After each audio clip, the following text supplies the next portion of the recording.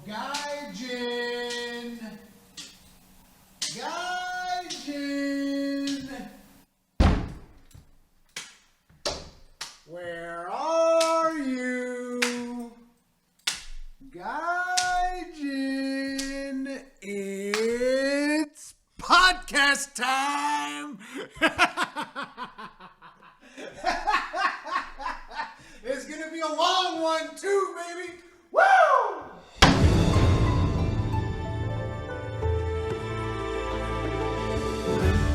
Shields up, Iron Breakers, and welcome to another episode of the Third Fleet Podcast. We're here on the week following the very first time that the game was widely available for people to play on pretty much every platform with crossplay. And what an amazing week it was, but I'm still absolutely reeling because I did 2 nighttime streams where I started streaming at 2:30 in the morning, and I streamed the whole night, and you know, my sleep schedule still hasn't quite recovered, so my apologies if I sound a little bit I'm kind of like sleeping. It was actually funny. I watched a little bit of my second stream, and I didn't watch it. It was somebody used a bit of my second stream. Anthem Wolf, who's been doing he's been like grabbing the fonts from the game, and he's been like tracing them and whatnot so that people can use those fonts. And then he made like these notification things for streams, and he used my stream as like background footage to show how stuff would look. And I was looking at myself and I was like, damn, I was so tired. I was going like, hey guys, tip of the hat. I was dying. But it was so cool to be there hanging out with the community. It was an absolute blast. But Gaijin, how you doing? I'm doing good. Still waking up. Just a little out of it, but doing good. I didn't get to play nearly as much of the demo as you did. Why is that? I did have the demo released here. I mean, obviously the whole PlayStation crap where, you know, PlayStation got, 2 days ahead of everybody else, so they got an extended beta. I don't have PlayStation Live, so PlayStation and Plus. I actually sold it's one not of our Live is Plus, Xbox. We're PlayStation Plus when we're on the PlayStation. I don't have either side. at this point. I don't have either at this point. So I didn't have that, but the demo for PC released on Friday, a work day at 12 noon. So it's like, okay, not going to be able to touch that for the majority of the day. And then we actually ended up having a 3-day weekend here in Japan. And Monday was a holiday. So I'm like, sweet, I can play Monday. No, it ended at 12 noon on Monday on a holiday. I'm like, so guys, weird, could you have not planned this a little bit better? I heard in some countries it was backwards. It was different. Like Friday was a holiday and Monday wasn't or something. I'm like, oh my God. Yeah, whoever had yeah. Oh yeah, wait, it was a holiday for us in Portugal, yeah, because it's the 1st of November. So yeah, that's a holiday. All Saints Day is a holiday for you guys? Yeah. Pretty much. Very, very religious folk over here. So, but the whole thing with the beta starting at like 3 a.m, I was like, I can't do this anymore. I'm too old for this. Like, I was drinking cappuccinos because it's a little bit lighter because my stomach is terrible. Like, I get serious stomach issues. It just feels like, again, old man podcast talking about his health. But like, so at night I was drinking a cappuccino because it's a little bit lighter, and I was like, oh, this will keep me up. This will be great. Nope. See, I'm the opposite. I think we've talked about this before, but if I have coffee, espresso, anything, the calming effect psychologically you crash. Is much more powerful than the caffeine effect on me. So I end up getting really cozy and crashing. So, but I did get my hands on the game, and I get to play it a good amount. To the point that the last few hours that I was able to play it, I didn't. I felt like I had gotten a good taste. I'm ready for either the next demo or the release, but I felt like I got a good taste. See, in my case, it was more like in the final moments. So like on Sunday night, I was like, okay, I'm not logging off. You can't make me. No, I was like, I still have to do the hammer because I did a couple of guides, and I want to make it perfectly clear because I said I'm not gonna do weapon guides, and these are not full-on guides. These are more like, okay, here's like a basic combo so that you can go play this weapon during the beta. That was kind of like the idea. And then also say, hands-on video, and here's what the new moves of this weapon are like. And I just kind of was doing that. And I was going to do one for the hammer as well. But on Sunday, I was just like, I'm so out of it. And I know that people were expecting me to still do the hammer one, but I was like, guys, it's like Hey, but you after I got the most important thing. after I You've did got the that. archive video of the gun lance, so we get to see what it was like pre-nerf. It's gonna be good. I find It's like, what does it say? Like, you only know what you lost because you knew yeah. what you had, right? Like, it's gonna hurt. We're gonna get into balance a little bit further on, but I think it was hilarious the amount of people that I got telling me like, oh, You were eating the gun good. lance is so easy mode and overpowered now, and I'm like, did you guys really just see one video from Ryu and then just think this is so easy, I could do this with my eyes closed? Is that where Not we're easy, at? no. Because like I was looking at the Ryu video and I was like, Jesus Christ, look at him go! He was just destroying Raidao. It was disgusting. Ryu was just going to town, and it was really cool to see. But I think that a lot of people grossly overestimate their ability if they think that, like, yeah, I could do that. It's like, no. Like, Ryu's time was 6 minutes and something, whatever it was. I think people were telling me this is like the fourth most fastest time or whatever. And my time on Raidao is like 13 minutes. And this is with me starting the quest by Do you attacking him. know? So I was gonna say I have a list here from the Japanese wiki. It may not be the latest and up to date, no, no, but no, no. it Don't tell goes us. through. Don't tell us that list yet, though. Don't tell No, I us. just want to tell you the gun lance number because Okay, you're okay, yeah, saying yeah, how yeah. long for Raid Dow. So this is Raid Dow without using dropping rocks because that was the two categories: Yeah. no drop rocks and with drop rocks. 4 minutes and 35 seconds. So you For the all gun have some. lance? Yeah, you guys all have Damn. some. Some You explaining to guys some do. room for improvement, Yeah, room to grow, exactly. growth potential. Right, the skill ceiling is very high. Yeah, I can imagine that. It does feel very very powerful, but we'll get into that. But one of the Yeah. first things that we obviously want to talk about is performance, because that's the talk of the town. I got involved Man, in you some. love steering little controversies and getting It's people like riled up. I don't, but it's just whenever I see people say something, and I look at what they say, and I was just like, this is just unreasonable. Like I don't think that this is a reasonable Hmm. expectation. And I'll be like, okay, let's So where do talk you want to about start? this. Yeah, I mean, let's start. What was your experience with performance? Because my experience is documented on the internet. A lot of people probably already saw it in my streaming videos and whatnot. But I'm also going to be making a separate video specifically for performance. But what was your experience like? You only played on PC, right? Yeah, me and Yuna played on PC. Mm. Mine was fantastic, which it had better have been, considering how much money I've spent on my damn computer. We should start Because I'm by running, yeah, but I was going to say we should start by talking yeah, about your hardware.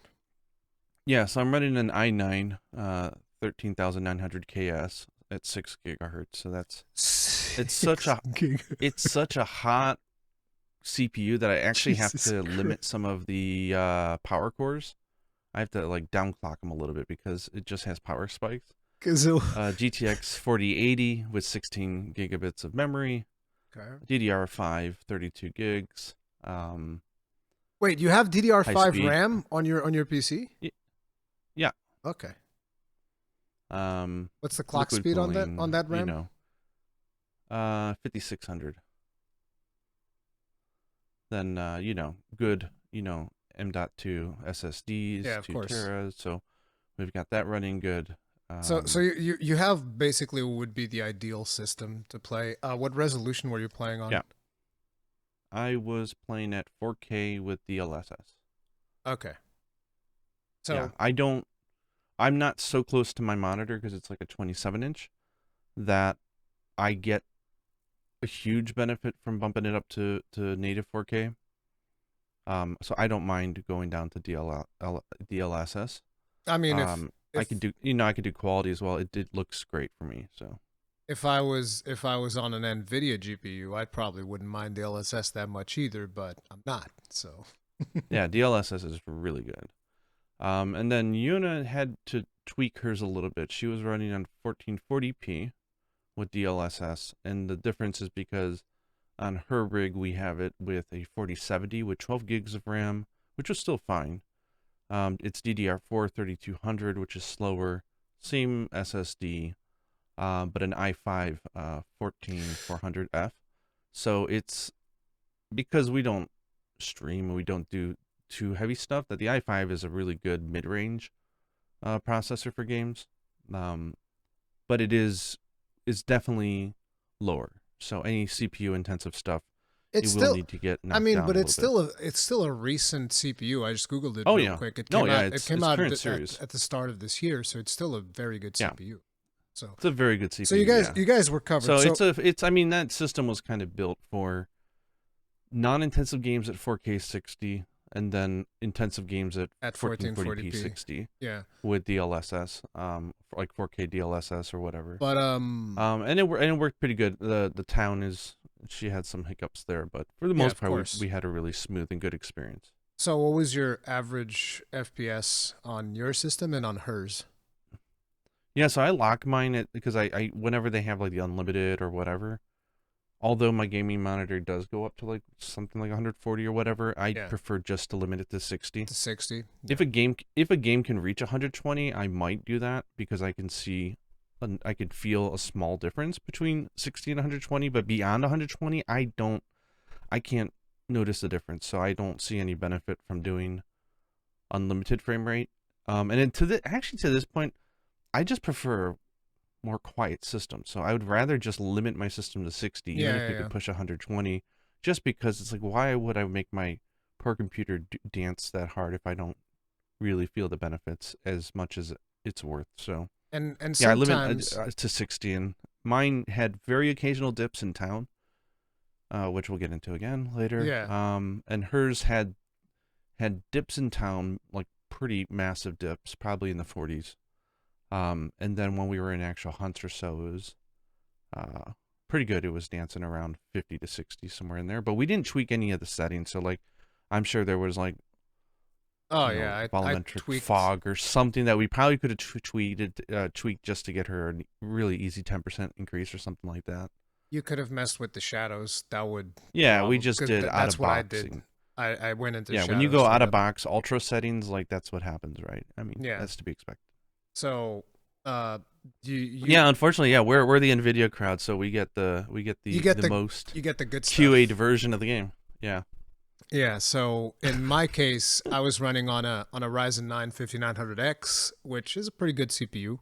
And then I have 32 gigs of RAM, DDR4 at 4000 megahertz, and I also have an M2 NVMe drive, so pretty good stuff there. And then on the GPU Curious, side, which drive do you use? I have an M480 from, what brand is this? I forget. Yeah, we both use Samsung 990 Pros, which are super. It's God, man, if you're gonna it's spend MSI. money on an SSD, Yeah. it's good. Mine is the MSI M480 Pro, I think, which Nice. has a sequential read of 7400 megabits and writing 6000. So it was pretty Yeah, good that's when great, I yeah. bought it, and Very it was very good priced. So yeah, so that's the one that I'm rocking. And then obviously for GPU, I got the 6900 XD, which is AMD, and What would you that be know, comparable in an I, NVIDIA I world think if you it's were to look at just like? I think it's comparable to like a 4070 probably, I would imagine. Initially I thought it would be somewhat comparable to the 4080. It's not as linear as that, but it's more in the ballpark of the 4070. And then the higher version of the AMD, I think the 7900 XTX is I think it's a little bit stronger than a 4080, give or take, but it's whatever. Yeah, those are the two GPUs that I have, but because I was mostly playing in the office, I have the weaker GPU here because I have a 2 PC streaming setup, so it just makes sense. Oh yeah, because the when PC you stream and game at the same time, like, or record. Oh my god. Yeah, it's Like, I can't imagine how many people. You know what? Actually, you know what? She had some slowdowns, but she also has shadow play, instant replay on at all times. So she's recording while she's playing. I don't think which that means shadow that play. I don't think that shadow play has an does. effect. It does? It does. Yeah, we've Okay. noticed very noticeable effects. So I imagine it could have been even more smooth for her because Yeah. a 4070, even with a weaker non-enthusiast CPU, can still do really good. Yeah, but like overall, like if you had good hardware, you were gonna have a good time. On the other hand, if you're on the weaker side of things, things got Yeah, it makes it hard for me to way judge, more right? When it dicey. comes, Yeah. So like I played it on PS5 as well, and what I can tell you is that there were two modes, and you had your performance mode and your resolution mode. And resolution mode was did performance go over 30? Oh yeah, performance was hitting 60 in some points. I'm pretty sure. Mm. Unfortunately, I don't have like a frame counter on PS5, so Yeah. it's mostly just like seeing it by eye. My estimate is that on PS5, most of the time is running between 40 FPS and like 55, with hitting a couple of peaks in 60 here and there. But it was good frame rate wise. The problem is it didn't look very good when you were in performance. Okay, did you play FF7 remake, the second one? It looked worse than that. Because that, to me, I felt like I had those, See, like, those like drunk glasses that you can buy at yeah, some shops that like FF. simulate being drunk. It was so blurry. I'm just like, is this like a 480 like PNG blown up? Like, Yeah, but it was the thing very hard. is, that one was blurry. This one had big pixels, but it was sharp. Oh So no, that's even worse. You could really see the pixels. Yeah, It I wasn't, mean, I it guess wasn't the the takeaway here prettiest is thing, but yeah. this is probably the most graphic intensive Monster Hunter they've made, Oh, at least in 100%. its unoptimized state. Like as of now, especially compared to the other betas, like this is definitely pushing it It is. hardware wise. So It is makes me 100%. worried a Yeah. little bit about Switch successor and whether or not it would ever be able to get this game or not. Yeah, Who I knows? wouldn't. Also, I like, think how the it's heck gonna did this thing struggle. perform on an Xbox One S? I'm really curious Yeah, about that. I didn't see any videos on the Xbox One S, but I can only imagine it's not going to look particularly pretty, considering Yeah. what I've seen. But yeah, then you also had resolution mode, and resolution mode looked really good. I think it was running 1440p. At least it looked like it was 1440p resolution. As for the performance Played. mode, I don't know what the resolution was, but I would be surprised if it was any more than like 800. It was probably like Yeah. 800 or lower, something along that ballpark. Again, I want people to understand when I'm talking about, frame rates and resolutions in console, I'm like, it's just my eyes. I'm looking at it and I'm like, I think that this is kind of like this thing, because I don't have tools to look at that stuff, right? But yeah, that was the Yeah. overall experience. So again, very playable. If I was fighting Ray Dow, I would probably prefer to be on performance mode because resolution mode was a little bit rougher to fight him, but it was very playable. And the thing that I would have to say is that it is a big step up from the version that I played at Gamescom, and it was only 2 months really? later. Okay. Yeah, it was a big step up because like the version that we had at Gamescom, it was like, I would say in terms of resolution, it was probably like a half step between what we had this time around between the two modes. But it had like this thing where sometimes textures wouldn't load properly. Like you'd be fighting the Balahara and it would load like the textures from when it's far away, except he's right in front of you. That is something that I saw a couple of times. And it had a couple of glitches like that and whatnot at Gamescom, but this time around it was way better. I think I had only one crash on PS5, if that. So I was super surprised at how it ran. And again, it's important for people to understand that this is a beta. This is not the final version of the game. And the way in which, like, I looked up, I think we talked about this before, but I looked up on Google, like, how does this work? How do they go about making, like, a show floor build and all of this stuff? Yeah. And Yeah. supposedly that could mean that a beta like that is anywhere from 6 months to a year. And this Yeah. is Well, one thing that the I'm Gamescom hoping version is of that, it, right? It's because this one will be. yeah, I'm even hoping older. now that they have a lot of people playing on different configurations, they were able to put Gather in data. enough hooks to gather data on like There wa- what different configs, where is the game struggling, is there a common thread, and stuff like that, stuff for their optimization phase. Because I think I'll echo a lot of thoughts. I mean, some of the stuff online is kind of like roll my eyes, but I think it does suffice to say that yeah, the game will be getting better optimization, but there's room for improvement, like for the lower end. At the high end, the game is gorgeous and runs like a technical marvel, but I think, yeah, the more they can do in the final optimization to make it at least easier to tweak the settings, I think, is the more important thing on the lower end. Because I think there's so many settings, it's so hard sometimes for people to I really wish there was just like a magic, like, diagnostic button that could say, okay, what do you want? What's the resolution? What's the frame rate? And then you hit it, and it does like a magic little wand, and then it'll tweak your settings. Like, do you ask you a few questions like Alma does, like, do you like to see far in the distance? Do you like to see fog? Is that really important for you? And then it'll just tweak your settings so that it gets close. That would be awesome. Yesterday, I was, because we're recording this on Wednesday, so yesterday I actually played Veilguard on stream, Dragon Age of the Veilguard, and one of the things that I like that they did there on the visual settings is that whenever you go to a setting, it will tell you the impact that setting has on your CPU, your GPU, and on your VRAM. So it's like, okay, this setting, very heavy on the VRAM, not so heavy on the CPU, and like middle on the GPU. And that really kind of just lets you know, okay. Yeah, look at that preview window of the graphic and say, is this really something I care deeply about? Yeah, exactly. And, you'd be like, oh, the vegetation's going to look like this on low. I don't mind that.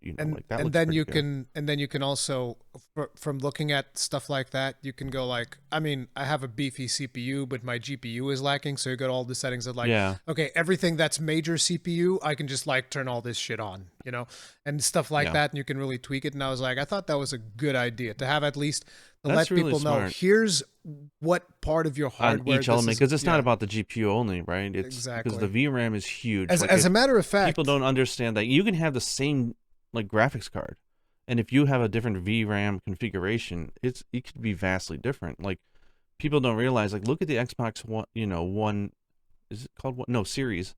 Stupid naming convention. The Xbox Series S versus the X.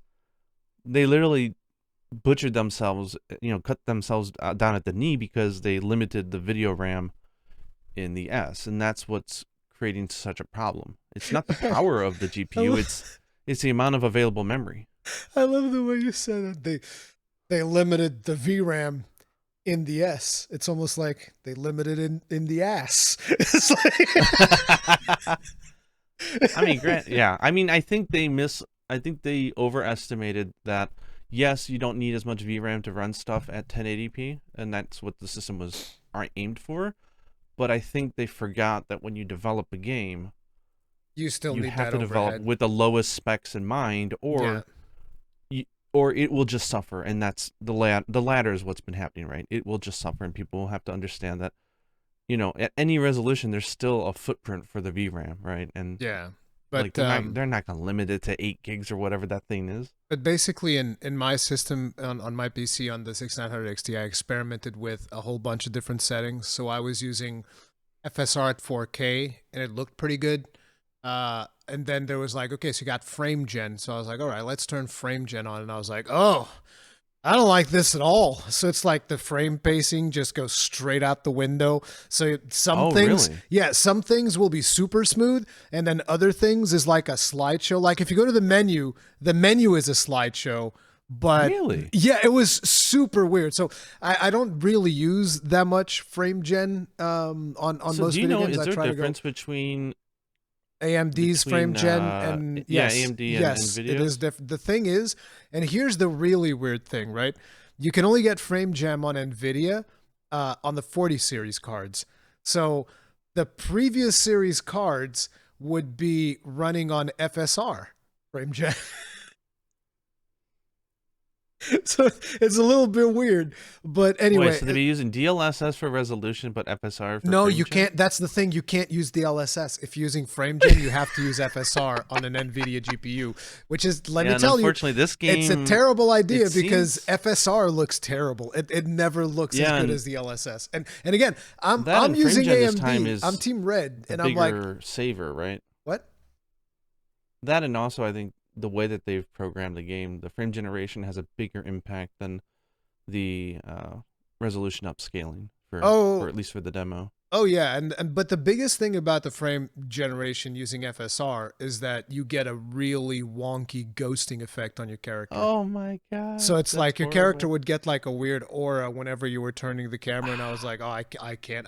I played it like that for a little bit, and then after a while, I was like, I can't, guys. This is crazy. No. Wow. So I turned off frame gen, and then I was like, all right. And performance is not exactly where I'd want to, so I bumped it down to 1440p. But then I still had FSR enabled because here's the thing. When you go to the settings, and because I'm streaming, you got streamer brain, I'm looking at chat and I'm being distracted by all these things. And so I go to the settings, and if you go where you click for FSR, there's like there's AMD FSR, and then there was like DLSS, but you can't select that. And then there was Intel. And then below all of that, hidden away, you have to scroll down, there's native, which is what I wanted, but I didn't see it because I'm live streaming. And FSR, DLSS, Intel. Okay, I guess I have to use FSR, and and then eventually people in the comment sections, Rurikhan, there's a native option, and I was like, what? And then eventually later I was going through all the settings calmly without being on live stream, and I was like, bro, really? It's like hidden away after all the other 3 modes. It's like at the very bottom of the thing. You have to scroll, and I was like, come on, man. Yes, they don't want you to find it. So yeah, maybe this explains. I saw you being kind of religiously not against, but pro-native, and really just not. Yes. Feeling like I don't want to use frame gen. I don't like that it's now, but it's like, is that an NVIDIA versus AMD thing? Because frame gen, honestly, on the NVIDIA, at least from my old man eyes, no. Like, let me explain. There's no to downgrade. You, There's no. Let me explain to you conflict. why I have a problem with developers relying too much on upscaling technology and frame generation and all of this stuff. The reason why I don't like them relying on that is precisely the reason why they end up the necessity that they have to implement those things. Why do they have to implement frame gen and upscaling and all these things? Because they want to use RTX. That's like most of the time, from my understanding, is that they want to use RTX. And it's like, if you would just turn off RTX, you wouldn't need to use any of this. And the thing is, right, there's a lot of really impressive, visual things that you can get with RTX, but the things that you lose to enable that setting, it's a big trade-off. It's a huge trade-off, and then you have to upscale and do all of these weird things to compensate because you wanted to use RTX. And I'm just thinking, if you just didn't use that, we could all be running this stuff natively, and it would look way better. It would look like all the gains that you get in like, oh, look at the lighting bounce off of this puddle of thing into the wall, and look at how dynamic it is. And it's like, that's all really great, but now I have to look at this upscaled, Vaseline-filled screen with frame generation that makes every frame look like a mess. And it's like, no, dude, I don't want RTX. I'm sorry. Like, I don't have an NVIDIA GPU. I have an AMD GPU. Yeah, maybe I'm just eating too good over here on NVIDIA, because frame gen on or off, I can't perceive a difference at all. Because the thing is, like, if you're in the range where you have a 4070 or a 4080, you're eating good. You're perfect. You're fine.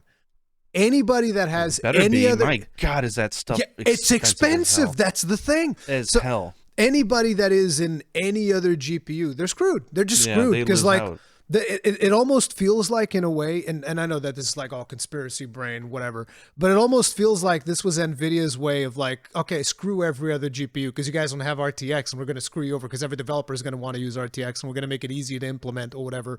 And every developer RTX just stands for ray tracing, right? And AMD has ray tracing, right? Yeah, but it's terrible. I mean, it doesn't perform well at all. I don't think the problem is because it's not their technology.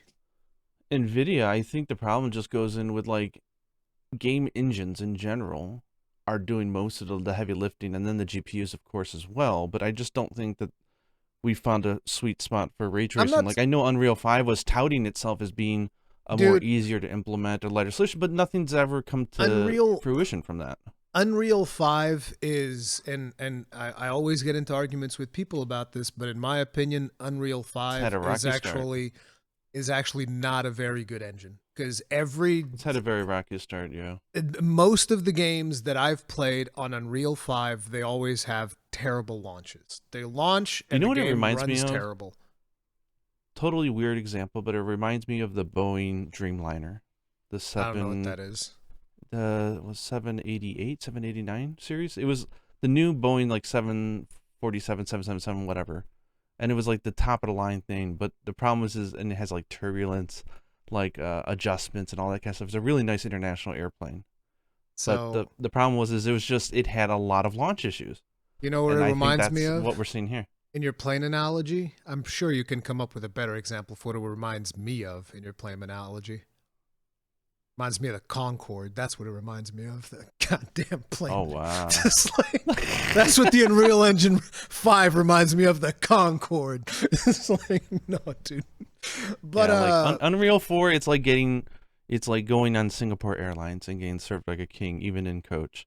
And the Unreal 5 is like United Airlines or something. Like they just throw stuff at you. except that at least before exploding, the Concorde went really fast, and Unreal Engine doesn't even do that. But the RE engine. So does it?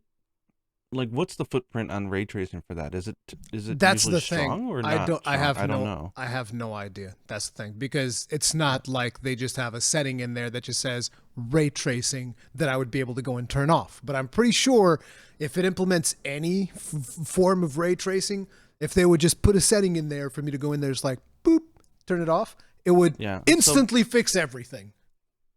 So before we go into more controversial territory when it comes to performance and giving feedback on performance and just the different things that people probably don't realize affect performance, I think it's safe to say it sounds like we're on the same page, that we feel the game suffers from the same problem other modern games do, is that they may not be focusing on the right, like, little, it seems tuned for the top percentage, and they should have designed it a little bit lighter. That's the thing, because you're running it at 60 FPS on your GPU.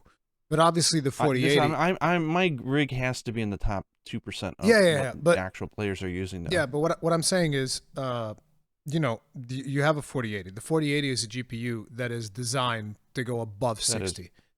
It's designed to go beyond 60. So it's like, I would say that 4070 is the one you want to get if you just want to get your 60 FPS. And then if you're an 60 should not require a professional grade enthusiast GPU that costs $1,300 or whatever it is in your country, because man, I'll tell you, Americans are eating good with their GPU prices in America. Yeah, because Europe, Japan, we gain screwed. Dude, like I remember when like I was $2,000 for a GPU.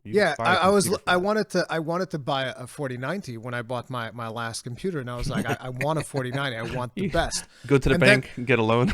and then it was like the 4090, when I was looking at it, was 2,300 euros, not dollars. 2,300 euros. God. And I was like, you're crazy. This you get a professional editing machine and then that. And then it's like, people are like, well, you don't need the 4090. It's like, okay, the 4080 was like 1,600 or 1,700. Yeah, it's like, not cheap. It's not cheap either. And the thing is, it's a massive step down from the 4090. And I was like, you know what it's not, though? It's a massive step up in power consumption saving. That 4090 is way too power hungry. Yeah, it's a beast. The 4090 is a beast. But anyway. But no, I agree. I think, 60 series cards, at least from before one gen to this gen, should be. Before we get to the 60 series. But we agree. So the thing that I wanted to point out is, like, your GPU is designed for more than 60 FPS. Your GPU is for people that want to get upwards of 100 FPS. Yeah, it should be running 120. It's like top of the lines. And it's not. And the thing is, people were struggling to get above 100 on 4090s. So you're saying, like, it's developed for high end, and I'm like, no, it's beyond that. It's kind of rough. It's even on the high end. It's a little bit kind of rough. But again, it is important to, because we've been talking about all this. It's a beta. It's a beta, and optimization is the last step. And this is an old build beta. Now, optimizations don't really happen until the last 4 months before. Which is where we're at. So, I mean, which I believe is what they're doing now. But I mean, what we're seeing now is not their daily build. That the optimizations that's the thing, the optimizations that they're working on right now. And again, this is because I got to be careful what I say now, because people think that the stuff that I'm saying comes from Capcom. No, Capcom's told me nothing about this. But the step that they're in right now is the final 4 months, and the optimizations that they are working on are not going to be optimizations that we're going to see in the beta. They're working on the optimizations in the final version of the game, not the beta. Capcom, if you're listening, just don't take it negative. Take it as positive that all the effort you're going to put into this optimization is going to be felt unappreciated. I So surely you have hope plenty so. of good reasons. I surely hope so, because the community's not happy about the performance. I mean, But yeah, so it's I like just know the it's Monster running. Hunter team, and they've never put out a game in shippable state. In a shippable game, the Monster Hunter team, in my memory, I could be wrong with older games, but they've always performed incredibly well. I still At remember least, that a lot of people had performance issues with Iceborne.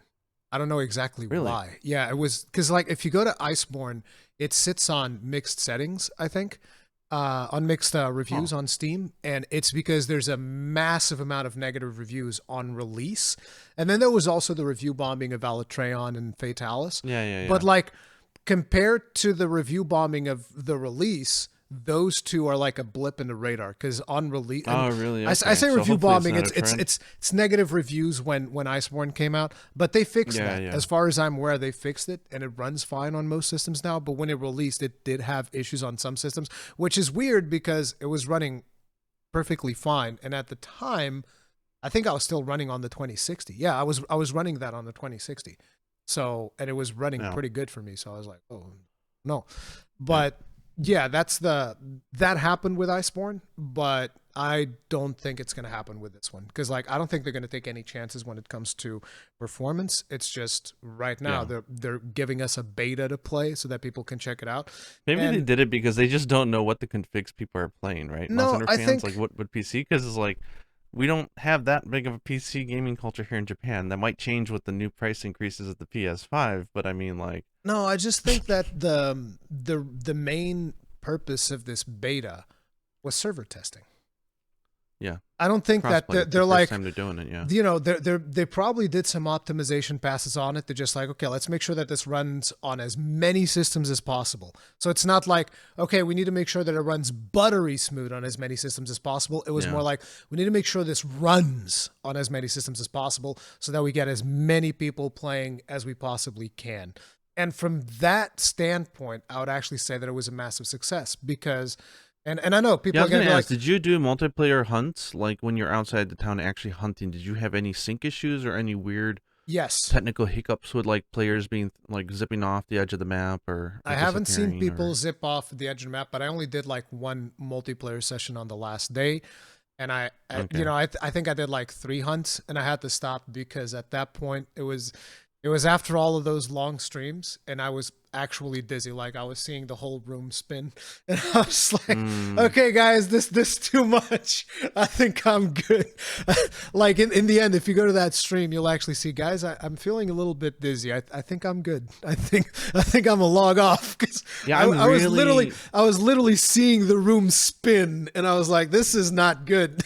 This is too much." yeah, But like, we'll get into this as we get into weapons yeah, and why I feel this way, but I am very curious if anybody did test to see how the game does with online syncing when it comes to being inside of an actual hunt, yeah, because that was the thing. being able to see, like, if I'm gonna go and aim for a weak spot and someone, it just resets and someone got it before I did and I didn't see it because the server syncing wasn't up, that will be No, that's not fatal to my experience online. that didn't happen. At least to me, that didn't Okay. happen. It might have happened to some people. Like I actually saw a clip which was Do you know if this. you played with somebody that was not PC though? Yes, I Do you played with know? people on Okay. PlayStation. Yes, 100%. Okay. That's encouraging to hear then. Yeah. And it was as a matter of fact, I played with my son. So I heard of syncing issues in town where people are like, I'm right in front of you. You're like, no, you're not. No, You're on the other the at thing the end of the town. I think the problem is that people don't understand how the multiplayer works, and we'll get into that. But let me just Raise his wrap up hand. no, but it's like I just want to wrap up Okay, yeah. the performance thing because we talked about the high end systems and like I said, I don't Yeah. think they were targeting any specific it was the shotgun approach, which is like we just need it running on as many systems as possible so that we can test the servers because people need to understand the biggest test that they wanted to do, at least again, this is my conclusion from what I saw of the beta, the biggest test they wanted to do was stress testing the servers. Yeah. And I want to. 'cause I want to jump into that afterwards, but let's talk about the low end because this is the one thing that I got into a little bit of a Twitter I spat with some love the people. memes. Oh my God, I love the memes. Let's start with a positive.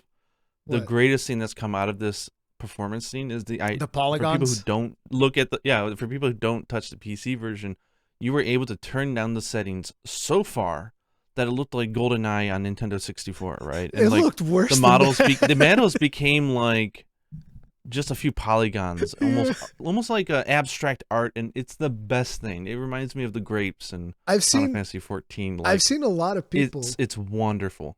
A lot of people were saying like, I hope this becomes a mode, and A feature, ironically yeah. in the Keep game, it and in I there. was like, no, those are some Can you imagine cursed little looking charms though, like monsters. the Chetacabra, like little like polygon charm on it for your weapon or something? It's just like it's so cute. I love it. Okay, so I'll just say No, that was but one it's really like, fun takeaway. yeah. So my thing was, people started complaining about performance in some of my videos, and they were like, this thing should run flawless 60 on my 3060 GPU. And I was like, hold on now. You understand that, like, I think that a lot of people, they buy the 3060 and they think that 60 stands for 60 FPS.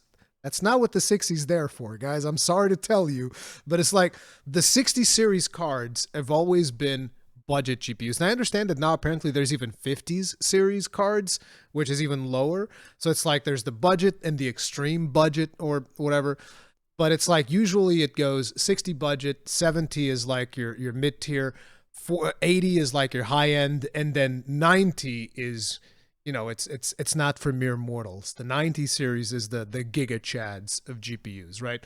So if you're getting a 60 series card, one of the things that you always need to keep in mind is like, I am not future proofing my computer, which means this is going to work for like 1 or 2 years. And after that, I would say. After that, I'm going to have to start lowering down settings. Lowering, yeah. And then after 3 to 5 years, then you're down to 1080 again, then it's time to yeah, exactly. You're basically you're lowering and lowering and lowering settings. In their more defense, years. though, I will say the pricing of GPUs these days exactly is the pricing is ridiculous, which is why the expectations start rising. If you were so looking high. at the price of the PlayStation 5 and the GPU you get in it, it's actually a really good. Even the Xbox, like it's a really good value.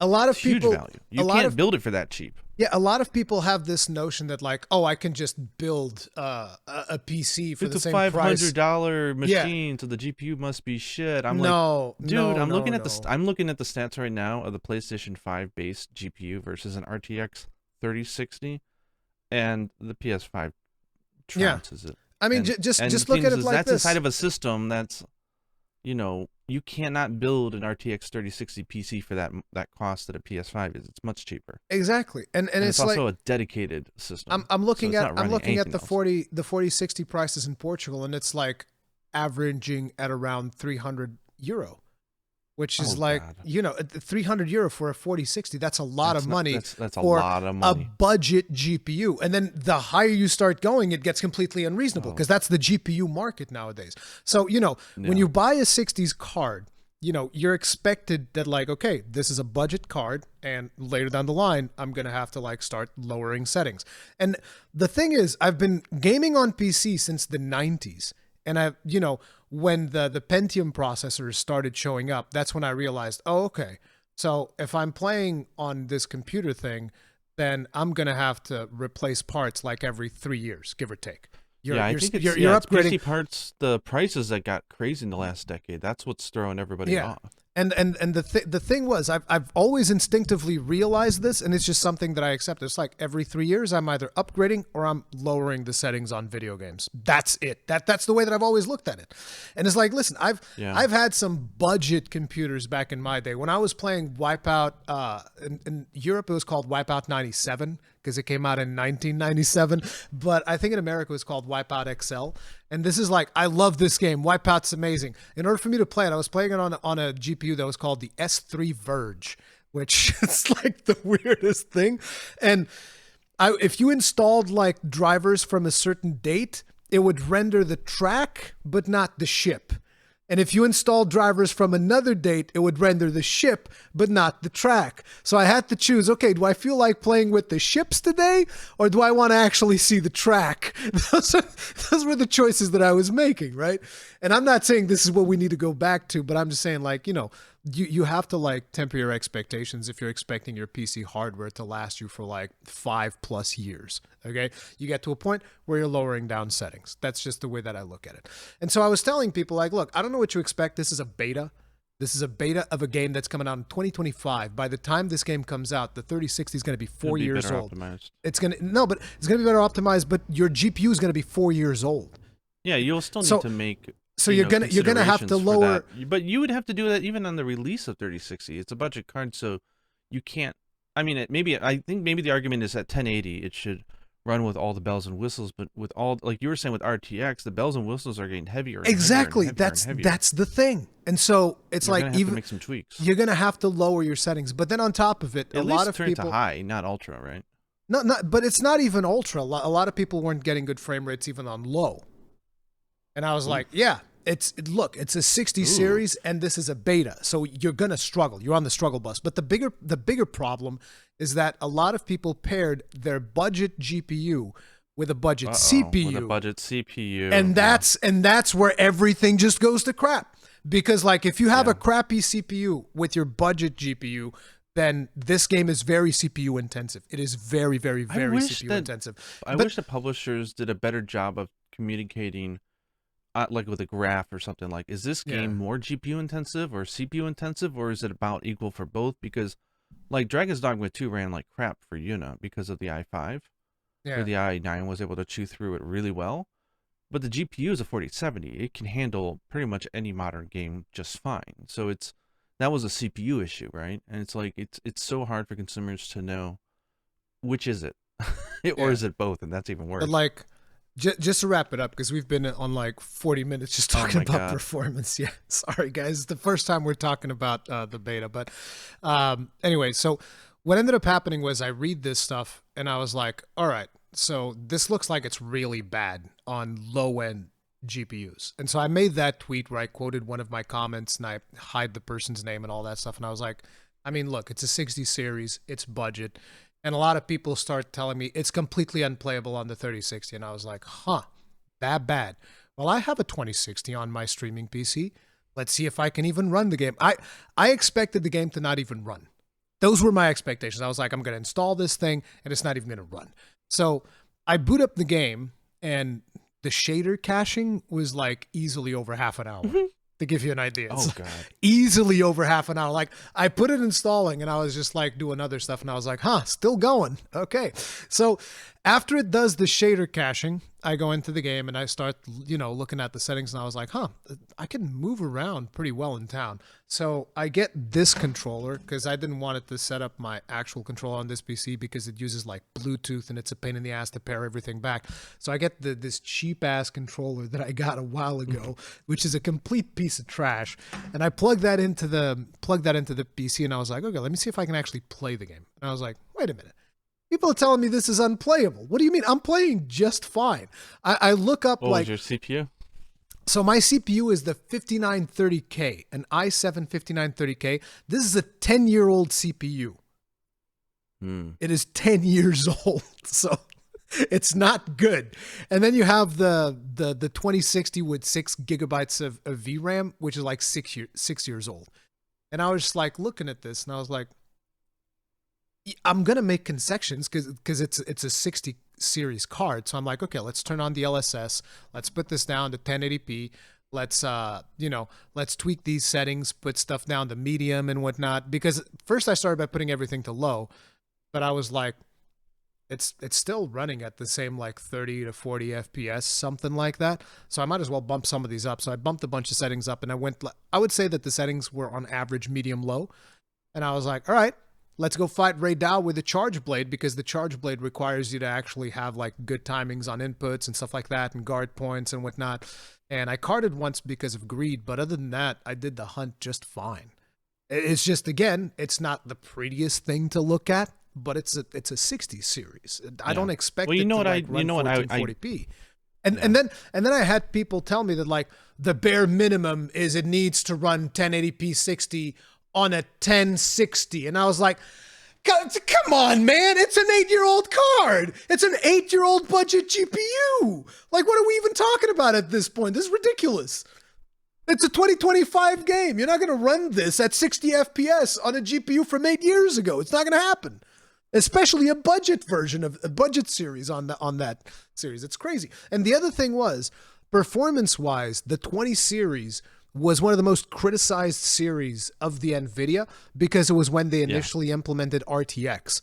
And so they did a lot of concessions on those cards. So I remember that people would crap all over the 20 series. Most people skipped from the 10 series to the 30 series because that was when it was, they kind of fixed that. So I played it on a 2060 and, for what I was expecting out of the performance, I was actually positively surprised. And that hunt is available. I posted it on Twitter and whatnot.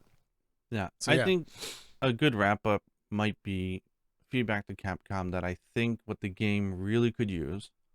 Obviously, they're going to be doing optimization, but I think they need a benchmark test for release. Yes. Final Fantasy 14 did a really good job with that, where they had a few scenes. Some were like the most intensive, then it was mid and average, and it will give you an aggregate average, and you can see it and you can tweak it and you can test it and then decide whether or not it works for you. Yep. That they need to do, and if they can do that, then I'm either a benchmark or a demo, like an actual demo, not a beta, a demo. So it's like I think benchmarks are better in this regard, because even in the demo you're not really seeing. Because in the demo, what is a heavy load? What is a light load? You don't know, right? Yeah, in a demo, you're focused on the gameplay. So yeah, I do agree. There should be a Monster Hunter Wilds benchmark utility, I think that will solve a lot of problems. Yeah, I agree, 100%. And also, like, shame on you, GPU makers. I mean, I can sympathize because I bought a 1080 when I first got into PC gaming, and I spent over $1,000 for that damn GPU. Yeah, it's a lot of money. It is. And the whole marketing spiel, like if you remember back on PlayStation 4, was 4K, no concessions, like ultra everything. I'm like, yeah, maybe back then, but like very quickly that stopped being the case. Dude, even in the PlayStation 5 Pro, they're going back to saying like, oh, this console supports 8K, which is something they said on the initial PS5. And I was like, HDMI bro, 2.0. Doesn't the Wii U technically support it or something like that? I'm like, I don't know. You're just talking about the cable spec, it's like, oh wow, HDMI 2.1. It's the dumbest thing to even entertain the idea that somehow the PlayStation is going to run 8K. Get the but the prices are lopsided, so like I think that's a good case for why consoles are still a good value. Exactly. But then again, even they are getting ridiculous. Like, God, a PlayStation 5 now costs $1,000 in Japan. But so, like I was saying earlier, I think that this beta was an absolute success, despite the fact that a lot of people in the community. In what regard? In the fact, well, one, it was success because of all the fun stuff we're going to finally start talking about, but also in the fact that they got a lot of good data. Yeah, that's the thing, because that's what they wanted. Like I was talking about, it's not that they wanted, oh, this needs to run flawless on every system. It was like, this needs to run on as many systems as possible. Yeah. And can you tell us how it runs? Yeah, the thing was, the reason why I'm saying they were so successful is because they were able to get almost 500,000 players on Steam. It was 463,000 concurrent players on Steam. Do you know what the concurrent was for Iceborne? I mean, I can look it up right now. No, it's not. I think that Monster Hunter World would capped off at like 300,000 or something like that on PC. Yeah. But you got to remember that there was a delay, so the number was never going to be as big as this one. Yeah, and you also had the whole PS5. And then there's also the PlayStation fan base and the Xbox fan base, and if you add all those numbers up, I would imagine that we probably reach somewhere close to 800,000. Well, not 800,000 concurrents, but you get the idea. There were a lot of people playing. And here's the important part, right? Whenever you have new MMO launches, because one of the things that you got to keep in mind with this beta that I don't know if people are aware, but whenever you boot up the beta, you're logging in to a server very much in the same way that you would log into a server if you're playing an MMORPG. And some people might be like, oh, is the game going to be always online? No, this beta was always online because they wanted to stress test the servers, right?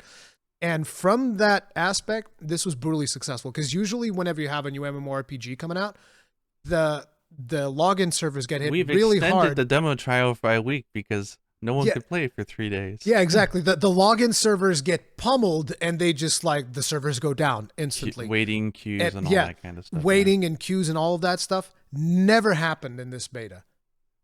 I mean, did you get disconnected every now and then? Yes. Were the servers ever not available? No. And I know that some people are going to say, actually, the servers weren't available on Thursday. Yes, that was scheduled because the beta stopped for one day and then it came back. Clean the memory caches, right? No, but it was like, this was planned. This was their plan. They specifically said, yeah. this is how long it's going to be available. So I remember that on Thursday, a lot of people were like, I can't play the game. It's like, yeah, you're not supposed to right now. So from that point, it was an absolute success. Lobbies, as far as I'm aware, were stable, at least from my experience. I was able to log in, do all of the things. The thing is, lobbies are a little bit more complicated. So a lot of people thought that there were 100 hunters in their lobbies, like 100 hunters being displayed in camp. No, they are displaying 16 hunters in camp, like we had 16 hunter lobbies back in Monster Hunter World. Well, it should have made the performance pretend like 100 people were in the lobby. Yeah, I'll tell you exactly.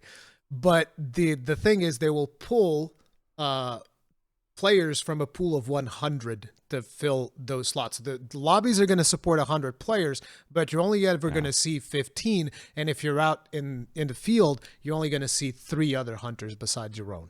So 4 hunters out on the field. If they don't improve that in the final stretch, they've convinced me with this demo that I'm playing offline because I don't. You didn't like seeing all the hunters in camp? For both a creative, like both a technical standpoint and a game feature wise, but especially performance. The performance was horrific. When the game like booted and said you are now in a single player instance, I was like, yeah. You know, I fist pumped. I was so excited that there was a way to get that, which was if you idled for long enough, it would boot you out of the servers for inactivity, and then you would be in your own little instance. And when you did that, it actually felt way more immersive. I'll tell you that right now, because you're just like, because you know the idea, the whole story of it is that you are going to be, it's your unit in the Astrum unit, and that's it. And then you just jump in there, and there's like 16 players in the lobby, and it's a little bit jarring. For me, it felt like one of those like really cheesy like 80s like love story movies where like I'm going through like prom and there's people all over the place in my way and I can't see, and I'm just trying to get to Gemma and say hi, but I can barely see her. I get a little glimpse, but there's all these morons around me running around looking like you know, absolute wacko stuff, such as spamming stamps all over the place. So I was very happy the stamp spamming was very, very annoying. Yeah, because like Christ. you would see it even if you were like in I don't want to see a stamp unless I'm in a party with somebody, like whatever you want to call. I still don't understand the difference between link and environment link and all this. They need to change the verbiage or something. Because, so let me explain how that works, because in the first day I was trying to get together with Cowboy so that we could play, and it was weird. So the idea is there's a hunter code, so a code for your hunter, and then there's a lobby code, a code for your lobby. Where the hell was that stuff displayed? On the player list. Okay, go on. Yeah, I'll let you explain it. There's the social section, and then there's the player list. And the way that it works is like, whenever you're in a lobby, if I post a quest, any of the 100 players in that lobby can join that quest. Any one of them. So you basically, if you go to the list of quests, there's going to be tons and tons of quests there from all of the 100 players that are currently playing, and you can select any of those quests. And again, you got to keep in mind, when the game launches, you can have closed lobbies. That means you can have up to 100. You can have as many people in that lobby as you want, and then all of them get to join in on your quest and all that stuff. And so the thing that you were talking about earlier with the sync issues, where people would be standing in front of the other person and someone would see them and the other one wouldn't, it's because the game is pulling from the lobby of 100 players, and it's grouping them together. So it's like, in my instance, for instance, you could be in my instance, right? And I could see you, but in your own instance, the game might have not pulled me, so you would be seeing other players. So I can see you, but you're seeing other players instead of me. Now, the thing is, you can fix that because you can form a party. And so the way that it works Yeah, is that I didn't even see the word party anywhere in the demo, and that was bothering the living hell out of me. It was called Link Party. Or yeah. So the way that it works is first the easiest way is you need to get somebody's code. Like I told you, there's a hunter's code thing. So any player, whenever you go to the player list, your character will be on the top of the list. So you can be like, okay, there's my hunter code. And you give your hunter code to your friend, and then your friend goes to the hunter friend system. So they have their own friend system in the game. And you can just be like, okay, add a friend. And you get that code that you know what I'm talking about? Yeah, but surely it's kind of like Nintendo join their lobby without becoming friends with them, right? Not that I'm aware of in this. Not that I'm aware of in this beta. No, you maybe in the demo, right? Because I sure hope in the game that you're able to. I mean, I'm assuming that in the game, here's an ID. Come join my lobby. Yeah, I'm assuming that in the final version. But if you're battling against 100 people, to who's going to post in the quest? I mean, that just sounds like a mess. No, because you can post multiple quests at the same time, so you can have like 20. No, 30, what I mean 50 is quests. like let's say theoretically you're like, okay, hey guys, I'm streaming. I want to play. You know, I'm going to post my lobby ID, which I guess is your environment link yes, ID. People are going to be fighting to join you. So people get in there, but then you post a quest, and everybody's jumping in. You don't have a link party. Like everybody can just jump in, whether or not they're in your link party or not. So long as they're in your just, like no. See, you're not understanding. You don't let me finish, so you don't understand. Sorry, I'll let you finish. No. So it's like the way that it works again. So you have the player list and you have your hunter code. And it works kind of like the Nintendo friend code, right? You give me your code. Actually, it works the same way that it works on Steam right now. If you want to add me as a friend on Steam, I need to give you a code so that you can add me. That's the way that it works. Yes, that's how it works. Wait, to add a friend on Steam. Are you saying that you cannot join a set 4-person party unless you friend them? God, I'll hurt Sorry, you. I'll let you finish. Just keep going. I'm not going to say anything. I just need you to understand how it works on Steam. You understand how it works on Steam, right? You get a code, somebody gives you a code, and you add them as a friend. So that system is exactly the same inside Monster Hunter. Somebody gets a code. And the reason they need to do this, because some people are like, why can't they just use the built-in friend system? Because of crossplay. Because you're not going to be able to go from Steam and get somebody that's playing on PlayStation. It's not going to work. Those two things don't communicate. So you need to have a system that talks between them, and that's what they did. There's the hunter friend system. So you get a code from somebody, you add them as a friend. After you add them as a friend... Oh, wait. So I'm sorry, I'm going to interrupt you. So you're saying that the hunter friends that you do they're not being added to your Steam or your no, it's a separate that wasn't system. Communicated to me at all. Yeah, it's a separate system. So what's going to happen is you're going to have your own friends list in Monster Hunter Wilds of people that play with you. You know, you exchange codes and all that stuff, and you all form like a list. And then from there, you can go to that list and be like, all right, invite to Link Party. When you invite to Link Party, if he's on PlayStation or whatever. When you invite to Link Party, you're still not in the same instance. So like we can be in a Link Party, and I can be playing the game and you can be doing your own thing separately somewhere else doing quests. So I can be doing the main story and you can be like grinding a monster on your own, but we'll be in a Link Party. But at a moment's notice, being in a party? Relax. At a moment's notice, I can go, hey, Gaijin, I found this really rare monster, super powerful. And I can send you an invite. And that will bring you into my world, into my instance, into what I'm doing. And then we're in the same instance for as long as we want to be there. So it's like we start hunting and we can kill like 50 monsters and it will never separate us. Yeah. At least that's the intent. Obviously, you can get disconnected, blah, blah, blah, blah. But the intent is that the moment you invite and that's called invite to link environment or environment link or something like that.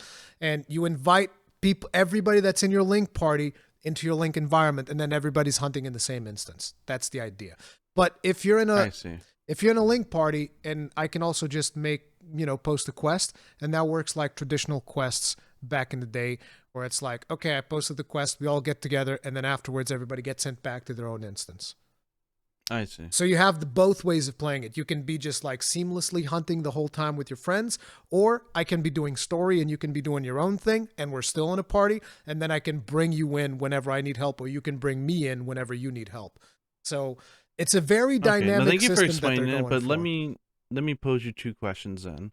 Okay. One, am I just an old man, or do you think they could do better with the the naming of these things? Oh no, the thing is it's complicated because I don't know how they would go about, naming this stuff.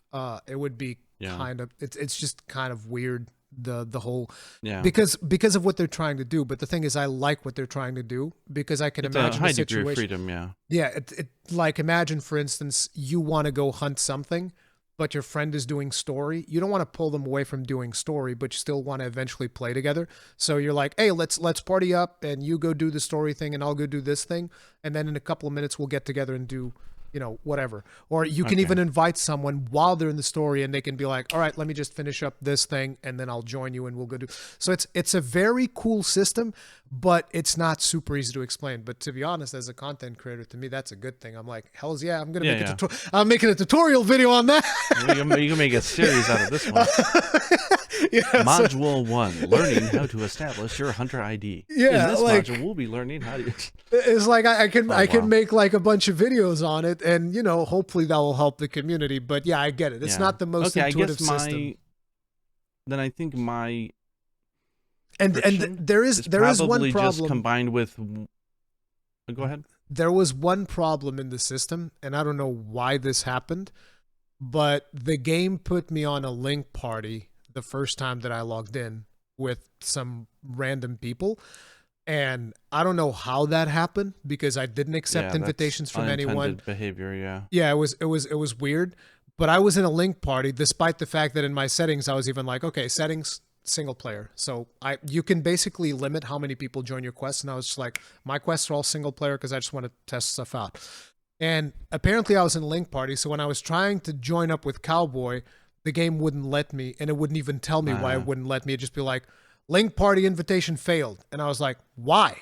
Why can't I link party? Problem with modern and games eventually and modern systems, they need more robust error coding. Yeah, and sometimes they just give you back like a really unrelated error. It was really weird because it kept telling me like unable to initiate link party. And then people in chat were like, you have to leave your link party. And I was like, what do you mean? I'm not in a link party. But then I go to the game and I did like leave link party. And sure enough, apparently I was. And I was like, I didn't do anything to be in a link party. Why was I in a link party? Please prepare error code 69 or whatever it is. They need to, they should say you are currently in a link party. Yeah, you're already in a link party. You must leave link party before you can join. You can create another link party or something like that. But yeah, that would be the one downside of it. But other than that, once I understood how the system works, once it clicked, I was like, this is actually really good.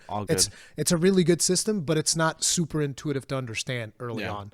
But I think my 2 points of friction is one, because it was an online test. It was a beta test. It was forcing you down like I'm joining a full multiplayer session environment like from the get-go. So that was probably, one area that hit me weird, because even on World or Iceborne, like I would always start like a private lobby. I would never join like an existing one. But this one, because of it was a test, they were forcing you to join a public lobby, so to say. So that makes sense. But I personally really like the fact that you can, as a streamer and a content creator, it is very useful to have big lobbies, because then everybody can just join in, and it is kind of a free for all. It is kind of a free-for-all who gets to join the quest, because I would basically like, particularly sometimes I would have like close friends. I would have close friends that'd be playing with me, and I would like, okay, I want to include them, and then whoever else comes in, cool. And I'd be like, okay, are you ready? 3, 2, 1, go. And sometimes they'd be able to get in, and other times like, oops, too bad. I'll see you in the next quest. Yeah, I have no problem with larger lobbies. I think that's great. However, I do hope that, I imagine they'll have options for those who want to limit it to just like a first-person lobby or something. They'll have that. So we don't lose anything. It's just a pure gain. Yeah, and I think the other friction point is probably for the fact that I don't use multiplayer unless everybody can join like a gathering hub. I don't like the idea of joining someone's world and not seeing them. Remember how I told you? To me, environment link from the get-go is how I do it. And that's just, they allow you not to do that. And that's why I thought it was weird. But remember how I told you that like I wanted a gathering hub? I was like, now you're seeing my point, right? Now it's even more so, right? Because you're seeing all of these people in camp, and it's kind of a little bit immersion breaking. It's like, we need a gathering hub. That's where you see all of the hunters gathering up, because it doesn't make sense to see 16 players on an interim camp. It's weird. Yeah, because it's kind of like it's a weird, small but expedition and all of that stuff. But I imagine that it might be. I wish it would just come out and tell us. Like, is this going to be like in the final game, or is this just something they put in place? no, it's because gonna be in the demo and final that's the game. area? No, it's confirmed. It's gonna be in the final game. Yeah, 100%. So it's Really? like you will see 16 players in that. Not me. thing. I'll Yeah, have that feature. You get it, but it's like, yeah, you will be seeing. Yeah. The thing is, I think Okay. it's cool. I do. I still hope they have a gathering hub. That's the thing. It's like I think it's fine to have really- that, and I think that a lot of people will even prefer that to see everybody just out in camp and whatnot, and it makes sense. Options are good. Yeah, options are good, but it's like to me, I want a gathering hub. That's where I want to have the big 16-player lobbies, everybody Amen, hanging out brother. at the gathering hub, and cool beans. Hells yeah. That's the Arm way that I wrestling look at it. competitions. I want to break my arm again. But again, considering our impressions of performance earlier on, I would say that from a multiplayer standpoint, I think everything worked just stuff. fine. Like it was good stuff. The servers held on during the 500,000 concurrence on Steam. I know that some people got disconnected and all of that stuff, and I understand that for them it's like, oh, this was a terrible experience. I was getting disconnected constantly. But the thing that you need to get is that the servers were holding. So it's like you would get disconnected, but Yeah. you'd be able to reconnect. So the servers were holding, which when you have this type of server infrastructure, more often than not, game launches, servers break. explode, and no multiplayer for anyone. That's usually how it goes. Servers explode, nobody gets multiplayer. So the fact that they were able to keep it together in a beta with over 500,000 players Amazing. simultaneously, it was really, and again, 500,000 players across multiple platforms at the same time, playing across multiple platforms. Like, it was good. It was very, So very good. is that 500,000? Is that concurrent Steam users, or is that also including cross-platform players? So the number that I'm saying 500,000 would also include cross-platform players because the Steam numbers capped off at 463,000 players. So that was the cap. How do we That know was that the there peak. wasn't 600,000? On Steam? Oh, there's a cap. Okay. Oh, How wait, do so we you're know saying that- the Steam concurrent users also included cross-platform players? No. You're not understanding. I am telling you that there was more than 500,000 players because Steam alone was 463,000. Oh, okay. I don't know how many there were in other platforms, but if Steam was Yeah, at it could be double that. 400,000, like I would imagine PlayStation is easily doing over 100,000, easily, if not more, Yeah. because a lot of people have PlayStations. So I would imagine at the very least it was over 500,000 players. But if I was to actually try to do an estimate, I would see, say yeah. around 700 to 800,000 concurrents is what we got at when you put all the platforms together. That's what I would imagine. That's fantastic, yeah. Yeah. So hopefully now I think we talked to death both performance on a technical scale, And online multiplayer. as a performance mechanic, but I guess the only last thing to get a quick thoughts about before we actually go into the meat of our experience is probably from a performance standpoint, just the game is sexy. It looks great.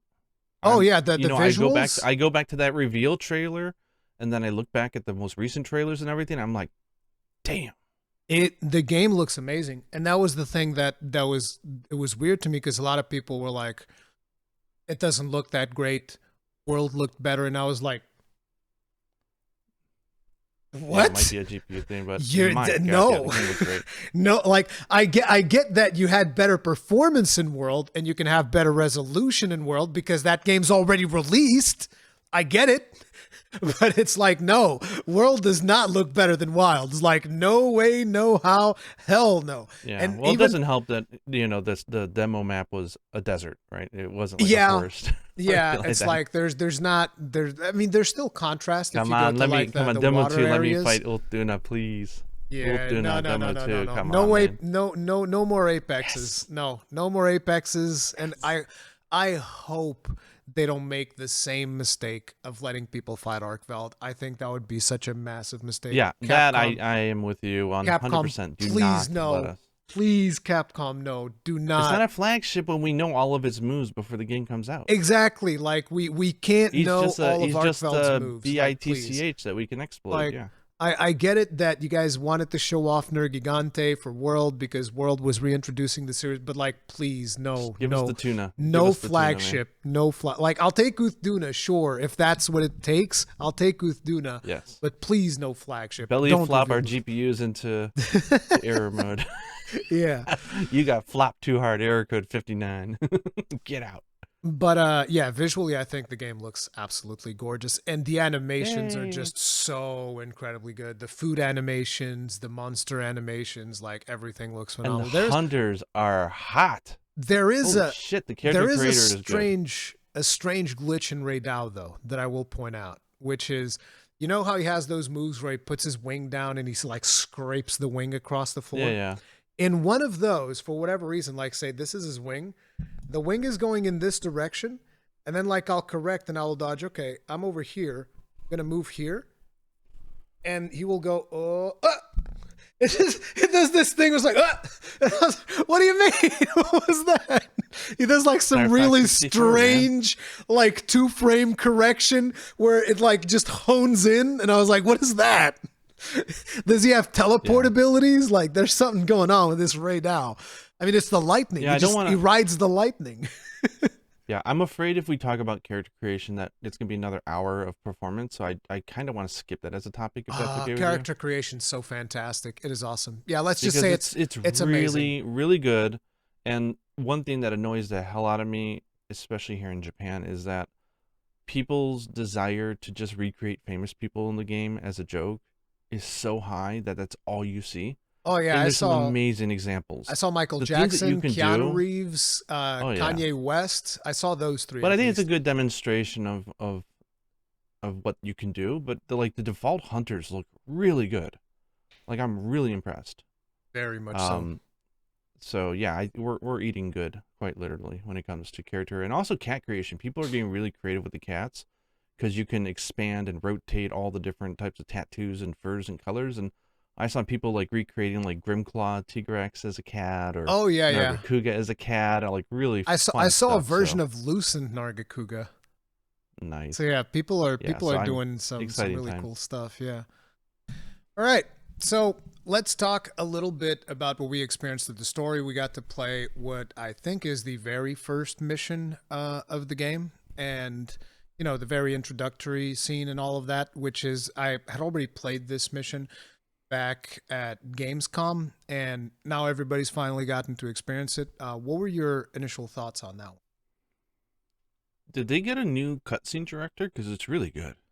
Like they're not usually this good at the pacing, the cinematic of like the cutscenes and stuff. I thought it was really well done, and so it almost felt like they're doing a new system, like they hired somebody different to direct it or something. Because I mean, the story is it's pretty flimsy like usual, but like just the overall direction of it was fantastic. The Why pacing, the tone, all that kind of stuff.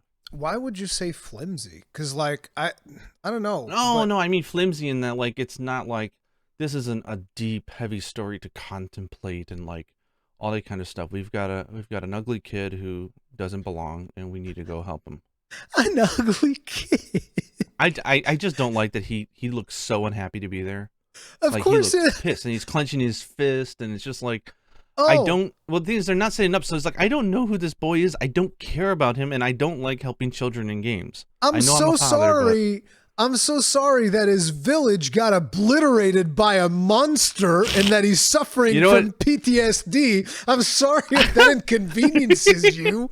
Well, see, This poor it is because child. they don't show anything, right? Like in a movie, you would see some flashbacks or some traumatic thing he went through, but here we're just hearing it as hearsay, right? And so I don't feel any emotional stuff with him because it's just literally the intro to a cutscene. I'm sure during the adventure we'll get to know him, we'll see it I all, don't but know. at this point I don't care about him or some. Oh, it's been 1,000 years, nobody gone in here before. Oh. It's like, wait, is the Damn. focus the boy? Is the focus his village, or the focus the fact that you're excited and getting wood from the idea that there's a new monster out there that you don't have? Like, I don't know what Uh, the intentions are. It's um, real. Maybe that's intentional. I But don't know. I mean, It all I know is resonated like they with me. introduced Alma. I don't Yeah. know what undergarments she got on, but she looked cute in that scene. And I probably just wanted to go at whatever his name is, the Ace Lancer, and be like, Fabius. okay, sir. So you want me to look into the boy? You want me to look into this land? You want me to look into this monster? And you want me to look into this amulet? He's like, oh, and you can go with Gemma. Okay, I'm off. I'm in. Like I'm not invested in the story, obviously, at this point, and I never think that they don't make like deep RPG stories that really. I mean, I'm also cynical. I'm coming off of Iceborne. I thought Iceborne's story was like, how do we take a one paragraph and like Chat GPT, please make this a Jesus. 10-page You're give me a you're popping 10-page off. breakdown. Like what? No. It's just I always view the stories in Monster Hunter as being more functional than engrossing, and they have great characters and great set pieces, and it's a great adventure. But I'm not looking at Monster Hunter for like deep storytelling, like I would get from like an RPG. I don't know. But I will say they might be setting up for it because I think the direction of the cutscene was fabulous. Like, it's really well put together. It feels very cinematic. It feels like it was storyboarded different. I don't know what I'm feeling, but it just feels different, and it feels like a huge step up from what they did in Iceborne and Sunbreak as well. To me, I really liked it. Like, it resonated with me. I'm actually complimenting the game, by the way. I know I just came off like really negative. I'm saying that it was fantastic, and I did not come in expecting that. Yeah, no, like to me, I actually really like the opening cutscene because, like, oh, my brother, he's like, you gotta go help my brother, and the child is crying, and they were actually really, the animations really convey the emotions that are going on. And like I said, I like the fact that Nata looks like he's suffering from PTSD from what happened on his village, like he hasn't really dealt with those emotions, which is why when you get into that other cutscene that we see in one of the trailers, it was like, just give me the weapon, I'll kill him. Like, that's the thing. That's when you start seeing that's when you're going to start seeing emotion. No, we need this monster for the circus we're putting together. It's rare. It's worth more alive. I don't care if it murdered your family. But it's like, I liked what they were doing with the story, but like you said, with the cinematics direction, it was also really cool. Like the way that our hunter just goes like, "That's all right." Oh yeah, and then he just like he puts himself in the boat, waits for the dune thing. The dune comes and like I was like, "Oh hell yeah, dude, let's go!" And then the Akira slide on the sacred, like, come on, dude. Oh, yeah. He does the Akira slide. It was really really cool. I loved it. They made a great case for not skipping cutscenes. I thought they were fantastic. And I love you can skip the them if pacing you of the want, intro scene. Yeah, like the whole like flopping in between the flashbacks and the real world. I know it's such a stupid, easy thing to do, but so many games get it wrong. I thought they did it really nice. Yeah, because it's subtle, it's quick and to the point. And it was really well timed. It's not like, oh, we're now like a God of War RPG or a Last of Us and like enjoy this big ass cutscene. No, we're Metal Gear Solid. This is where I'm coming from. Check out this 30-minute cutscene, and it's like, no, it's okay. You're playing now. You get a little bit of how much I dislike the storytelling in Iceborne. To me, in Iceborne, if you were to tell the same cutscene, it would have been a 20-minute cutscene. It would have been talking to the handler. She states the obvious for 120 seconds, and then all of a sudden it flashes back, slow zoom out, slow zoom in, nice little filter. She's talking or crying to somebody about something, and it's like it would just be so drawn out and like, okay, scene 1, scene 2. Yeah, this felt like really well storyboarded. What they're doing here is like they're letting people know that, listen, you're playing a Monster Hunter game. A majority of you are likely not going to be here for the story.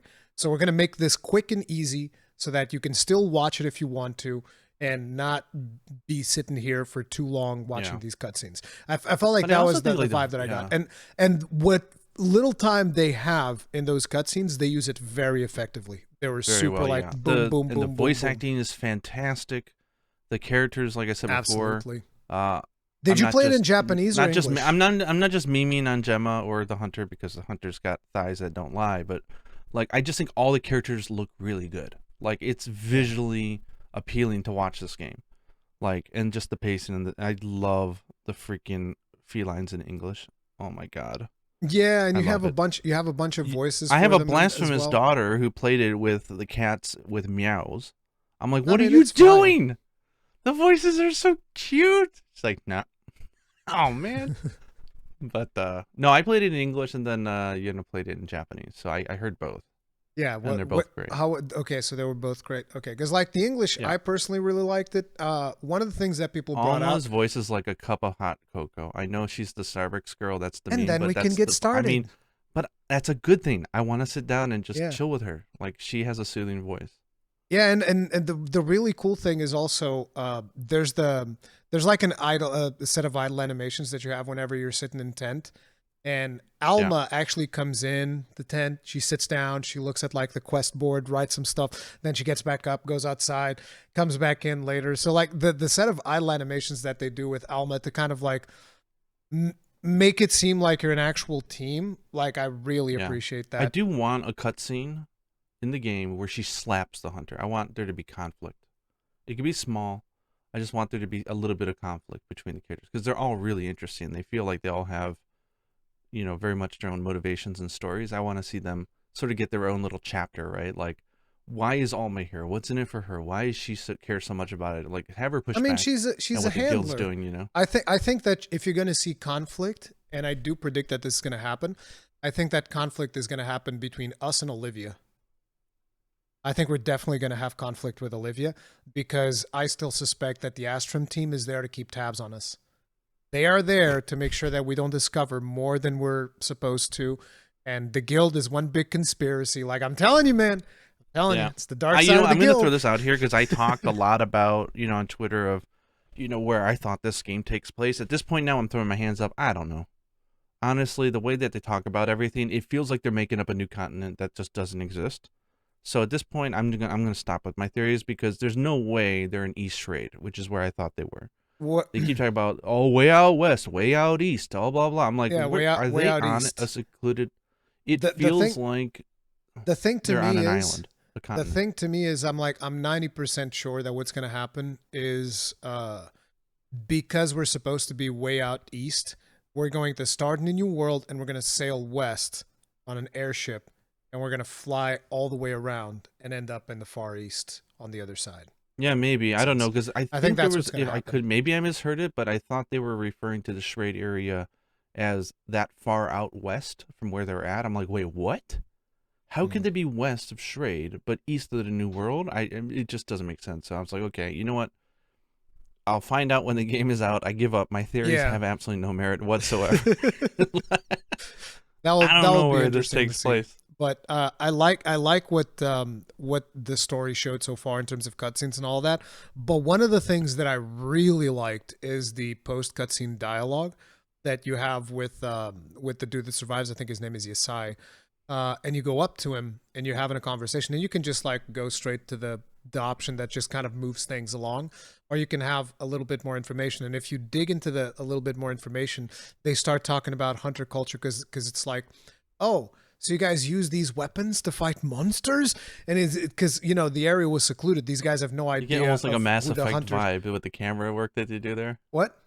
It's like you get sort of like the RPG, like the Mass Effect type of like feeling. You get like the 3 options, and then all of a sudden they go into it and the focus camera and everything. I liked it. It was unexpected. But the thing was, the dude was like, he doesn't know what hunters are. He has no idea about the Hunters Guild because they've been isolated for like 1,000 years or whatever. He doesn't understand. And the really cool thing that I liked was how Alma kicked in and said, but we never use these weapons to hurt people. And I was like, we're going to learn a lot. If this is just like off camera, Olivia was holding her breath. Yeah, exactly.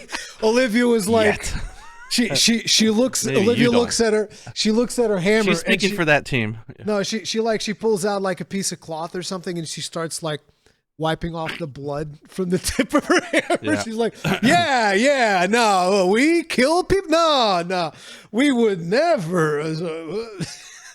She like killed 2 hunters yesterday. On is like, I really want to get into like theory crafting on like what's going on with the story. It just there's not enough to chew on yet. Yeah. But like, I feel at least in the performance of, I'm just gonna call him the Ace Lancer because I can't remember his name, and I just want to call him Fabius or Fabulous. Fabulous. That hair. He's fabulous. Yes. Like, I'm more interested in his involvement, and he obviously is hiding something, and he's got an agenda. I'm really curious what that is, and I'm sure it does not align purely with the guild. I mean, he is one of the guild's top people, but I don't see him as being a corrupt person. He seems like the one good guy. We'll see. But again, the one thing that I'm super excited for is us learning more about hunter culture. Like, I want them to really dive in. It's like, oh, This is the reason why the guild does things this way. This is what happens to kill for people who sport? poach. Uh-huh. Yeah, that type of stuff. And the cool thing is that it feels like that will be explored through side dialogue in, during the story. And to me, that's like big ups. I want to learn more about it directly in the game. And I think it'll be very interesting for that stuff, at least. Yeah. Yeah, story's looking good. And characters are great. And I love the palette. Did you play the Palicos with voice on or off? On. Yeah. I played it with voice on. I did notice you named your Palico after my original character, which I was it's because what we did for Return by. to World, and that was kind of like became a thing. But I'm thinking that on the actual final game, because a lot of people don't know about Lily Bloodbath, so in the final game, I'm just gonna call him Gaijin Hunter, if that's okay. Yeah, well, this is the thing is like you don't see the hunters' names now in the game, which I think is a mistake. Yeah, that'll be hilarious. People will think it's your footage. So, like, a lot of people are like, take your Palico and name it your YouTube channel because that's what's going to be shown. No, I don't care. It's like you can see my YouTube channel. You can see my YouTube channel name on top of the video. Like, I don't care.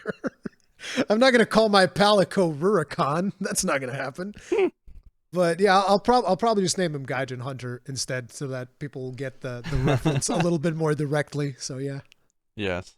Actually, we'll need to have you make my Palico.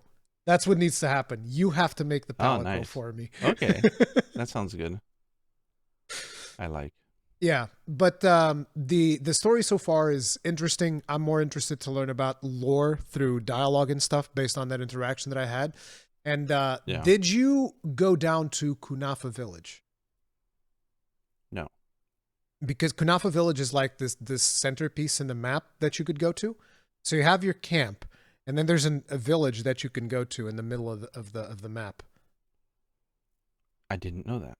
I know that there's like the camp with Gemma, but I was there a lot. But there's the camp with Gemma, and then in the middle of the map, there's like a small little village of Kunafa, and you can go there. I was so hyper focused on like I'm gonna try out these weapons and hunt. Yeah, no, I was going all over the map. I went to the section where you can go underwater because I wanted to see what the underwater stuff was like. And basically underwater, very much like I expected, it's just on rails. So like you go in there and it slowly just moves you forward. You can press R1, swims faster, but you don't really direct anything. You can look around and there'll be like some resources that you can kind of like pick up, but mostly it's just on rails. You're going through and you're navigating, and it's cool. It looks cool, but yeah, that's about it. It's very, very immersive, feels nice, good vibes. But yeah, and then the reason I was bringing up Kunafa is because you could get an extra ingredient if you go to Kunafa. You could get cheese, and then you could add that. Make a cheeseburger. I mean, not a cheeseburger, but a cheese steak. You could have that because it dynamically changes the ingredients in the meal that you put in there. So you could, instead of having the drool shroom or whatever it was, you could have the cheese, and that gave you Feline Defender low. Huh. Yeah. So you can go there, and two characters give you cheese. One of them is that guy, Yasai, the one that you rescue in the cutscene. And the other one is like an old lady. She's like, oh, I just did a fresh batch of cheese. Here you go. But that's the village where they train the sacreds. So you go, and there's actually like a sacred stable out there where they're doing all their really stuff. did not have enough time to touch the game. I was so focused on just mechanics.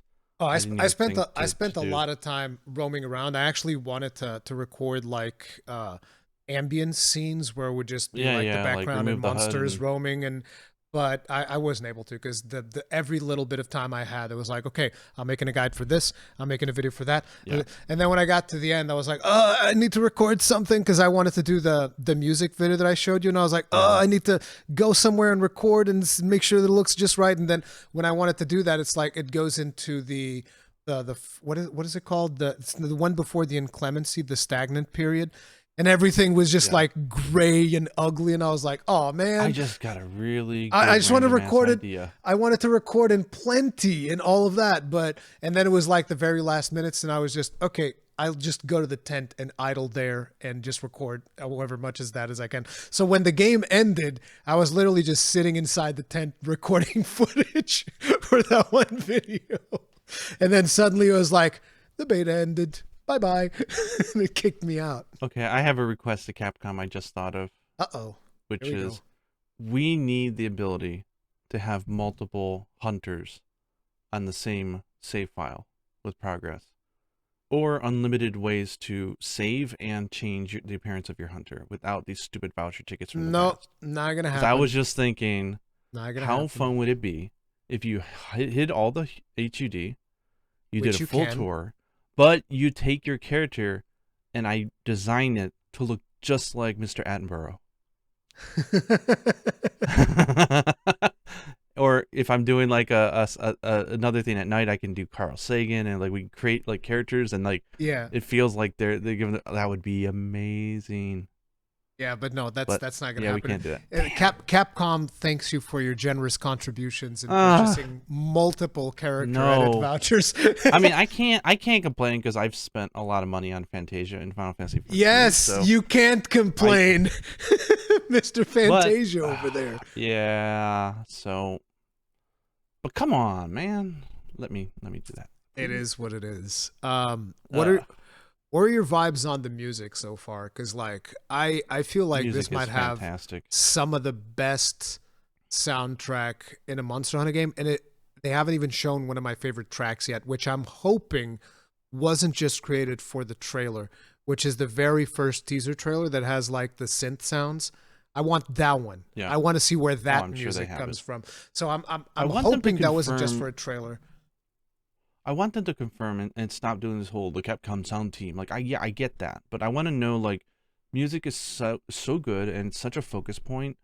Maybe most people don't care, but I care a lot about the composers and who's doing the told sound you- direction. I told you And who I the know that the composer person was who already. I know who Yeah. composed the theme song is Chinone, right? Miwako. I forget believe. their name, but I remember that I told you it was I can bring it up again. Monster Hunter Yeah, Wilds. I'm pretty sure it was Miwako Chinone. It is composer Miwako Chinone. Yep. Yeah. So she did some of my favorite tracks from Monster Hunter 4. And then she went on to become, I think, the main composer for Resident Evil 7. I don't know how the soundtrack was for that, but she did like a lot of really good songs. And very captured that whole like wild spirit. So I kind of feel like I think she might be the sound director this time, like in charge of the overall sound and aesthetic. And if so, I'm super excited. I'm excited for any of their composers. It's just I care about that stuff, and they just don't talk about that stuff enough. But They don't release any of those videos of the Foley artists doing their things. Like I want that now. I don't want it come half a year after launch. Like this stuff is really cool. I received a lot of feedback from people because I made that music video, and a lot of people were saying that like the initial arrangement of the theme when you're in the main menu, it just melts their heart. And I was like, yeah, it feels very It's good. emotional. That one, it's very slow paced and not na, na, na, na. It's really really cool. And then when you go into the tent, for instance, I really love the vibe. Just goes like bang, dum, dum. It's just like super chill. I love the use of guitars because I feel like they haven't used guitars as strings all that much in Monster Hunter almost. Yeah, it's got a that- very unique taste, right? I think Rise did a good job of being very Japanese and unique, and I think Yeah. this one also, it could have went down the generic like let's just make a jungle soundtrack, but it's not. It's quite unique. and you get a very I want to see Davi Voss. I want to see him. yeah I wanna see Davi Vosk Davi react. I want to see Marco and Marco react. I Meatball. wanna yeah. Yeah, I want to see Shout all out- these great Shout out to composers. Davi Vosk and Marco Meatball. Hell yeah. Yeah. Give But, me that music stuff. But yeah, then the acoustic guitars give it a very Western feel whenever you're in the main camp. That's very very good. I absolutely love it. So yeah, super You know what awesome. I want Capcom to do and consider if they're listening? I doubt they are, but if they are, like one of the things, like my most hyped game for next year outside of this game is Expedition 33, which I'm insanely hyped for. And one of the things that they've been doing is releasing tracks from their trailers. I know that Capcom sells their soundtracks, so it's a little bit harder. Mhm. But even just one or two tracks, like there's something that like fans of the game can sort of just like bathe in and listen to and enjoy. I think it helps maintain that hype all the way to launch. No. Having a little mini soundtrack. If would be you fun. want that, there's a video in my channel right now. You guys just, Do you it. can right This is click. a segue, man. Sell You it. can right click and hit loop and it just plays. You want to know the funny thing is when I was testing the video, because I did like a, I tried making the track transitions as organic as possible, which I'm a noob when it comes to like music stuff. But I was like, okay, I think if I transition here, this will sound good and whatnot. And then after I was done with the video, before I uploaded it, I put it playing in the background. And I was like doing other stuff. And then suddenly it's like, Didn't notice. the video stopped playing. And it's like it's a 1 That's hour when you video. know you did it. It's a 1 hour video, and I was like, wait, I started listening to it like 5 minutes ago. What the hell happened? Where did time go? And that's when I realized this is very dangerous. This is very, very dangerous. Which is why I released a video of it. Yes, because it's dangerous. Yeah. Time's gonna disappear. You enter the hyperbolic time chamber when this thing starts going. Yeah, I was working on a sort of like I'm bookmarking your video, by the way, because I didn't know you had it because I've been so stretched over the last week. Yeah. But usually what I like when I was doing some work the other day for several hours, I had a 1 hour loop of the Cathar background music because I really love that village theme. And like, I realized that it looped 3 times. I'm like, oh my god, I've been working on this for 3 hours. Like, exactly. It's no, I'll crazy. check out that video. You gotta make sure you get a link or something on there, because what's the video called so people know?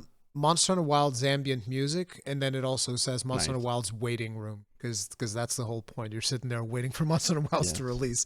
And I have to give a shout out to Shincry, because he was the one who recorded the music, because I was way too busy doing other stuff when the beta was live. But he was just like sitting there recording music and stuff, and I was like, Shincry, I'm stealing all this from you. I just want you to know. It's like, yeah. And then I put all of that together in the one video with the 10. I mean, to give another shout out for people who I love, I want to hear some piano rearrangements by Wolfie Melon. I still listen to some of her covers. She does piano covers of Monster Hunter music, and she actually did one, I think, of like the Monster Hunter 4 theme songs that I like so much. So, do it, Wolfie, if you hear this, make some piano arrangements, please. All right, I certainly can't. So, good. So, it's time to 1 hour and 44 minutes in. It's time to actually talk about gameplay. Maybe. Yeah. I don't know. Yeah, maybe. So, what did you think about the difficulty? I think that's like difficulty and demo don't go in the same sentence together, so I don't know what you're talking about. No, but you get what I'm saying. I'm a veteran in the fact that I've done these demos before, right? And I know that these are not tuned for difficulty. One thing that I was wildly disappointed at, but I get why they did it. So the whole focus system, right? If you had to learn that for the first time on Doshaguma, you'd freaking hate it, because that thing can get out of control really fast. So I understand why Chatakabra is a walking punching bag. Yes. I get it. He is a big old punching bag. I sure as hell hope that that's not going to be like it in the game. I want him to punch back faster or harder, because he is literally he's just a walking training post. Like, that's all he is. Like, he does like one belly flop. How does he grow to be that big if he's such a non-threat, right? I know, right? And he's cute. I like him. But the thing is, he is way too much of a punching bag. And the fact that they did not include a training dummy in this demo sucked. Tell me about, as someone that was making guide videos, let me tell you how frustrating that was. It's like, let me tell you guys all about the insect glaive on this barrel that only has red extract. Okay? Let me tell you all about this weapon. All right? And then I have to go and do it in a live environment, which, it's Chatakabra, so it's whatever. But every now and then he'll do something that is inconvenient. I'm like, okay, guys, wait, let me just readjust, do the thing, because I don't have time to let me just do a proper guide where I spend a whole day working on this thing. It's like, no, I have 3 days and I got to make as much out of this as possible. So the insect glaive was a very frustrating weapon. Not just because of that. There are other reasons, but difficulty-wise, so you're saying that Chatakabra, super easy. Chatakabra was way too easy. I get it. Doshaguma, it just reminds me. I think it's really well done, but I don't like the monster. I love the. I don't mean that like I don't like that. I don't like him as I think he's a great monster. You don't like his model from a game standpoint. I don't like his model, and I don't like. I think I've told you, and I've mentioned on here before. I really suck at handling multiple monsters at once. Maybe it's my You're gonna be attention one of deficit. I don't those know. people. I know And you're gonna be one of those people. holy crap, did I have... I think I did like a 35-minute hunt against him and two of his buddies because I refused to like figure out how to get the two buddies away, and I just fought all three of them and I killed them off one by Wait, you one. don't know how to get them away, really? I know how. It's just I didn't have dung. I didn't want to go search for it, and I was like, well, I'm committed now, and he can really get out of control, but in a good way. I think they really did a good job of how do the, what do you call it, the pack alphas, like how do they become stronger when they're with their pack? And I thought it was really well balanced. So like it felt fair and it felt fun. So let me tell you, like flash banging when there's 3-4 monsters and all of them go, "Argh!" Yeah, they all go is crazy. super satisfying. So you know that I don't like to use dung bombs. I think it's a funny thing for me where it's like, no, we don't put poop in our bags. Like everybody's like, why doesn't he use dung bombs? It's like I don't like the idea of using dung bombs. I like the chaos that ensues from having multiple monsters on screen. Yeah, so I like it, but I suck at it. Oh my God. God. There's multiple other ways of dealing with it. So one of them is you can even just, you throw out a luring pod and it just run away. And sometimes the pack will just separate like that. Sometimes they'll keep following for a long time. So the other thing is you can pull them over to one of the rocks, drop a rock on them, and sometimes the pack will disperse after that. Another way is you take them to another monster and they fight the other monster, and then eventually the alpha leaves or something like that. If you are able to trigger a turf war with a Balahara, the weaker elements get pulled into the sinkhole trap, but the alpha comes out and then he's alone. So there are multiple ways of separating them. You don't have to use dung. So that I liked. But more he's a very fun monster though. I love his weak spots popping up at the end. That's fun. I love the combat of him because he's very unpredictable, and a lot of times you're expecting like, oh, I already know him, and he pulls off a move that you still haven't quite learned how to read, and then he freaking slaps you around. And apparently there was he reminds me of Red Helm actually a little bit in that. Yeah, he's so big that he can cover distance in a way that you don't intuitively think he can. Exactly. Red Helm is a very good comparison. But like another really interesting thing was that apparently there was a 5-star Doshiguma that could spawn, and people were saying he was harder than Raidao. I never got to fight him because I don't doubt that. I wasn't looking for him. 2.0. And people only told me about him like on Saturday, I think, is when I became aware that there was a 5-star Doshiguma. And then I was always looking, but I never saw him. Oh, man. If there's a demo too, that's what I'm going to look for. That sounds fun. The 5-star Doshiguma. Exactly. But yeah, Doshiguma I thought was awesome. There's only one thing about him that annoyed me, and I'm curious if you ran into it as well, which this was with all the monsters, actually. They run away way too much. Yes. Especially Raidao. Was that annoying? Like I would be trying... Chaser. I would be trying to get like a good time on Raidao. Not like I'm a speedrunner or anything, but it's like, I want to get a time that I'm happy with. And Raidao would be like, okay, I'm in this area. I'd go in there, like get a knockdown, beat the crap out of him. He would instantly like, I'm out. And then I would go to the next area. I would slap him once and be like, I'm out. And I was like, bro, stop. And the thing is, sometimes Raidao would straight up go like, you're in the bottom portion of the map.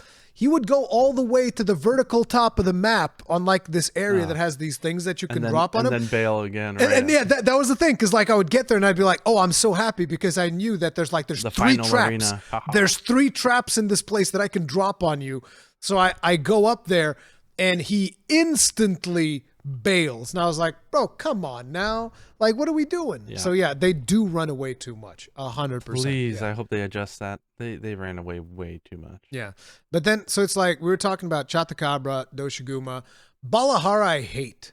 I don't like Balahara at all. The Churros monster, as I call him. He looks like a churros to me. I don't know why. Churros, like little twisty, like cinnamon sticks. Yeah. Churros. Yeah. Yeah, he looks like a churros to me. Yeah. So I don't know why. Yeah, I don't. I love the texture on his body, though. There's something satisfying about that. I want to like pet him. There's something about that. I like it. I don't know what it is. It's OCD. His texture awesome. His texture is cool, but it's just the monster. fight. I don't like him as a monster. I didn't like his fight. I didn't think it was very interesting, and he's annoying to fight with a lot of weapons because of the way that his body is. How to tell me you never used dual blades against him without telling me you didn't I use dual blades use against dual him. blades against him. I just don't like dual blades. Oh my god, is that a match made in heaven? I don't like dual blades. I don't like them at all. Oh my god. So, yeah, I'm an old man. Really? Yeah, I'm an I old actually man kind who of gets liked them. dual I'll be blades. honest. No, I think I mean, I they're didn't really fight him as good. much, but I think because I was using dual blades so much, Yeah, he's so long, and he has so many. He's so easy to make weak spots on that I just had a lot of fun going up and down him. I know that sounds really kinky, but that does. um, and I like his texture, you know. Ray Dow, I thought was really cool though. I really liked fighting Ray Dow, and I was surprised because I thought I wouldn't be able to like block the big lightning thing. I figured that would be a guard Yeah. up type move, but no, you're able to block everything Nope. because Yeah. I was like, I can't sheath my weapon and dodge away in time for that big lightning thing, so I would just be dying because I would just assume you can't block. And then eventually I was like, well, I'm gonna die anyways. Might as well try blocking it. And then I was like, oh, I can just block these. All right, that's cool. So with the gun lance, I was Wasn't able to he? block I it. mean, maybe it was me, but like in the weapons I was using, but he seemed way too easy. Ray Dow. Yeah. I mean, after you get a little bit of practice, all the monsters in this beta felt exceedingly Well, easy. yeah, of course. The whole And thing they don't felt balance very it easy. for a challenge. It's just Yeah. for beating up stuff. But like, This was I don't just know, for Raid a Out, beatdown. I guess he was okay, but there's nothing.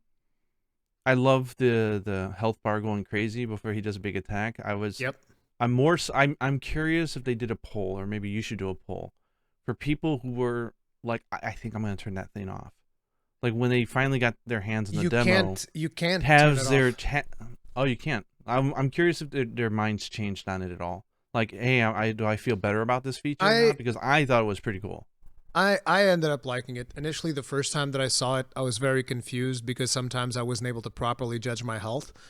But Yeah. I went from being confused to just like either just accepting it. And I don't know if I like it or if I'm just kind of indifferent to it, but it doesn't make that much of a difference to me. I know that a lot of It's people gonna are be going really like, fun. it's super distracting. I should do a poll on it. I will do a poll on that. Yeah. You know what would be funny is the heroics. If they have heroics again and they do a heroics run, it'll just be going crazy the entire hunt. Oh yeah, yeah. Where you fight with less than 10% health, just so you get like a huge. Any move Yeah. is gonna be like, It could kill you. You're gonna die. You're gonna die. It's all over. Yeah, heroics runs are gonna. Can you imagine that thing going crazy on Chatakabra, and I'll just be looking at the game like, come on, bro. I Come know on that's now, not a lethal attack. Chatakabra. Come on now. Really? You trying to sell him up? No, that's not lethal. Are you kidding me? Oh, I also yeah. like that it doesn't necessarily charge when you're in the line of fire. So it's not like a cheat mode, because I was afraid of that. I thought like, okay, if you're about to get hit and it's telling you to evade, that would be kind of Yeah, no, Eh. it will be But it's not like that. wiggling Like, even if you're safe. Even if you're safe, it's Yeah, I was like, like- hey, this attack will hurt. Yeah. Yeah, I had like an itch or something. I was drinking coffee and I was just itchy. I put my controller down and looked over. My health bar was going nuts. I'm like, I'm fine. He's like, what are you're about to die. I'm like, no, I'm good. And Not then even a problem. lightning Yeah. explode. Not even close. And that felt kind of cool. That was a badass moment. So So with what we've I'm a experienced, little so disappointed far, there wasn't a hidden hidden fifth there monster. was like suspicions. Puke was. There was suspicions that the Chemitrice was going to be in there, but I didn't see Did it. he even evidenced. appear in that map though? Yes. Chemitrice Really? showed. Yeah, I mean, the first time that they showed Chemitrice in a gameplay section, which was in Tokyo Game Show, it I was didn't in know that map. It was not in the Scarlet Forest. So Huh. yes, Chemitrice does hang out there. But no, it didn't show up. At least it didn't show up for me, and I didn't see any reports of people fighting Chemitrice, so I'm assuming it wasn't there. But yeah. Yeah. What annoyed me though about difficulty, and this is probably the next segue, is this happens with every single demo. People start trying to compare the weapons with Yep. kill times and stuff. I'm like, Yep. guys, holy mother of Gog, do you not know that this is a freaking demo? The bow is always going to be the champion because they do not give you the starter bow. They want you to be able to play with some of the files. They want you to play with some of the stuff. They give you tools that are not, they're not Yeah, all on par. They're not supposed to be on chunks. par. Bow chunks. Do you straight remember up. Generations Ultimate demo, how crazy fast the Adept style kills were for bow, or like the No, I it's never just paid yeah, attention it's to it. fast. So I have a list here actually from a Japanese wiki of like, at least from their data gathering of like Yeah. what the kill times for like a Raidao, Novrox kill time, and it's just funny because it doesn't tell you anything about the power of the weapon in the game. Like this is just means that in the demo, in the closed environment with the fixed weapon they gave you, in the hands of a very skilled hunter, this is what they were able to do. That's all it is. It's just I like the time attacks because you look at it and you're like, oh, that's how you can do that weapon, or oh, I didn't even know about that. Exactly. Like you see things that are new and it's fascinating, and I learned from the videos, but they don't tell you crap about the power of the weapon. Like Lance is sitting at the very bottom here, but I'm like, look at half the monsters. Like they're like really nimble. They don't attack that much. It's hard to exploit. Maybe the weapon doesn't have any element, even though you're poking a lot and you're losing sharpness. Like it's just not balanced for it. But it is fun to watch, because what do you think the top 3 are when it comes to kill times? At least from my Japanese time attack list. I don't know if these are the actual like top ones. I would imagine that bow is going to be number 1. I would say probably light bowgun number 2, longsword number 3, and heavy bowgun number 4. Quite wrong, actually. Okay. So bow number 1 at 3 minutes and 40 seconds. So I got that one right. Yep. Next one was charge blade, 4 minutes and 6 seconds. What? Yeah. The other one you got right was longsword, 4 minutes and 34 seconds. Gun lance. Oh wait, 4 minutes and 34 seconds. Man, they beat my man Peppo by 3 seconds. By 3 seconds, they beat my man Peppo. That ain't right. Oh, it's fine. Give him time, he would claim it. Like I was 4 minutes 35. But before you keep going, wait a minute. It's like I talked with Peppo because I wanted to talk to him about this focus mode thing that I was discussing. I discussed the focus mode thing with a lot of people, and Peppo was doing speed runs, and it was after I spoke with him, he sends me a message. You're like a good luck charm. I got like the best run of my life, and I was like, how much? 437. And I was like, that's crazy. 437. And now you're telling me that somebody else got 434. I'm like, no, my man Peppo, dude, that's messed up. But yeah, he had the world record for a little bit. Yeah, it was gun lance, then great sword, hammer. Wait. What was the gun lance time again? 435. Damn. Only 1 second longer. Yeah. Who did that? Was that Ryu?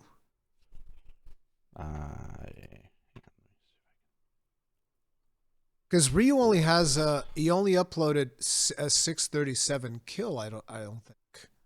So I'm surprised that somebody out there beat Ryu. I always look at Ryu and he's like the top friggin' gun lance dude. Hang on, let me print out gun lance. Go to YouTube. They have his best solo is 610. It's Japanese player Hibo Gansa no Verunya. Okay. I don't know who that is. Okay, that's cool. But so 4 minutes 35. Keep going down the list. Which one was after Gunlance? Great Sword, 4 minutes 48 seconds. Hammer, 4 minutes 54 seconds. Insect Glaive, 4 minutes and 57 seconds. Hunting Horn, 5 minutes and 2 seconds. Where the hell are the bow guns? So dual blades, 5 minutes and 24 seconds. Light bow gun, 5 minutes and 32 seconds. Sword and shield, 5 minutes and 51 seconds. Heavy bow gun at 6 minutes and 30 seconds. Damn. Switch axe, 6 minutes and 38 seconds. And lance at 6 minutes and 50 seconds. Yeah, but these are so close together that it's like not. I'm actually people surprised. are like, oh my god, the charge blade is 4 minutes and lance is almost 7. I'm like, yeah, that's because it's not balanced for a demo, guys. Yeah, like, obviously. But this stuff is fun though. But I love the links that we got because if you're like, I can't wrap my head around this weapon, it may not be the only way to play it, but check out the time attack videos. Like you get some really interesting hints on things to play with. Yeah, there's a lot of interesting stuff there, but yeah, this is not. Gun and Lance was eating good. Yeah, but it's like people instantly jumped in and started saying, Gun Lance is broken, it's OP, and it's all of these things, and I was like, oh, here we go. Gun Lance gets like a slight improvement. I think that people forgot that during Rise's beta, Hunting Horn and Rise was no, but it's like crazy good, wasn't it? Hunting Horn and Rise? Yeah, but I'm talking specifically about the Gun Lance. In the demo, Gun Lance was potentially one of the best weapons because of true damage on shells. So a lot of people were running Gun Lance and going ham. And then it's like you get to the actual game and Gun Lance is one of the worst weapons in there. And it was not even close. So it's like you can't judge how powerful a weapon is based on the demo, which is why a lot of people were asking me like, "Oh, Rurikhan, what do you think about how busted longsword is?" And I was just like, "Look, guys, I no longer take weapon balancing seriously in Monster Yeah. Hunter. There's a reason speedrunners have weapon categories. Nobody takes weapon balancing Yeah. And it's a seriously. PvE And I think game. I think that's fine. Like I've made peace with it because back in World I still Yeah. had that competitive mindset where I was like, Oh, really? my weapon's weak. It's not fair. Hey, you know But what? it's like If now it's I'm like, weaker but it's bro, funner, I'm happy, man. I don't yeah, care. I'm just Just give like me the fun factor. I don't care anymore. Like I don't think they need to balance everything like to within 1% of each of the Yeah. weapons. You know what Like fixed that it's for not me that was big of a deal Generations for me. Ultimate. The Oh, styles. I Because the I can styles, only imagine. there were some very clear winners on what style was Yeah. more effective or strong, but the fun factor, depending Alchemy's on the who you're going best. up against, Alchemy's always the best. Alchemy, shake it's it not up. even close. It's so, I'm not joking. I played Alchemy Gunlance and it was a blast. I loved it. Nice pun there. Yeah. But no, yeah, it's But it's like the people were asking me like, "Oh, what do you think about how busted sword not sword shield longsword is?" And I was every like, weapon is busted. To be "No, honest, I was if like, you wanna I don't care. There is one thing that I would point out that I think is either an oversight or is just a little bit weird, which is the fact that it does have hyper armor on the Helmbreaker follow up, which is kind of weird that you do your biggest damage attack and then you do a follow up and you just have hyper armor while you're following up. And I was like, that's a little bit weird. But other than that, it's like canceling the Helmbreaker is like, I don't care. It's whatever. Do whatever. whatever. But yeah, that was the thing. And people were telling me about Gunlance being overpowered as well, and I was like, yeah, sure, wait for the final game. I'm sure it's going to be super overpowered, 100%. Like, no question. Or people judging Insect Glaive because they're like, oh yes, this level 1 Kinsect that has no special features. It's so Yeah. slow. I know. I'm like, I it's know. always this slow in the demos. I know. But that weapon has other discussion points. Yeah, so. we need to talk about the Insect Glaive, but we'll get to that one. So I guess Yeah. my question is, were you able to choose a main based on which you did in the demo? Actually, yes. I mean, if they do another demo, which I hope they will, it might change. But I've fine-tuned where I think my main's gonna be. What is it? It's no longer Insect Glaive because I thought that was gonna be my main going in. Aw. It's you're it's the going to be- second person that planned on doing Insect Glaive that changed their mind. You and Cowboy. Cowboy was also going to go for the Insect Glaive, and he was like, actually, no. I usually main it, but this time we'll get into reasons. But my main this time, there's two weapons. I don't know which would be my main because I think they both would be my main, but they traditionally have great synergy when it comes to armor sets and everything, but also just the fact that they both have the perfect evade. It means that the muscle memory I learned from fighting a monster and one weapon will translate to the other really well, which is dual blades and bow.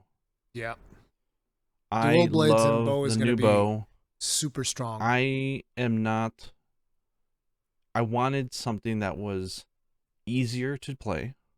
I mean, I played Dancer main in FF. You got to be careful using that word. People will be mad. I know it's like, people don't you mean to say understand my weapon's brain dead? It's like, no, that's not what he said. No.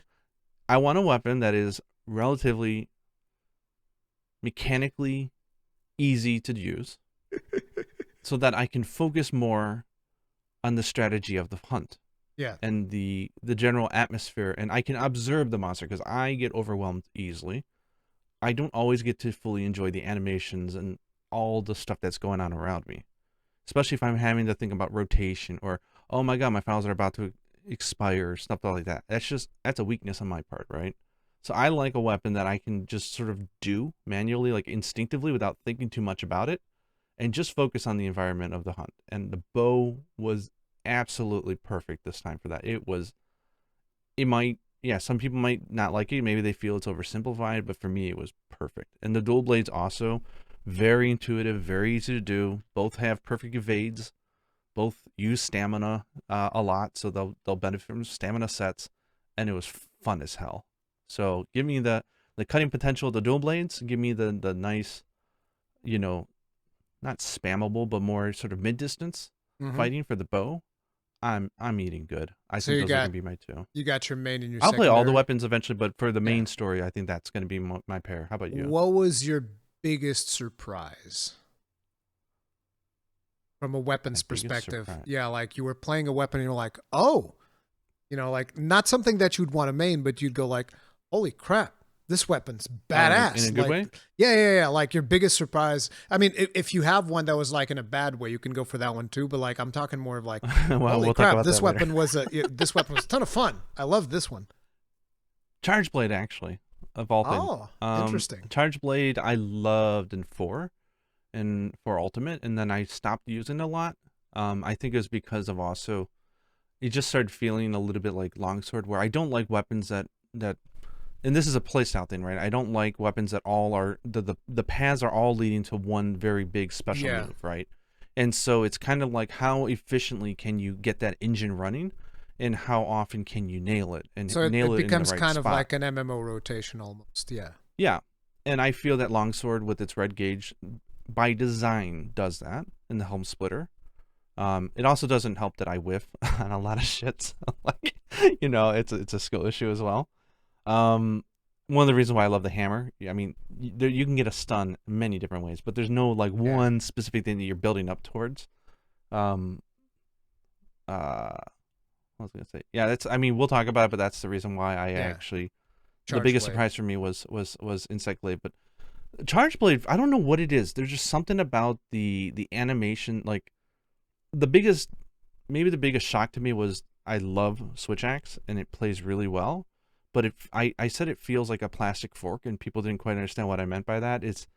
I don't know if they're missing it, but like there was no like hit stop animation. Like I didn't feel the weight when it just feels like I'm like. I don't know. Swinging through the air. It feels so light. I don't know why, but I didn't feel the hit stop thing as much as most people. Like it didn't affect me that much, but it could just be because I'm just having so much fun that I don't even notice that stuff that much. But I don't know. The Charge Axe, I don't know. There's something about it. Like one, I love the animations. I love the stance that the hunter's in, the low sort of stance, and all the just the way the emotions all come together. This is nothing new, but there's just something about it this time. I don't know. Maybe it's because they took I call it the Super and Ultra still. I don't use these SAED type of abbreviations, but like I don't know the weapon well enough, but it feels like it's less of a drive to get that Ultra off, and it feels a little bit more freestyle. At least that's how I interpreted it. Like there's different ways to pump out a lot of different power with that weapon. Yeah, like you've got the traditional supers with and the you have stuns the Savage and the files. And the You've Savage got the Axe. axe. You've got the way that Savage stuns Axe with the is triggered. swords. Did you see how it's triggered now, Savage Axe? With the weak spot?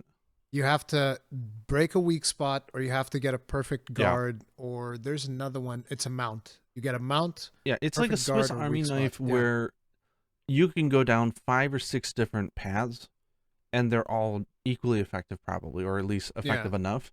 It didn't feel like I was like purposely ignoring some big mechanic. Like it felt really good. I love the sound and the animation. So yeah, I was quite a big fan of it. I like the Charge Blade as well. Now, in terms of my main, obviously it's the gun lance. I mean, that's like what? It's always going to be my main, regardless. That's a surprise. If it's good or not, I'll still play the gun lance. I try to get away from it. But it's better than you thought it was, but it's real good. It's so good this time. I freaking love it. There's so much especially that thing to do. It feels fun. One of the really cool things that they did that I didn't even realize when I was at Gamescom is that the long reload has a guard point, which I was like, what? Huh.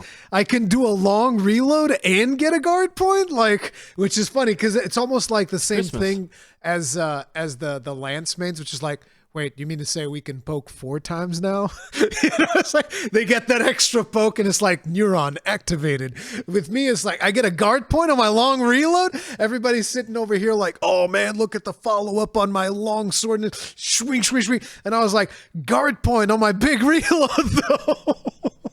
Right? I got a bunch of guard points. Guard point is just the phrase that got coined when you're in the middle of an animation, but you've got your shield facing forward, and then if you get a hit, it'll auto block.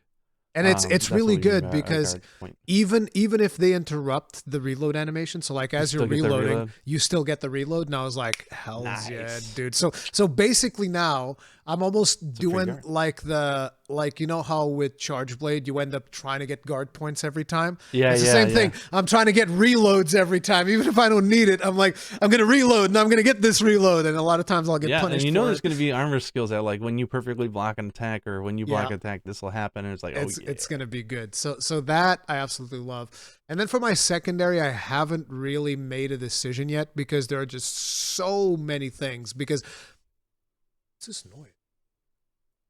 Oh.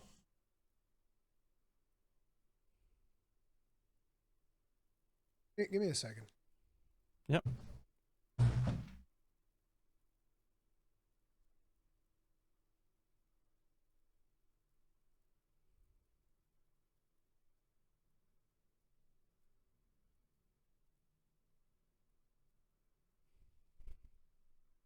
It's like a sprinkler outside, but it was making like a ton of really weird noise. It was probably like clogged or something. Anyway, as I was saying, like when it comes to the surprise effect, right? There were a lot of weapons that really surprised me, which caused me to question which weapon what I want to have on my offhand. And the biggest surprise of all was the hunting horn. Hunting horn is so much fun. I was like, because back in World when I did the guide, it wasn't really a guide, it was a tips video for a hunting horn. I had to like really, wrap my head around the Dial in, weapon, yeah. and even like getting footage of it was I always felt like it was kind of awkward. And this time I was like, oh hell yeah, I'm gonna beat you with this, and I'm gonna put a bubble here, and I'm gonna beat you with this, and beat you more, because like the way they changed I performance. saw a stream of yours and you were playing. You were rocking it and having a good time. I was loving it, the way that they changed performance, and now you're actually like performing. And there's a rhythm game to performance now. Yeah, there's actually a rhythm game. So like you start the performance, and as it starts, there's a point at which the weapon glows, and it's like perfect rush. So you gotta tap the button again, and it goes Wait, what bam, does it and do? it deals more damage. And then there's another one. So each performance, if you stack 3 melodies, you're gonna be able to hit the button 3 times, and if you hit it at the right times, it does bonus damage. Oh. And then there's another Ooh. timing minigame in your focus strike. Because when you do a focus strike with the hunting horn, you can play 5 notes. And if you play those 5 notes at the right timings, there's an extra damage on the finisher of the wound, which I don't think I've ever done, not even once, because I didn't play enough of the weapon. But, Yeah. And then there's the other thing, which is whenever you do the echo bubble thing where he's dancing, Yeah. you can input That 3 notes animation's as well. great. You do 3 notes while you're doing Wait, that. you can do notes during You that? do notes while you're doing that. So it's like, yeah, dude, No like way. hunting horn is insane. Holy. Like Yeah, it's gonna be damn I good this was blown away by the hunting horn. I was super happy. So it almost got me thinking, like, maybe that secondary You weapon should might man have it might have to be the hunting the horn. stunts, I man. don't know, but it's like there's also a side of me that like I would really just like to have a gun lance on 2 one gun hand lances. and then another a gun lance on the other hand, because either Yeah. I can get like a different status ailment or I can get a different shelling style, because that's the thing that people don't understand because they don't play the gun lance. But playing normal Yeah. shelling gun lance and wide shelling gun lance is a very different, it's Different almost a new different weapon. experience. So as a gun lance main, I get to have that. So that might be what I end up doing. But right now, I would say if you're asking me, okay, but different weapon, what would you choose? It's probably the Charge Blade, because it's probably going to share the most synergy in terms of like skills as well. And it's just a weapon that I'm super comfortable using. I love using the Charge Blade, so that'll probably be the one. But Very nice. talking about weapons, we have to talk about one of the biggest. Do we want a quick fire, like just give 2 or so thoughts on each weapon really quickly? Yeah, sure. Before we get to the big discussion one. Let's start with the bow guns, So, because I'm not going to have a whole lot to say. I didn't touch them. You didn't touch them? Okay, so I don't touch bow guns during demos because the ammo's all wacky and messed up. So and I just don't. I guess I'll have to take the lead. I'm on sure bow they're guns wonderful. because I played all of them. You have to take the lead on bow because I suck at bow. But so heavy bow gun. I mean, for starters, bow guns now do have infinite ammo on the basic ammo types. So you've got infinite piercing, infinite normal, infinite spread, and infinite. What's the other one? Piercing normal. No, yeah, but that's not for Piercing, level normal, and 3, spread. right? That's like level 2 or whatever, right? It was level 2, and I think it will be for level 3 as well. I hope so, yeah, because I mean, up at this point, we just quick So craft it as we're playing, so it's yeah. not really a So factor it's anymore. like the way that it works is like, if at least I think that's how it's gonna work. If your bowgun can support like level 3 normal, you have level 3 normal, and you don't even have level 1 and level 2 normals. I don't think. I think that's the way that Amen. it Now that works. cleaned up some of my ammo Yeah. pouch. So I thought that was really cool, and I was thinking like, oh, I might actually play bowguns because that's the biggest thing for me. I don't like having to deal with ammo, but you still have to deal with ammo, which makes sense because it is a core part of the weapon. You still have to deal with it for like elemental ammo, for wyvern fire ammo, and all of that usual stuff. Now, the way that the heavy bowgun operates with its special ammo this time around is you have basically what is the equivalent of wyvern heart, but they call it ignition mode. And the reason they call it ignition mode is because it also affects your wound busting capabilities. So the way that it Oh, works nice. with the heavy bowgun is that whenever you need to break a wound, you press R1 and it aims something and then it shoots it. So if you're not in ignition mode, you deal a certain amount of damage. But if you go into ignition mode and then you start doing the wound counter, you can charge it. And so it'll like, and then you fire it and it does a ton of damage. Like I remember at one point I did like over 200 damage on a wound break or something like that. So I was like, oh, this is good damage. So the ignition mode recharges really fast. So you can use the special on the weapon, at least from what I can tell, you can use it more than you ever did in World, because that was one of the things I was like, I want to play heavy bowgun, but I just want a wyvern heart all the time. I just want to play an FPS. It's like, that's all I want to do. So you can almost do that if that's what you want to do, but obviously it's not going to be the most efficient because what you're expected to do is like still shoot sleep ammo, paralysis ammo, elemental ammo, all of that stuff. But that's like the heavy bowgun in a nutshell, right? You have your counters. You have it also has an offset attack, which I think involves getting into ignition and then it's triangle and circle or something like that. And that's the one where he puts that shrapnel looking thing on the barrel and then it shoots it out. Yeah, yeah. But the timing on that is going to be really tough.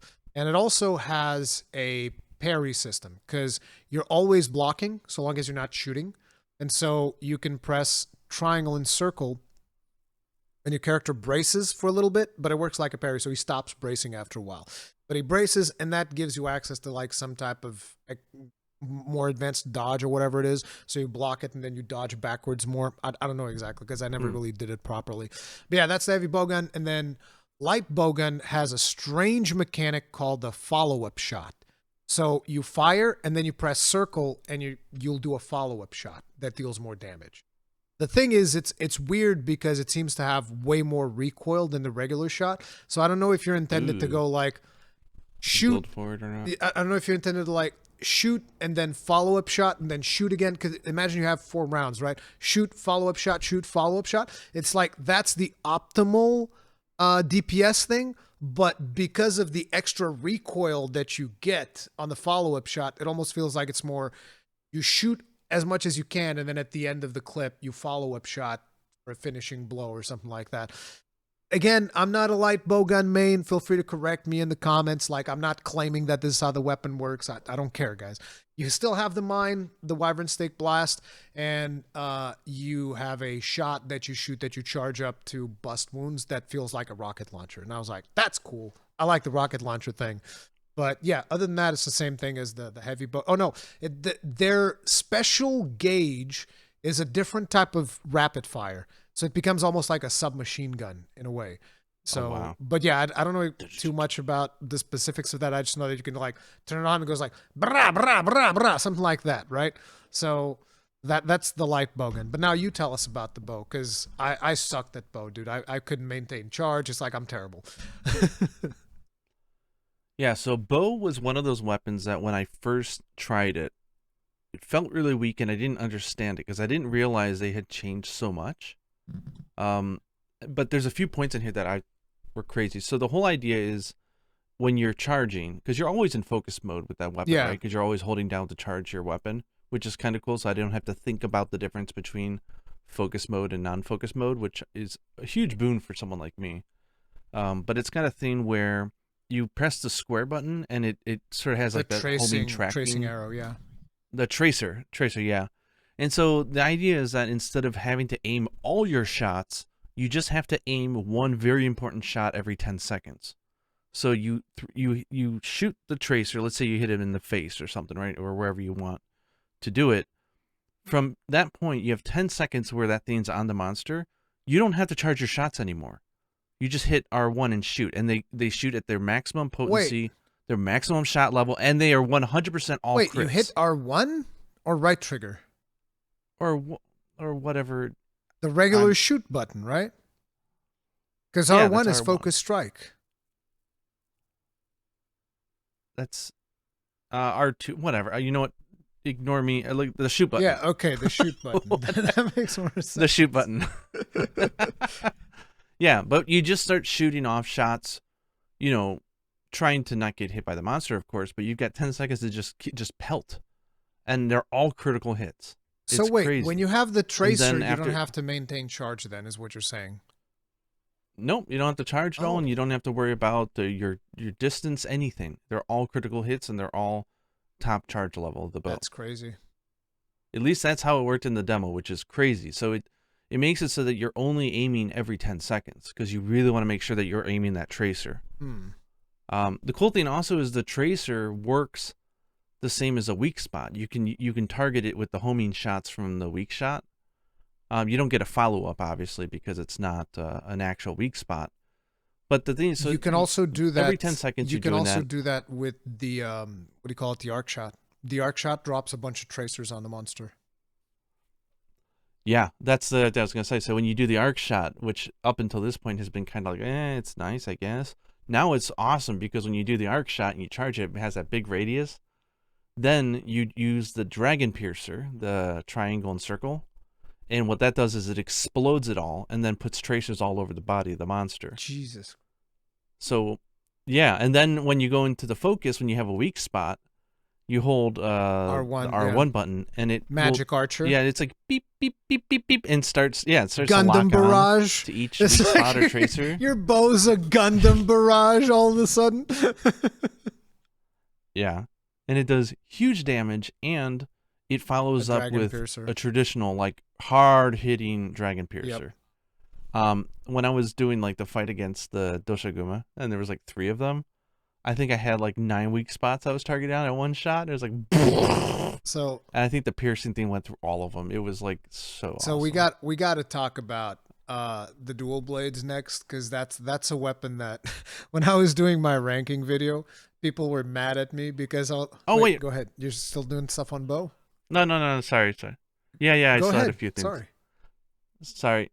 Okay. No, because also with the bow, you don't have to make or create files anymore. They're just a rechargeable element. So that was one of the reasons I considered playing bow as well. Yeah.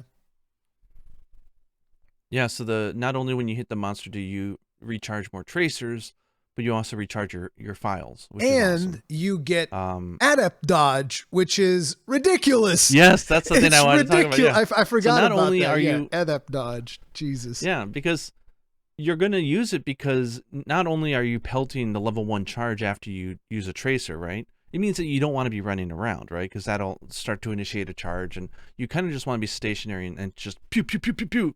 Which means that you might find yourself in front of the monster, which is fine because when it goes to attack you and you evade, if you evade into the attack, you'll do a really awesome adept evade in which and it recharges your gauge, and it recharges your bow, and it recharges your stamina as well. It's like a complete reset button, and then you can follow it up with a shot, and it feels godlike. And then when you're charging, you can even use the triangle button to do like a hop.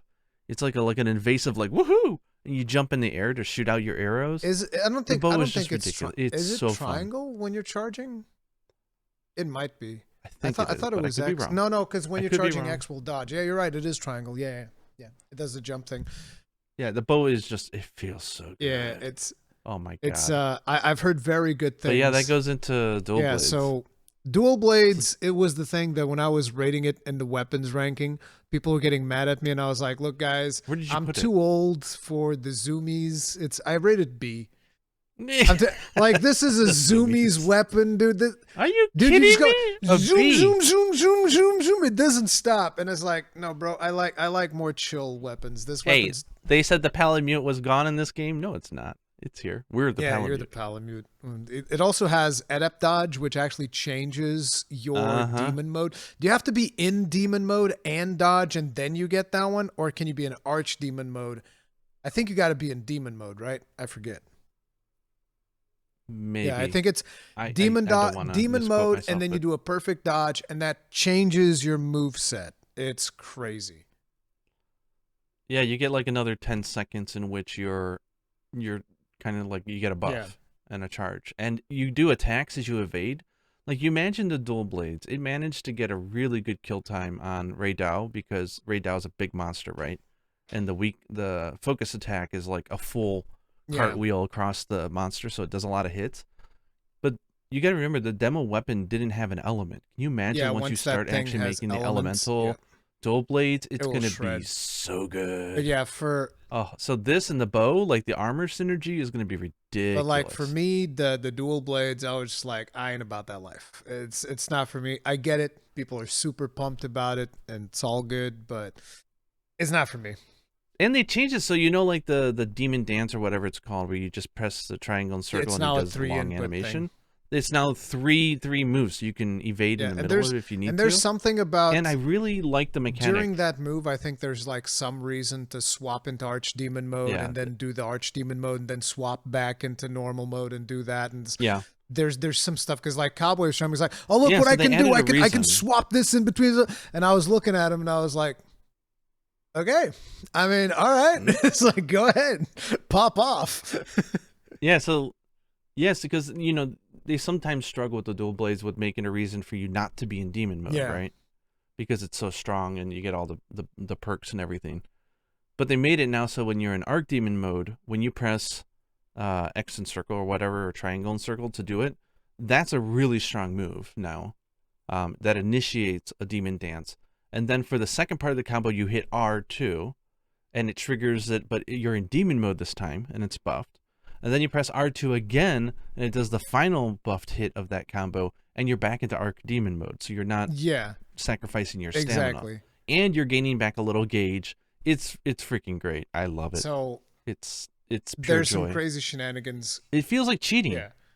It's just like, what the hell? This is so good. I think give me that with like that Ibushi set with like all my stamina. I'd be like, woo! The perfect follow-up to Dual Blades, probably Sword and Shield. Did you play a lot of Sword and Shield or no?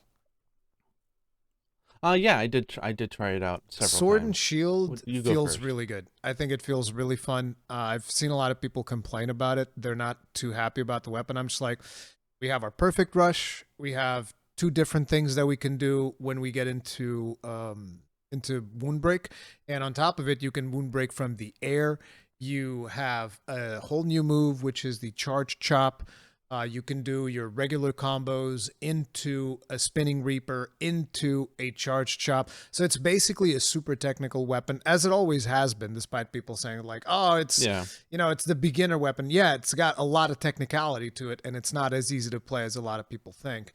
And so you have a ton of different combo paths that you can go down. And now your triangle attack, or the Y button, is also a repositioning tool. So your character will like move left or right depending on what you're doing, which is pretty cool. Yeah, I would say it's definitely not a beginner weapon anymore. I don't know about you, but I found myself getting confused at first because there's so many things like that because of the focus mode. Like, you hold down this button, and like something changes. Like, trying to figure out how to use items with your weapon out, like it's another like hold down this and press that, and I'm like, there's so many combinations of hold down this and press that. I've never cared about using items with my weapon out with the sword and shield, because you sheath it so fast. Who cares? Like, I don't think it's a big deal at all. The one thing that was weird to me was firing the slinger, because now it's supposed to be you aim with L2 and then you fire with L3 or R3. I forget what it is, but one of those two is the one that fires. So it's a little bit weird, because like whenever you do L2 and R2, you have to block now, because you're in focus mode blocking. So that they have a different button for firing your slinger, and that was the one thing that I thought was a little bit confusing. Took me a while to get over, but yeah, after that, it's like super solid. Love playing it. What did you think about the new move that like hold down was a triangle and circle after? Charge chop is what do you think about pretty that? Cool. I like it. but it's usually just a finisher. It's pretty hard to aim. It's easy to whiff. That's on why that you have thing if you're focus not mode. Careful. You go into focus mode. Like, I think that, and this is something we're going to talk about a little bit later. My brain breaks. I think that focus mode is eventually going to be something that people are going to change into the toggle option. I'm just going to toggle focus mode and just we just press it and it just automatically permanently. You're going to be playing most of the time in focus mode, I feel like, for most weapons. And I know that initially, my first impressions on it's like, oh, you don't have to use it at all. Now that I've played more, I think that eventually we're all going to swap into toggle mode. I think that that's going to be kind of like the natural skill evolution if things keep going the way that they're going, because there are so many benefits to focus mode, but there's also a couple of problems. Yeah, I have some feelings about that when we get to the weapon focus mode stuff that we're going to talk about. But yeah, like one of the reasons why I like the bow is because I don't have to think about focus mode. Yeah, you're just in focus mode. Yeah. Yeah, and then the dual blades, you almost like you're going to use it for going after a weak spot, but beyond that, I don't know if there's really a benefit to being in focus mode for that weapon. I don't think any any weapon gets any specific benefit, but besides just making it easier to aim your attacks. That's it. It just makes it easier to aim besides said weapon, we'll talk about. There is change. We'll save that one. We'll save that one for last. So, how about the? Go ahead. How about another thing I want to stop here really quick to ask you about your feelings about the offset attacks and the whatever. No. We got to save that for afterwards, because we got to get through these weapon things and then we talk about offsets. Okay. We can bring up offsets. We can bring up offsets when it's relevant to a weapon, I guess. Like of the weapons that we spoke about so far, only one weapon has an offset, which is the heavy bowgun. That one has an offset. It also has a clash. Heavy bowgun can also clash, so it can clash and offset. And for people that don't know, offset is basically like a parry almost that you can pull off, but it's kind of like a tricky parry because it needs quite a bit of timing. And it's going to be in the middle of the animation. Clash is just block. You just block, and then eventually it will trigger like a status ailment, and perfect blocks will trigger it faster than regular blocks. That's clashing. But the heavy bowgun can clash and offset, and out of all the other weapons we spoke about, none of them can do any of those things. Sword and shield can clash. If you block multiple times, the clash is like a stab thing. So we talk about sword and shield. I guess next one would be longsword. Longsword also no offsets or clashes, but I think the biggest things counters up. Yeah, it's got a ton of counters. I will never land Foresight Slash. That's just not in my cards. It's never going to happen. But I will land Yai Spirit Slashes all day because it's way easier than Foresight Slash. Here's an interesting little tidbit. If you are on Sacred and you get attacked and you press triangle and circle, it's a counter. Yes, it's a counter. So you can counter dismount Sacred. That's how much counters you. How many counters does the longsword have? In life, I want to meet somebody that will treat me the way treats the longsword. we got to be careful because a lot of people keep hating on the longsword and they use the fact that we talk so much about it as like an excuse, and it's like, love it, guys. No, don't do that. Okay? No, you should smile and say, I know. But so.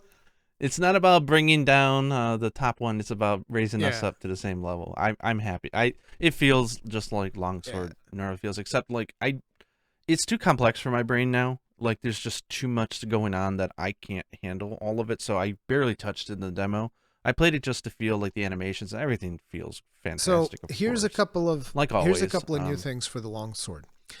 Your Spirit Slash can now be charged. And if you charge the Spirit Slash, it's an instant gauge level up.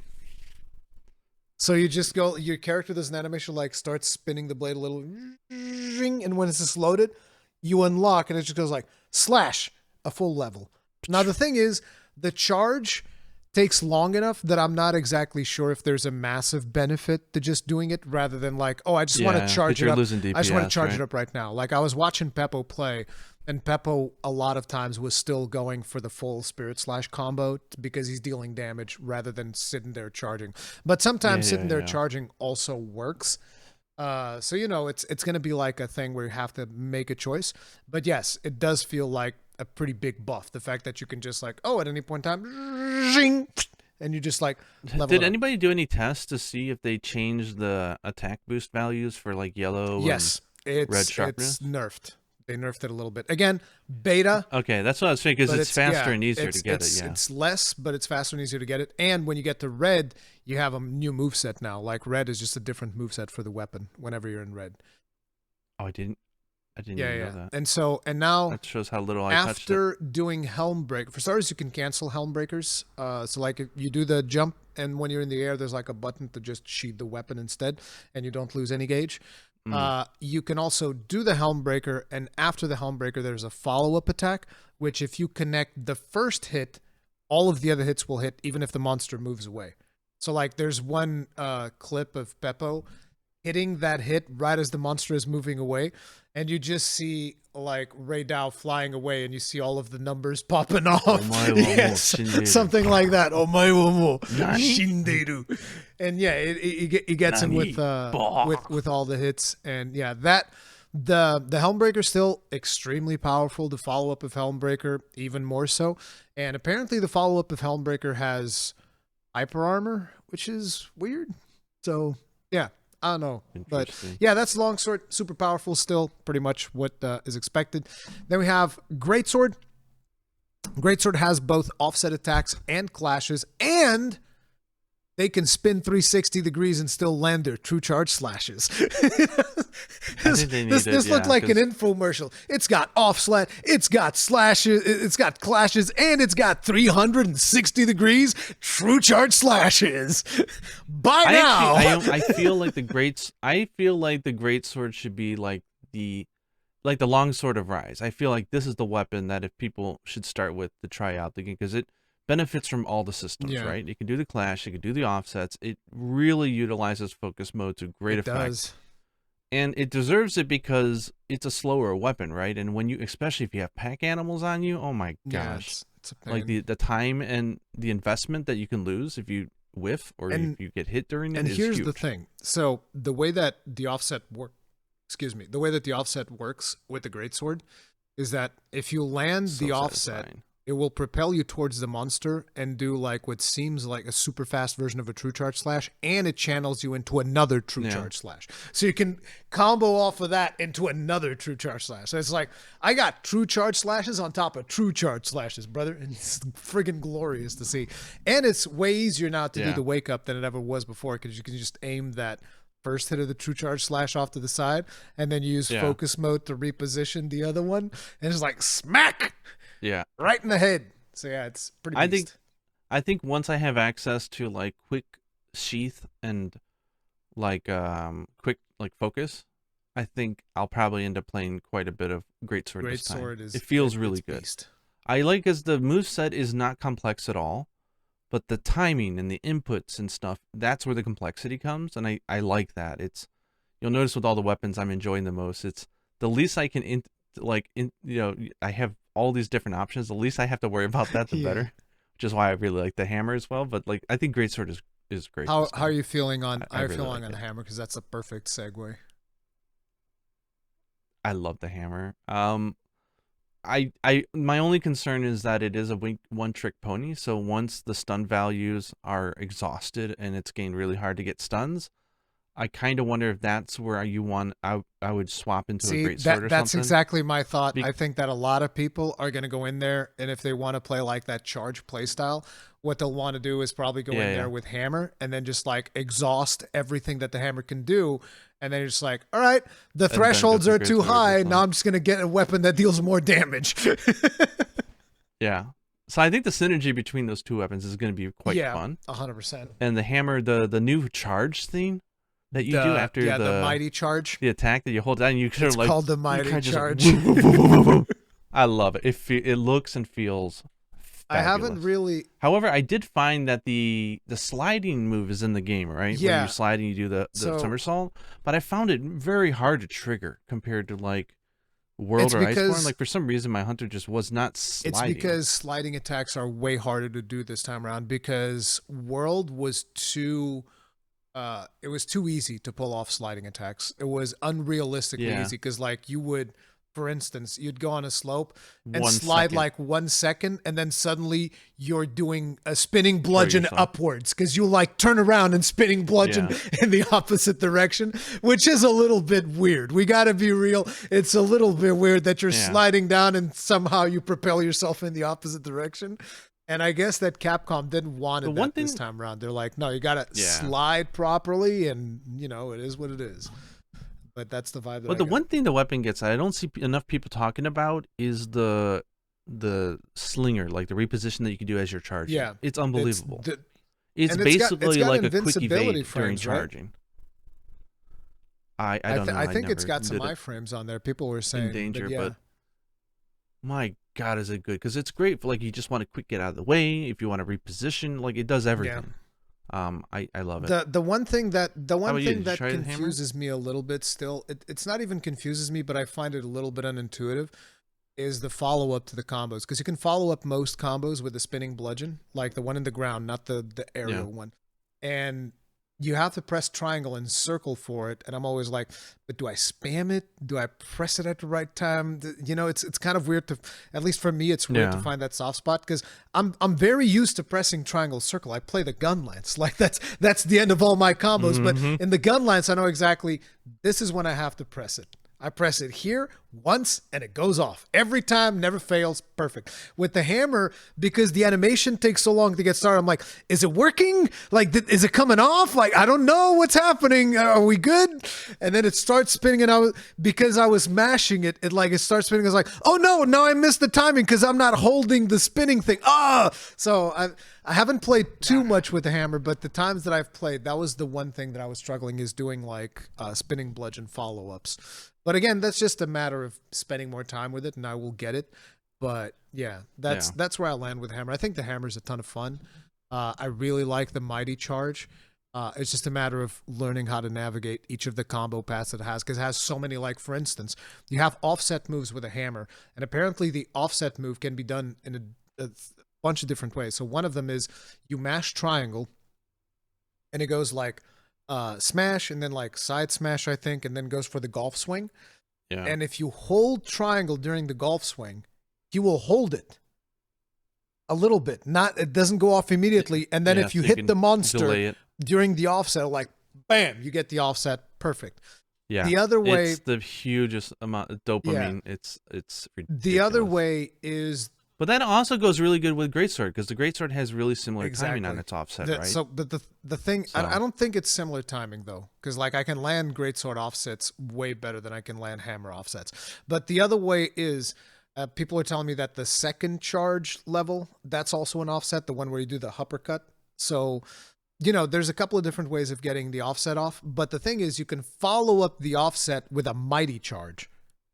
So you can just like, oh, I got an offset, and now I'm charge level 3, and here comes the mighty charge, and bam!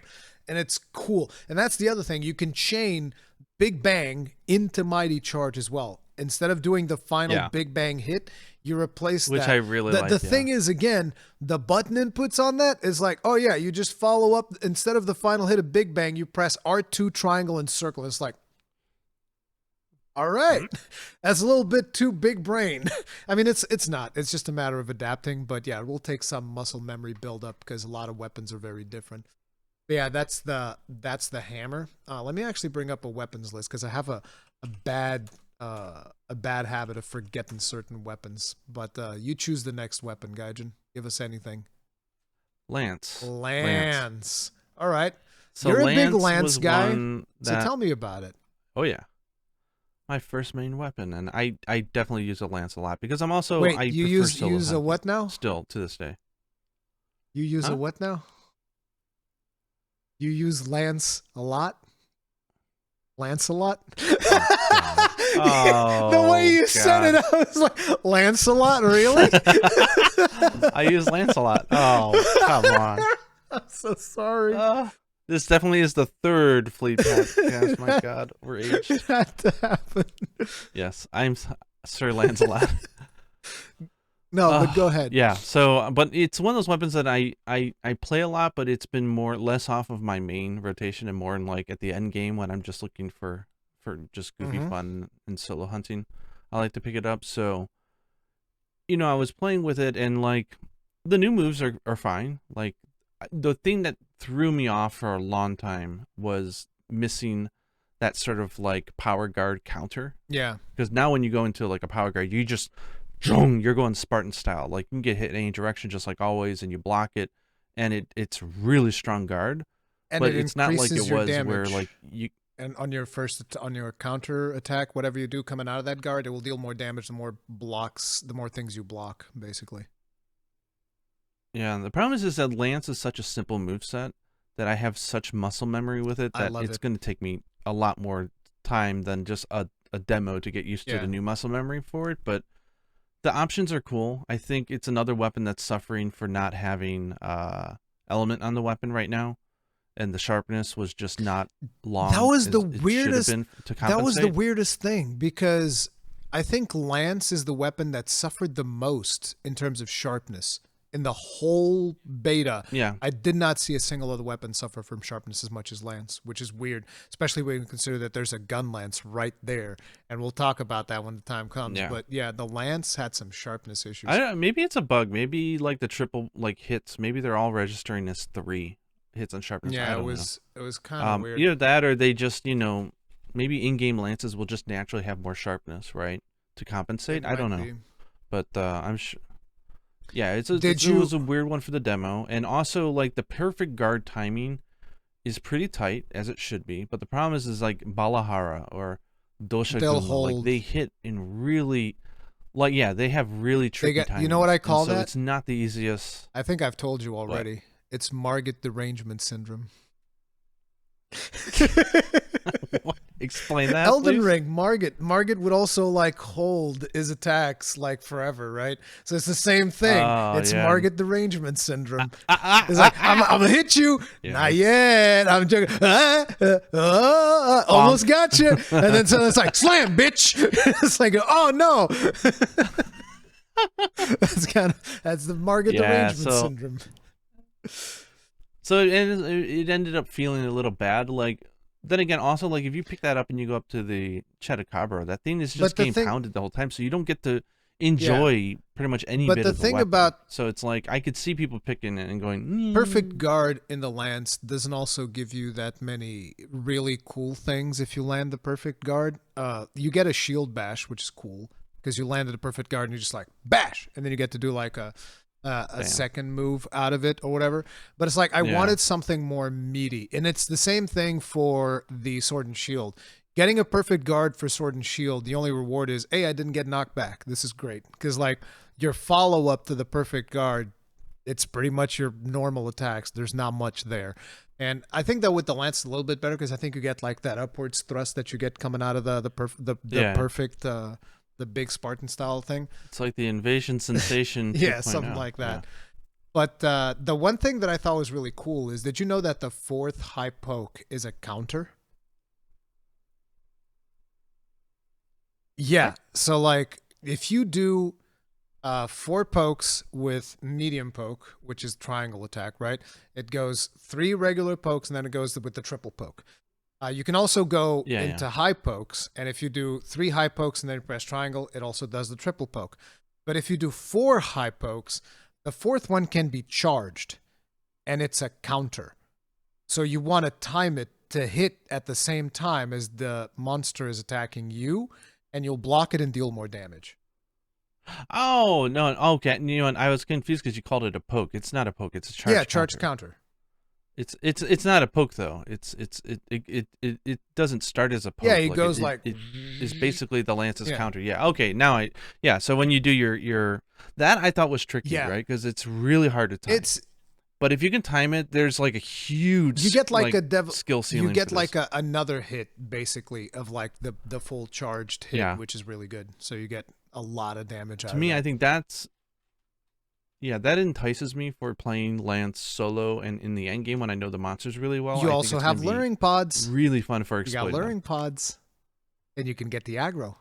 No, I mean, because you're talking about I want to play solo so that the monster's focused on me. In multiplayer, you do a luring pod, the monster's focused on you. So you can also do it in multiplayer. I don't know. We'll get into my woes about multiplayer and stealing weak spots. Yeah. Yeah. Which all go back to the weapon we're still not talking about, the Voldemort the of this Voldemort. podcast. That's a good way of talking. But yeah, I like the lance a lot. It's just Wait, you like the lance lacking a little. No, yes, I like the lance a lot. Yeah. Dude, God, I got never you with unhear that it. one twice. I'll never I got unhear you it. twice. What does it say? Fool me once, haha. Fool me twice, jokes on you, or whatever. That's man, funny. it's tragedy up here. But yeah, it's a good weapon. I just think as a demo weapon, it's hard to shine.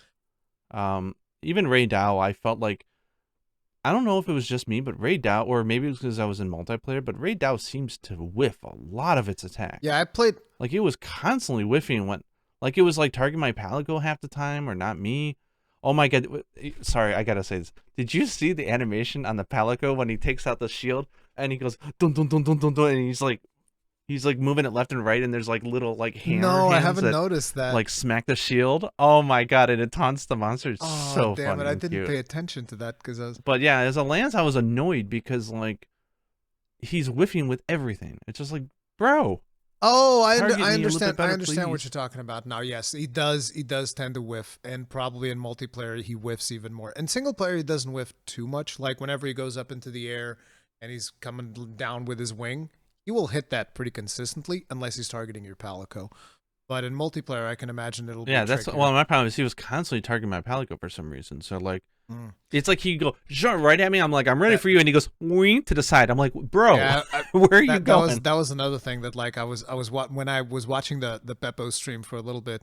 Beppo was like, "Are you gonna attack me? Please, please attack me, please." He was like, "Oh no, he's going for the palico because if he goes for the palico, there's no spirit slash." I was like, "Oh!" So yeah, I get it. Yeah, it's very frustrating. But yeah, Lance is a ton of fun. But we skipped over a weapon when we came over from Hammer, which is a hunting horn. Hunting horn. Hunting horn. Please, you let me gush a lot about my dual blades and bow. Hunting horn just feels like so much fun. This is probably the most fun I've ever had with hunting horn. I know that I am one of the people that liked Rise's hunting horn because it was more simplified. But I understand where people that came from previous hunting horn were coming from, and they're like, man, there's like not the depth that the weapon used to have. I get it, but it's like the weapon used to be so deep that I was like, I don't even want to dive in this pool deep. Okay, like trying to figure out all these tunes and playing it properly is like, it's not happening. And this time around, it feels like Capcom was real like, no. We're gonna fix all that, okay? It's gonna be deep like it used to be. You make the tunes just like you used to do, but now we're adding extra stuff onto your performance, and your performance has a timed component. And we have this echo bubble thing that lets you play 3 notes, and we have this focus strike that will let you play 5 notes. And if you play the 5 notes properly, you get bonus damage at the end. It was crazy. I loved it. And this, again, someone that doesn't play that much hunting horn, I was like, bro, hunting horn is beast. I love it. Also, did you know you can play all the melodies and then perform them on Sacred? Oh, I saw you do it actually. You can. I was lurking and I saw you and I went. Yeah, you can straight up. I heard you say that and you were like, "Whoa, wait a second, guys!" You can just straight up pop all the tunes and play them from Sacred. Like your whole group is running towards the monster and you're just like, "Here we go, guys! Woo!" The problem is it slows you down. Charge up that attack. It slows you down. So if everybody's like zooming, you're gonna be left behind. Wait, guys, the buffs! Stop! But no, it's cool. I like that a lot. I think that the weapon is super fun. It's got an offset, and the way that by the way, we didn't say it, but this is what I want you to explain to me because the offset, the way I have in my head how that it works is I forgot to say the lance has a clash. You know, it's obvious. Guarding weapon has a clash. Doesn't have an offset, but has a clash. So the way that the hunting horn offset works is you play the offset melody, which is 4 notes. You play those 4 notes. The moment you play those notes, you don't have to perform them, don't have to do anything. You just play those 4 notes. It's banked. And from that point on, you can... It's banked. What? So you can just play the weapon like you would always play it. You don't even have to worry about anything else. You just play that melody and it shows up in your melody songs and it just stays there until you use the offset attack. and then it's spent, and then you have to play it again. On. Yeah, Really? that's it. That's it. It's perfect. What? It's great. I love it. I'm gonna explain this to Yuna, and she can be like, "Wait, Yeah. what?" Because she wanted to play the horn, and she got lost as well, and I was like, "Wait, well, you have to play it, and then you got to wait, and then do it." It's like, no, that's so no, situational. because when would you ever use that? after you bank the offset melody, it's just there. You can keep performing. It will never use it by mistake. You can just play the weapon like you my would God. always play it, and then when it's time to offset, you go R2 triangle circle, and bonus that I didn't know, you can hold it. So what happens is the animation is your character does like a backflip backwards, and then he prepares to, smash and the monster, and I was like, oh, this is really tricky to time. Like I did it a couple of times. I was like, this is really tricky. Then people were telling me you can hold it. So basically you press the buttons and he does the flip and then he holds it and then you release and then you do the offset. So yeah, How long can you hold I it for? don't know. Is it like I'm as severe as assuming- the lance, like just 2 seconds? I'm assuming or? it would be something similar to the hammer. I didn't get to test that, but I'm assuming it'd be similar to like the hammer, which goes like bang, bang, and then you hold it and it'd be like, bang, and then it throws it. So I would imagine it's something like that. At Jesus. least most offsets are kind of like that. You hold them for like 1 or 2 seconds and then they go. But I don't know if you can hold this one Wow. more. But people, the way that people were talking about it almost made it seem like you could hold this one more. But again, I didn't test it because there were so many things to test. Yeah. That, yeah, there's only so much time. Okay, so one other question. That's crazy. I want to go play the demo. Yeah, now. exactly. Right? Damn it. You keep hearing things like, oh, I need to test this other thing now. Hey, weapon tutorials are going to be in high demand Oh, this yeah. time. All you creators, make tutorials. Make them in your own way. But here's another question, because I saw the option pop up, but I did not understand it, and I did not have the time or the willingness to dive deeper. But at certain times, I noticed there was an option that said store notes. I don't know. I don't what is know that? what stored notes means, but I'm assuming I don't know if it's the double notes that it's referring to, because this time around you got double notes on 2 attacks. Because in World you had double notes on circle, and this time you have double notes on circle and triangle circle. You know how that works, right? So you're like, you play a note when you attack, and then you input a different another one. one at the end of the attack, and it will do that. So that's what I know. I know you got double Yeah, notes. and I did not know you get 3 notes when you do the bubble. You don't like you were talking get. about. Like, what? You have to use them. It's not like you play the bubble Oh, and you yeah, get yeah. 3 But you notes. get the You opportunity. can press the button 3 times if your timing's right. There's going to be a lot of timing components to this weapon. So if you're bad at rhythm games, it's bad, dude. Because like they, Did they remove that Iceborne move when Yes. you twirl your, At least your if- horn in the face? They if it's removed that? there, I can't see it. So yeah, I think they got rid of it for now. Yeah, I want to know what store notes is, though. I'm really curious if it means that you can store a bunch of songs and then later on you can just do like, because there's encore and there's also play, or like there were several options. I just did not have the time Yeah. to test it. But There's something about midway through your encore, you can press triangle and circle, and that does something. But yeah, again, I wasn't able to test everything either. It's like, listen, I know that a lot of people are going to look at my guides, and I want you to pay attention to the part where it says starter. There's a big thing there that just says starter, because it's a starter guide. So yeah. Your Yeah. camera shut off. I'm not sure if it overheated or what happened. yeah, I think it's overheating. Yeah, so I'm gonna But anyway, I guess next, since we were talking about lands, we should go to Gunlands. Gunlands is what do you guys say? The apple of my eye, or something like that. It's so amazing. It's so good. I know that I always say it. Oh, this moveset is great, but this time they've really cooked. So introducing guard points in the middle of the Gunlands is something that we've always wanted, and it's something that it makes sense. And for a lot of people, they might not exactly understand why, but there is a massive difference in the time to block of a lance and the time to block of a gun lance, which is super punishing for gun lance, because like you're caught off guard so many times and you're like, oh, I need a block, and you can't. And it's like, I have this huge shield and I can't block. This is one of the reasons why, if you go look at people running, gun lance and trying to do competitive runs, they're always going for evade window. Always going for evade window, because cancel dodging is faster than cancel blocking. And so you're always like stuck waiting for your shield to come back up, and you used to dodge more. And that was always frustrating, because like, I have this weapon with a big ass shield. I don't even put block skills on it because it's worthless. I might as well just go evade window all the time, which is funny because a lot of people like to say that, oh, Gunlance is easy because it has a big shield, which in previous games you barely get to use because you're constantly stuck in animation and dodging is way more efficient. Hell, sometimes we would dodge in order to cancel into shield faster, which is super weird.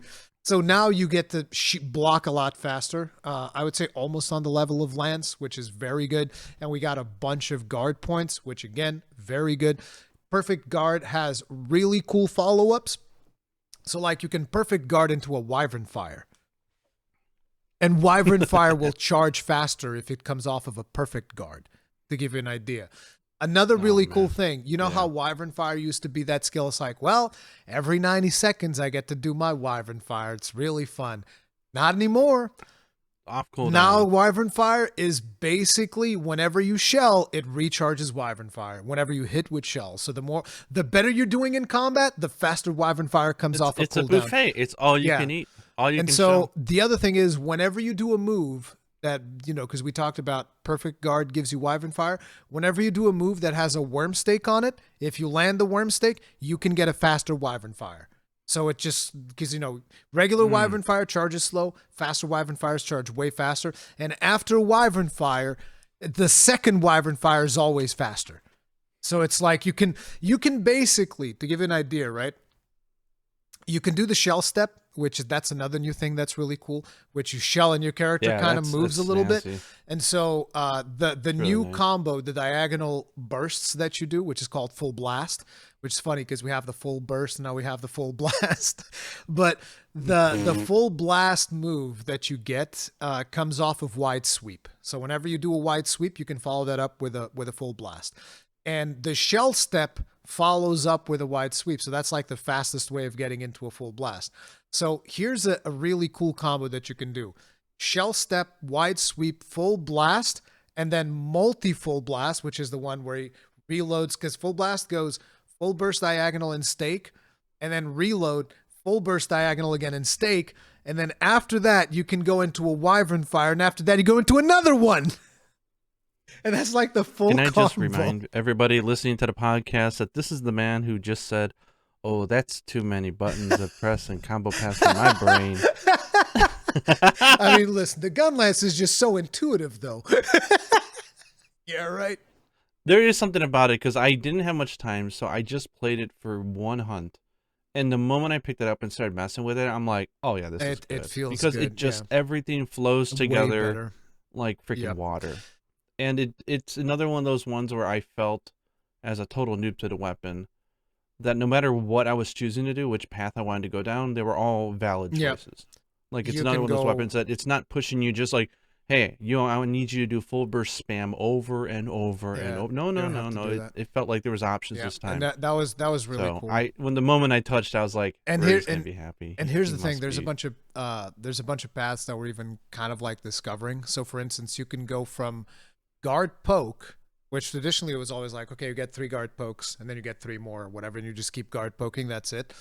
And this one, you can go from guard poke and you do 2 guard pokes and then you just stop blocking and it goes into a wide sweep. So it chains into the wide sweep, which is really good. You do your regular pokes, they chain into a wide sweep as well. So it's kind of like guiding you along the path. Hey, you get to this wide sweep and then you're going into the full blast combo and pop off, right? Which is really cool. The other thing. So Capcom, if you're listening to this again, what Rory's trying to say is he wants the heat gauge to come back. Hey, now let's not do that. Let's just not. We don't talk about heat gauge here. Heat gauge and Wyvern Stake Blast. Hell no, dude. Never do those things again, please. No. Yeah, no, the Gunlance feels super solid. Gunlance has a clash, and it's exactly what I wanted. Like, I don't know if you remember, first time we see the greatsword clash, my thing was, bro, I want to clash with Gunlance, and I want to block, and I want to shove the Gunlance into the monster's mouth and pop off, and that's exactly what you do. And I was like, yes! That's exactly what I wanted. It's perfect. I love it. It's fantastic. Absolutely love it. The weapon's amazing. In a way, I'm kind of happier about the lance after trying the gun lance, because I feel that they're feeling more and more different. which I is mean, good. they've always been very different, lance and gun lance. So yeah. But even more this time, it feels like the gun lance is really like the dual blades, like it should have been. That's why they when they developed it, they said it would be like the dual blades dual blades was meant to be a more flashier, more flexible, more dynamic sort of shield, a little more Roman, yeah. And this definitely feels like a more energetic take on the lance, where the lance is much more reserved now. And the hammer, even as well. The horn is like the off the walls version of it. The that reminded me of the identity is good. when Ryozu did that thing where he was describing every weapon with one word, and then he gets the gun lance and he says Roman, and they put in dream filled, and I was like, dream filled? That's not at all what that expression means. I know because Gaijin taught me. I remember this. Yeah, Roman is like, and as I told you before, I embrace that meme of how many times does a Western male think about the Roman Empire during the day? Like, I keep thinking of Roman because that's the image I have, but it's very romantic. It's like, that's the sweet spot. That's the juice. That's the that's it. That's the dream, the power fantasy. Really good. Gun lance feels fantastic. And yeah, the biggest downside, the biggest problem gun lance has is Focus Strike. Focus Strike sucks. It's one of the coolest animations, but getting it off is a pain in the ass. But I think that's intentional. It's okay. The gun lance is never going to win out in multiplayer trying to get those. It's like the dual blade's going to steal it every time. No, the ones that are going to steal it is the bow, because they can do it from range, and it's got homing and all of these things. But there's a gun lance. Do you really? No, that's need the thing. You don't need it. So no. The thing that I was thinking even is I think that some weapons are just going to be worse at busting wounds because it's not as important to them. So the fact that it's hard to pop a wound with gun lance, I don't think that's as big of a deal. Because I can pop wounds by popping a wyvern fire, and I can break them apart from range. So I don't care. But yeah, it is frustrating if you're trying to if you're under the monster there's a wound in the wing, and you go like Dracogger, and your character's like, no, it's not happening, brother. And the other thing is how long it takes. That Ray Dao, after he shoots lightning, his head becomes a wound for a little bit, and you can kind of get in there and get a focus strike. And it's so slow that even if I'm sitting right next to the head as it opens up, there's a chance that I won't get the Dracogger there in time. So yeah. But again, like I said, I think it might just be something that Capcom is like, hey, these weapons need it more. So for instance, a weapon that we haven't talked about yet, Charge Blade. Charge Blade needs to pop wounds to get the Savage Axe. So it makes sense that their wound popping thing is just like, I just jump in the air and slash twice. And it's super fast, and you can hit wounds super easy. And it makes sense because they need it to get to a mechanic of their weapon. I don't need to pop wounds with the gun lance to do anything other than get a down on the monster, and anybody can do that. Yeah, you almost want to actively avoid using it and just let the other exactly. If I'm in multiplayer, I'm probably never using Dracogger unless nobody else is using their wound popping, and I'm just like, hey, that wound's been open for 2 years, bro. I'm popping it. Somebody's popping that thing. But if there are other weapons there, because other weapons get mechanics off of it, particularly Charge Blade is super important. So yeah, Charge Blade and Insect Glaive, which we'll get into later, those are super important to get. I think this is the 10th time we said that, but it's. But Charge Blade overall feels great. It can do clashes. I did not know that you could overcharge files. That was the first thing it's ingrained in my memory that I'm not supposed to. I'm supposed to expend files, and when I saw a video about that, I'm like, what? I think I was one of the first people that found that out at Gamescom because I did it by mistake, and I was like, wait, what? What is that? What? Those files are looking different. And the second I found out, I was telling everybody. I was going, guys, you can overcharge files now. Okay, you can double charge files. And it was funny because Chris from Team Darkside, I don't think he even realized that until much later. But yeah. Yeah, because we're taught not to overcharge files. So yeah, and what overcharge files do, because some people might be wondering, did they do anything for the shield? Yeah, the shield duration lasts longer. So with regular files, the shield stays up for about quite a bit longer, right? With regular files, the shield stays active for 2 minutes, and with overcharge files, it stays active for 3 minutes and 20 seconds. So That's It's a lot more, and crazy. files deal more damage, and as you'd expect, and all of that. And now that you got the corpses just laying there, you can charge Yeah, up all your files after you kill a and monster on the dead body, and which is great. the other thing is, did you know that there's now a move to straight up go? You know how you had to do the cancel thing into an R2 to charge your shield, right? So Yeah. now there's a move where you can straight up, when you are loading the files onto the shield, if you keep pressing circle, your character will do this move where it puts the shield forward and instantly charges the shield with a guard point. So you're just straight up going to and you charge it up and you're good to go. So it kind of works like charging the blade the same way as charging the shield. It is a true Swiss Army It is, knife. and it's a ton of fun. You get Savage Axe. Savage Axe works like it did in Rise and Sunbreak. So you hold the button down, it goes like, and it just keeps popping off. So there's that. And then we also have the new SAD is different. So you can't just go into SAD. It will actually do another move before you get into SAD. I'm not sure if you got to play around with that. But you basically go in and it does an amped elemental discharge, regardless of how your shield is charged or whatever. It always starts with an amped elemental discharge. And then you can do the spinning thing. That it does like a spinning attack. And then it does the big SAD blast, which is super See, I like cool. it because it's still powerful, it's flashy, but it requires a better understanding of timing and window. You can still feels You can still do like a straight SAD if you want to, but you need to be doing the thing that people were doing with Greatsword and Sunbreak, which is you carry out a little bomb, put the bomb on the ground, and then you block, and then you can go into an SAD. No. Yeah, I hate that. I hate that so much. I was like, nope, never going to do that. Nope, not me. You guys can do whatever you want. I'm never putting bombs down and then, blocking the bomb and then doing, nope, not me, not doing that. And I think you can also, if you do that with a perfect block, you can also gain access to Savage Slash. So there's that to it as well. But yeah. Yeah, Charge Blade just reminds me more and more that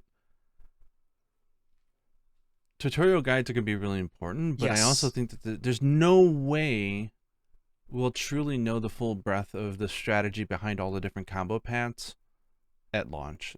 I just don't see that being possible. It'll be very hard, I feel like. But I like it. I think more combo paths mean more expression and ways to play the weapon. Yep.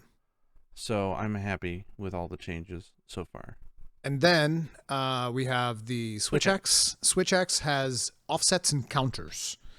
So you can do both an offset when you're in axe mode, and then you can do a counter if you're in sword mode.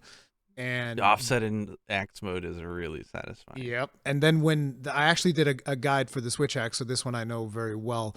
When you do the offset for the Switch Axe, you can follow it up with a power axe attack, which you get the power axe thing, or you can follow it up into a morph, and then you go and you're in sword mode, and you can even finish with an amp discharge. Not a zero-sum discharge, but an amp discharge. A lot of people are like, oh, there's no zero-sum discharge anymore. You're wrong. It's there. You got to hold the buttons. So if you hold down triangle and circle, even know it was there. Yeah, it's there, and your character will clutch, and it will do the thing.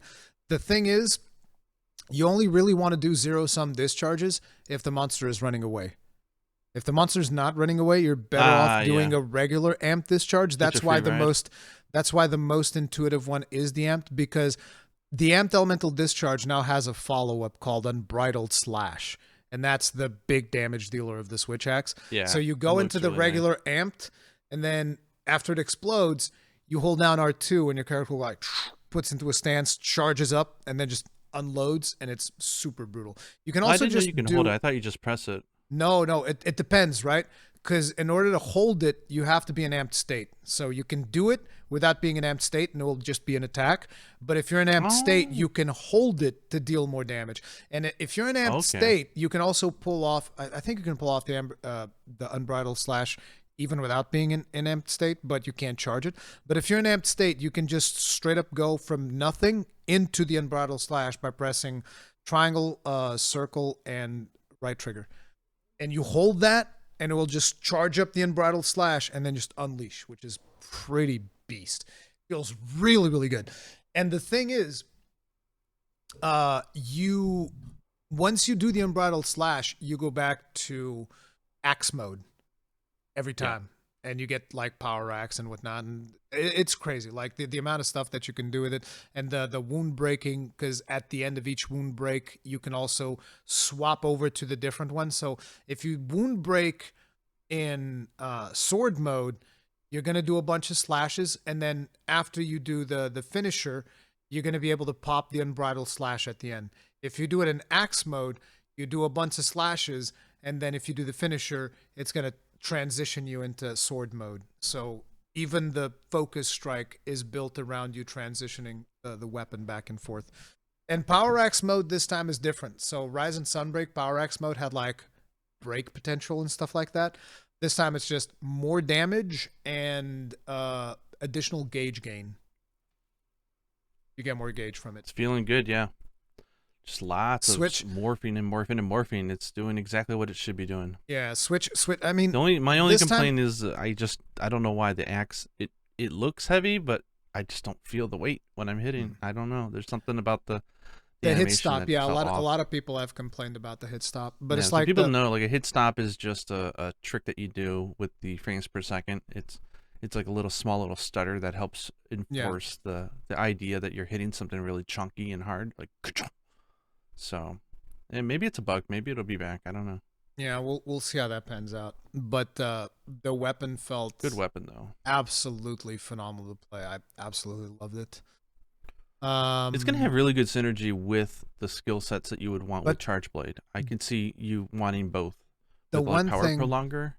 Yeah, the one thing that I would say though is in Rise and Sunbreak there would be reasons for you to go into axe mode. And in this one, the only reason to go into axe mode is if you want to do an offset, because most of your damage is coming off of sword mode. So you want to be in sword mode as often as you can, which I think was a complaint that people had because they were like, oh, it felt like in Rise Sunbreak, there would be times where I would want to be in axe mode.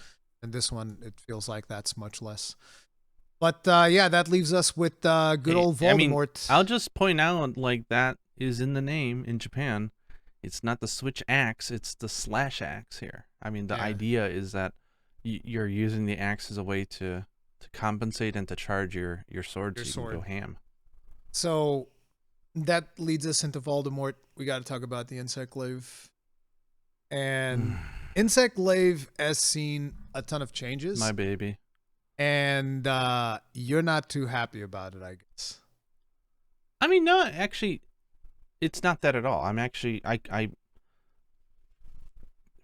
how do I define this? Yeah. It's my main weapon.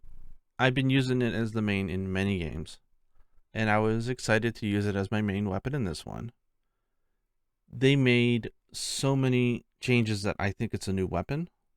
It is. It very much is a new weapon. But the thing is, like, I don't like it personally. Like, it's not, like, this is not how I want to play. Like, this is not a weapon I'm interested in the way it plays, but I don't think it's bad. It's just I don't know if it's bad or good. It's just not for me. It's not for you, it's not. I'm not unhappy about it. It's just, oh, you went ahead and just changed the weapon. Okay. So like, let's first thanks, get bros. one thing on the table that is going to be something that I know people want to know. How do you feel about them getting rid of helicopter bounce? I mean, it's such a fundamental, that is so small in comparison to what else they've done to the weapon. Let me tell you, to me, because and this is how everybody will know if you're watching this far. This is how everybody, I read every comment, guys, every single one. There's a lot of people that are like, the hell with that, give me my helicopter. They don't care. They want the helicopter. They loved bouncing off of the monster. No. And again, I personally, if it didn't make sense before, it even more does not make sense for the weapon, because people like. Let me just say, like the redesign, you barely go in the air. You never, I disagree. Almost never want to send out your Kinsect manually. That's a stupid thing to do. I also disagree. The weapon is used 100% focus mode. Never not in focus mode. Yes, there's no reason never to use it. Yes. It is a focus. I mean, you may as well consider the overhead. Yes. That is the default stance for the weapon now. Yep, 100%. It is not meant to be jumping around. It's in there. That I don't agree with. See, you're saying stuff that I agree with and a bunch of stuff that I don't agree with. I don't agree with what you said. I spent like 80% of my demo time playing the weapon and trying to wrap my head around it. And let me explain to you. We have very different takeaways. Yeah, so like in my video where I was talking about the weapons, I put it in its own tier because I was like, I don't like this at all. And after that, because a lot of people were like, "Oh man, I can't believe it's that bad." Like, what's going on? I was like, "Okay, I'm gonna spend a decent chunk of time actually learning what is wrong with this weapon," because a lot of people were complaining about it to the point where I have a dedicated video just talking about the problems with the weapon. So I have a video that's a guide, and then I have another video that's like, there are problems with this weapon. Here's exactly what they are, and I'm gonna break it down for you. So. Number one, you're saying you're not supposed to go into the air. You can absolutely go into the air, and it's a ton of fun to go into the air. I mean, yeah, what I mean you're saying is like it's not intended. It absolutely is. It's less air. No, I mean it's intended because, especially with breaking weak spots in the air, is like the big boon for the weapon right now. Regardless but the thing of that, is like I'm saying compared to how it was in the past. No, I disagree. There's less. Even that, I disagree. I love going into. As a matter of fact, I have a bad habit of going too much into the air because I like it so much. That's the thing. Because after I learned the changes that they've done, I was actually like, you know what? I love these changes. This is fantastic. I love this weapon. But there's a problem. There's a really, really big problem with the weapon right now. And that problem is the control scheme is terrible. It does not work at all on a default controller. It's not even remotely close to viable. I know that a lot of people are going to be like, whoa, not viable? Yeah, it's not viable. It's like you can play with it. You can kind of make it work, but it's bad. It's like there's no other word to describe it. The way that they've configured the control scheme for the weapon is bad. And that is the problem that a lot of people are running into. And maybe they don't recognize that that's the problem that they're running into. Are you talking specifically about the holding down move, or are you talking in general? The holding down moves.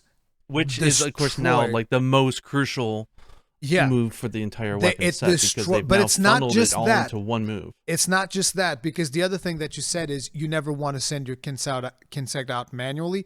Completely disagree. Charged Kinsect, super important, particularly when you're fighting Ray Dao, because trying to get the extract, the orange extract off of him using regular attacks, it just doesn't happen. Like, it might happen, okay, I'm exaggerating, but you get the idea. You're not going to reliably go up into his belly and start attacking and get orange extract. It's not going to happen.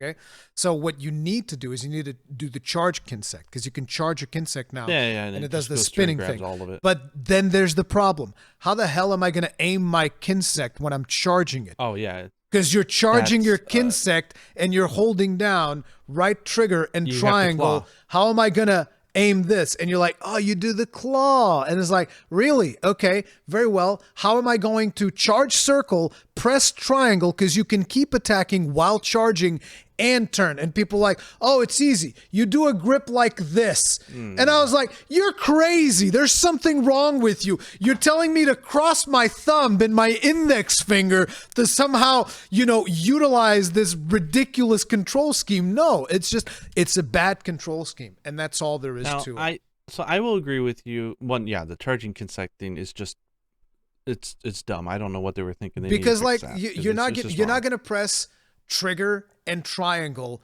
and then aim with your stick. And I understand that a lot of people are like, the claw is back, and you're like celebrating, and it's like, you need to understand the claw is definitely like a skill expression. Yes, you are skilled because you can do the claw. It is not a good thing.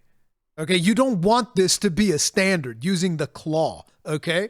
And it's like, I can use the claw. That's not a problem. But even using the claw, you're not going to be charging circle, pressing triangle, which is something that you can do so that you can attack while charging, and then aiming your camera. It's not happening. Now you can work around it using like L1 to do the thing where it aims towards the monster with L1, but it still doesn't feel good, particularly when you're in the middle of the air and you want to actually control your camera to where you're going to do your next attack, and you're like, oh, let me just do L1, and it turns towards the monster. But maybe you don't want to do an attack straight towards the monster. Maybe you want to come in it from an angle so that it positions you in a way that you can kind of like do other attacks.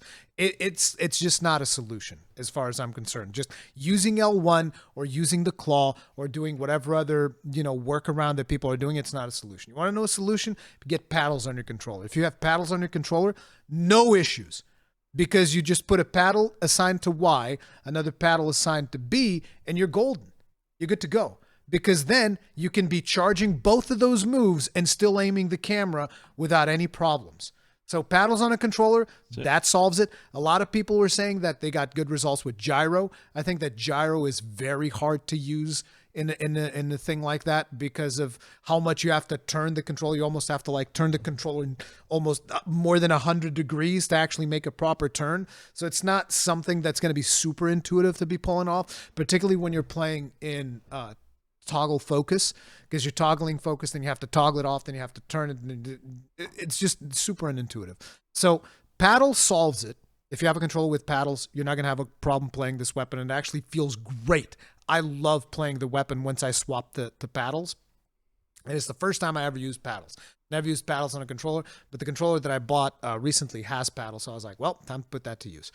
But I came up with a different solution. And this is why I made that video where I talk about it, which is right now you're using R1 for focus strikes.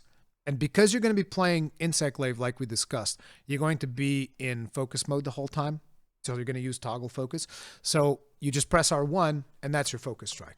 Well, if you consider that when you press circle, instead of holding it, if you just press it, it will do an attack, right? And then you can hold it to charge. So right now, if you press R1, it will do a focus strike. But it won't do anything if you press it to charge, right? There's nothing assigned to charging a focus strike. So what if when you're in focus mode, you press R1 or you hold down R1 and that could become you charging your special, so the circle attack. There's no reason why we can't do that, and it doesn't even change the control scheme at all, right? So that's one thing. And then the other thing is, okay, what if I add a modifier and I press right trigger in R1 and now I'm charging the Kinsect? Boom, done. And you keep the exact same control scheme. Capcom doesn't have to change anything. They just need to add one tiny little thing to charge R1, and it'll solve everything. And the weapon will flow like water. See, I agree with you that the controls are screwed up for charging the Kinsect. And there's another issue I think that's even deeper behind the charging the circle to do your new special cool little combo move that does a lot of damage. They designed the weapon so that that move is absolutely fundamental to the rotation. Yes. Basically, they made Kinsect into a charge blast. Like it's the old Monster Hunter 4U charge blade. Like all you're doing, you get 3, you do your combo, you expend them to do a finisher. Rinse and repeat. Exploit the weak spot, get your 3 back. Yeah. Do it again. That is by far the most efficient way to play the weapon. Yeah. Which means you're going to be using that hold down circle move a lot. Yes. You may not always do the finisher because it depends on where you're at, but you're going to be using it a lot. Yes. The problem is that the time required to hold that thing down now, it's like in an MMO if the timer of it was like 1.5 times your standard cooldown. It's wonky as hell. It's not intuitive. And see, that's it's like one beat longer than you would normally think it would take for the game to recognize that you're holding down the damn button. But that's the thing, and that is why it's so important to change the button that's assigned to, because you're able to do other things while you're charging it. So for instance, did you know that if you're in the air and you do that, you get the diving wyvern? Yeah. So it's like, the idea is you jump into the air and then you press the circle button or a different one. And then as you are holding that down, you can do a dodge move to position. You can press triangle to attack. And then you can release the circle midway and go into the diving wyvern. Yeah, because you're always going to be doing triangle and release circle. That's like the core. The thing to me is you need to be able to just be pressing it the whole time. Like almost when, you know how when you were playing Devil May Cry 5 as Nero and you were like revving up the sword? It's kind of the same thing. You're always revving up that charge, and that's the point. But the way that the controls are right now, screw up. Not just like the. I think it's a screw up on the which button. On the controls. Like, why would you have one weapon in the game for some reason have one move that requires you to press it midway in an attack right before it because it takes 1.5 tacks to charge? Okay, that so is now just weird. Just imagine this, right? Wouldn't that make it a really unique weapon, considering it's the only weapon that has that mechanic? No, it makes it a pain in the ass. I don't agree. See, I think that the weapon is actually really fun. Functionally, you're not doing anything different than if you were just holding it down for one beat, like during, like the X Yes, attack. you are, because you're attacking. while you're charging it. You're I don't see the attacking fun while in that. it's because, again, you're thinking about it as in, I'm pressing down this button and then I'm waiting and then I'm releasing it. And it's like, that's not what you're supposed to do. You're supposed to press the button and attack and keep on the offensive the whole time and then choose the right time to release it. So it's like, it's a whole new mechanic that, you know, I'm sure that we've had this in some weapon at some point, something similar to this. But right now, it's one of the more unique mechanics in the game. And I actually think it's really fun. But again, the controller input that we have on a basic Well, I mean, if that controller was the doesn't support intention, it. then would they not? Right now, one of my huge qualms with this charge attack taking longer than it takes to do the triangle attack is that there's very little visual or feedback on the Yes. controller to let me know when that thing is fully charged. Yes, And so I can't whiffed tell you it. how many times I've whiffed I it quite a release few it. It's like, times. nope, Yep. I've nope, whiffed it didn't quite a charge few enough. I'm times like, as that well. is stupid. Come on, like, Yeah, give me a there little needs to rumble. Give me a be- little poof on the blade. You know what something. would be perfect is, rather than it being red while it's charging, maybe it should be orange and then it swaps to red when it's ready. They should just hold up a freaking sign in the middle of the screen saying "ready" at this point. I mean, look, you don't Because need it is so I also think- crucial, and it's used I also so many freaking times. in I the also hunt. think it has to do with us just getting used to it, because it's a very new mechanic for the weapon. And it's like, if you Hate the think, timing. for instance, about the charge blade, we all know how to, I mean, most of us at least know how to instinctively get the charge double slash. That probably wasn't but the that- case. that That probably timer wasn't is- the case is in Monster still- Hunter 4. that's- I highly No, doubt but that in Monster Hunter 4 the everybody timing had of that that timing is down. the same as one animation. This thing is like double the length that you need to charge it. It's not. It's not that much. It's a little If bit you more than press what you'd triangle- expect, but it's not as much as you are saying.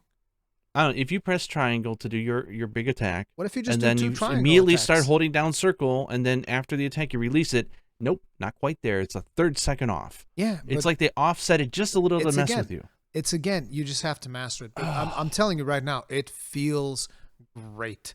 It feels fantastic. Now, the biggest problem that the weapon's going to have is when you're in multiplayer and you have to share wounds, you're kind of screwed. This is 'Cause, my like, issue. yeah, This is my issue because and this I was don't something think the that Insight I Glaive didn't even works think online. about until we spoke the other day, and I asked you, what are your problems with the Insight Glaives that I can talk about in my video? And you were like, oh yeah, in multiplayer, if you don't get wounds, you're fucked. And I was like, yep, Yeah. that is a problem. Because The I was whole playing weapon solo. is basically lock, shot, shoot. Yeah. Yeah, because And I was so you're playing solo, constantly and I had getting all the rid of wounds it. to myself. And the moment I started considering, wait, if The I engine don't stops. have, if I don't It have all dies. the wounds to myself, you're kind of screwed. But see, that is where the charged kinsect comes in. It's like, oh, you lost all your stuff. Time to use that charged kinsect to get it back, and that's why it needs to work. And that's the other thing. Charged kinsect goes to Narnia every time. You're like, I'm aiming Yeah. dead forward. Get Charged back. kinsect's like, I'm going to the moon, Nope, baby. I'm going up. Straight up into the moon. So that is something that they need to fix. Right now, the solution is don't aim straight forward, aim down. Aim at like a 45-degree angle down, No, and the that's kinsect will shoot forward, which is weird, but that's how it's working right now. But Yeah, because yeah, the weapon wounds really nice. It obviously right now in solo play, you're basically just going to be exploiting weak points to constantly gain back your triple charge, expending that to do more super attacks. And then you immediately, when you hit a weak spot, you immediately get all three colors back. So Yeah. it's an engine, and once you for me, the at least in moment its you lose current- your extracts, it feels real You're- bad. It feels yeah, because bad. for me, the charge, like charging up your kinsect to do the piercing drill to get the colors, you only do that at the start of the hunt. After that, your engine's running. yeah, And so it's the weak spot. But the thing is, the moment you go multiplayer and somebody takes your goddamn, takes a weak wound. spot? Yep, you're screwed. you're screwed. You have to Yeah. go back to charging, which is a horrible DPS loss. And as you said, the controls are wonked. Yep. So it's even more frustrating. again, so even if they you- fix if you the controls think- though, If you Even fix if the they fix it, though. controls, if you fix the controls, and it's it's like, still okay, gonna be frustrating as now hell. I have to do a charged kinsect. It's not as big of a problem anymore. I don't think it is, because now you're able to actually aim the charged kinsect, whereas before you have to aim and then charge the kinsect, and then you have to hope Yeah. that the monster I doesn't suppose move. so. Yeah. But it's like, Right now, once you it's fix unusable. So at this point, Yeah. I consider the weapon needs weak spots as its main engine source, and the moment you take that away, the weapon ceases to function because the charge is so brokenly. It's just dumb. I think that one of the videos that I'm gonna have to make is like wound priority, right? Where I have to I Yeah, have to who let gets people know prio, right? who should get prio in an optimal situation. Yeah, And whether or not Insect people Glaive has to respect get them that, all. whether or not you want to respect that, that's up to you. But like I think that Insect Glaive right now is one of the most Yeah, when we were boon doing an dependent online weapons. hunt, people were stealing the weak spot. They're not And stealing it. They're like, oh, a I wound. know. Here I go. You're It's like, not their fault that all there's a the weak design flaw. spots are mine, and you're stealing them from me. The problem is because, like you're saying, like when I was doing the charge insect, not only is it awkward to try to do, but it never hits, it never goes straight. So I was whiffing on that, which is the most frustrating thing, because you know that you're going through the effort to try to aim it, and then it still doesn't work. Yeah. And of course, because it's a demo, the insect's very slow, and that'll be better once it's faster. But then on top of it, so it's like not only am I go for a weak spot, then it disappears right before I go for the attack. I'm like, what the hell? Or I jump in the air, hoping to hit the weak spot in the air because that's a thing. Somebody grabs the weak spot. I'm like, damn it! It's like my whole jump, all of that was for nothing. And then if I try to charge my insect, I whiff it. I'm like, guys, stop doing weak spot attacks. My God, I can't keep restarting from nothing. Let me explain to you what you got to do, because this is another really cool mechanic of the Insect Glaive. Done. No, you gotta mount, because you're the aerial weapon. You mount, and when you mount, you open up 2 wounds instead of opening up 1 and finishing. That people will steal. You open up you open up 2 wounds, and then you do the dismount thing, and then you go get the second wound. Dibs. I mean, you better.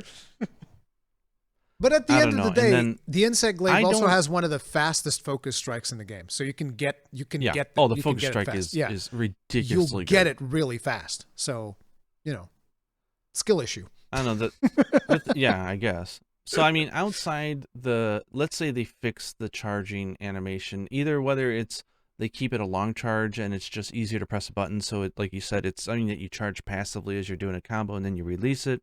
Fine, whatever. I'll give you that. Let's say they fix that and they fix the charging, right? Like being able to aim should be easy, fast. Yeah. Drill. We're not relying on weak spots anymore because we have options that we can actually use.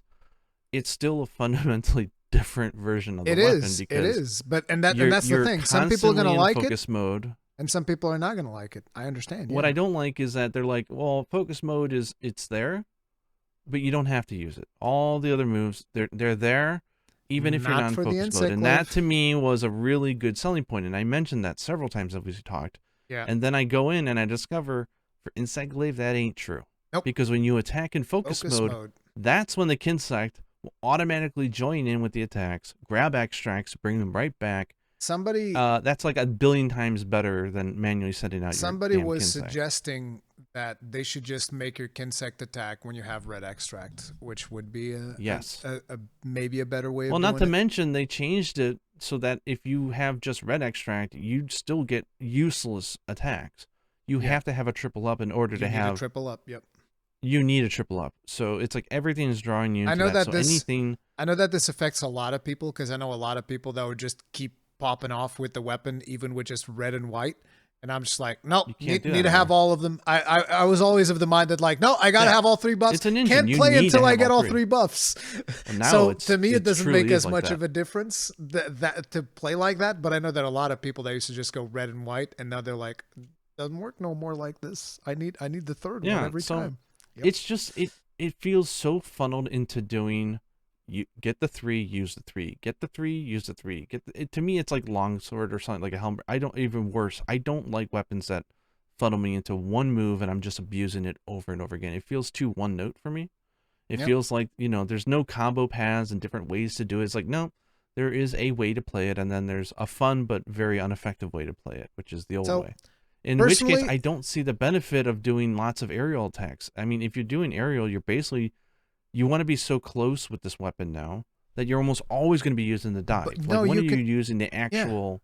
I mean, maybe that's to the thing, mount once, because you can follow up the dive with the thing.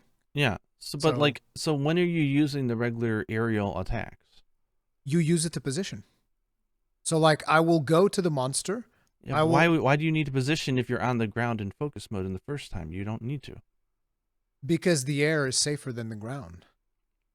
Is it? It's never been in any of the past games. What are you talking about? That was one of the main drawing points of the weapon, is that you're way safer in the air. Yeah, when you're in Narnia, but if you're anywhere near the monster, you constantly getting clipped and hit out of the air. No, you're not. I killed so many monsters in World and Iceborne by just sticking to the air. I would call it the typewriter mode because it's kind of like a typewriter. Ching, ching. I call that the typewriter mode. That's what I was doing. But yeah, like, look, it just feels like a very different weapon, and I've seen people play it, and I have copied it, and I did a few hunts with it with that new mentality, and I did really good. I beat the living crap out of the monster. But the thing is I didn't have fun. Yeah, that's because the it's thing. Not a weapon.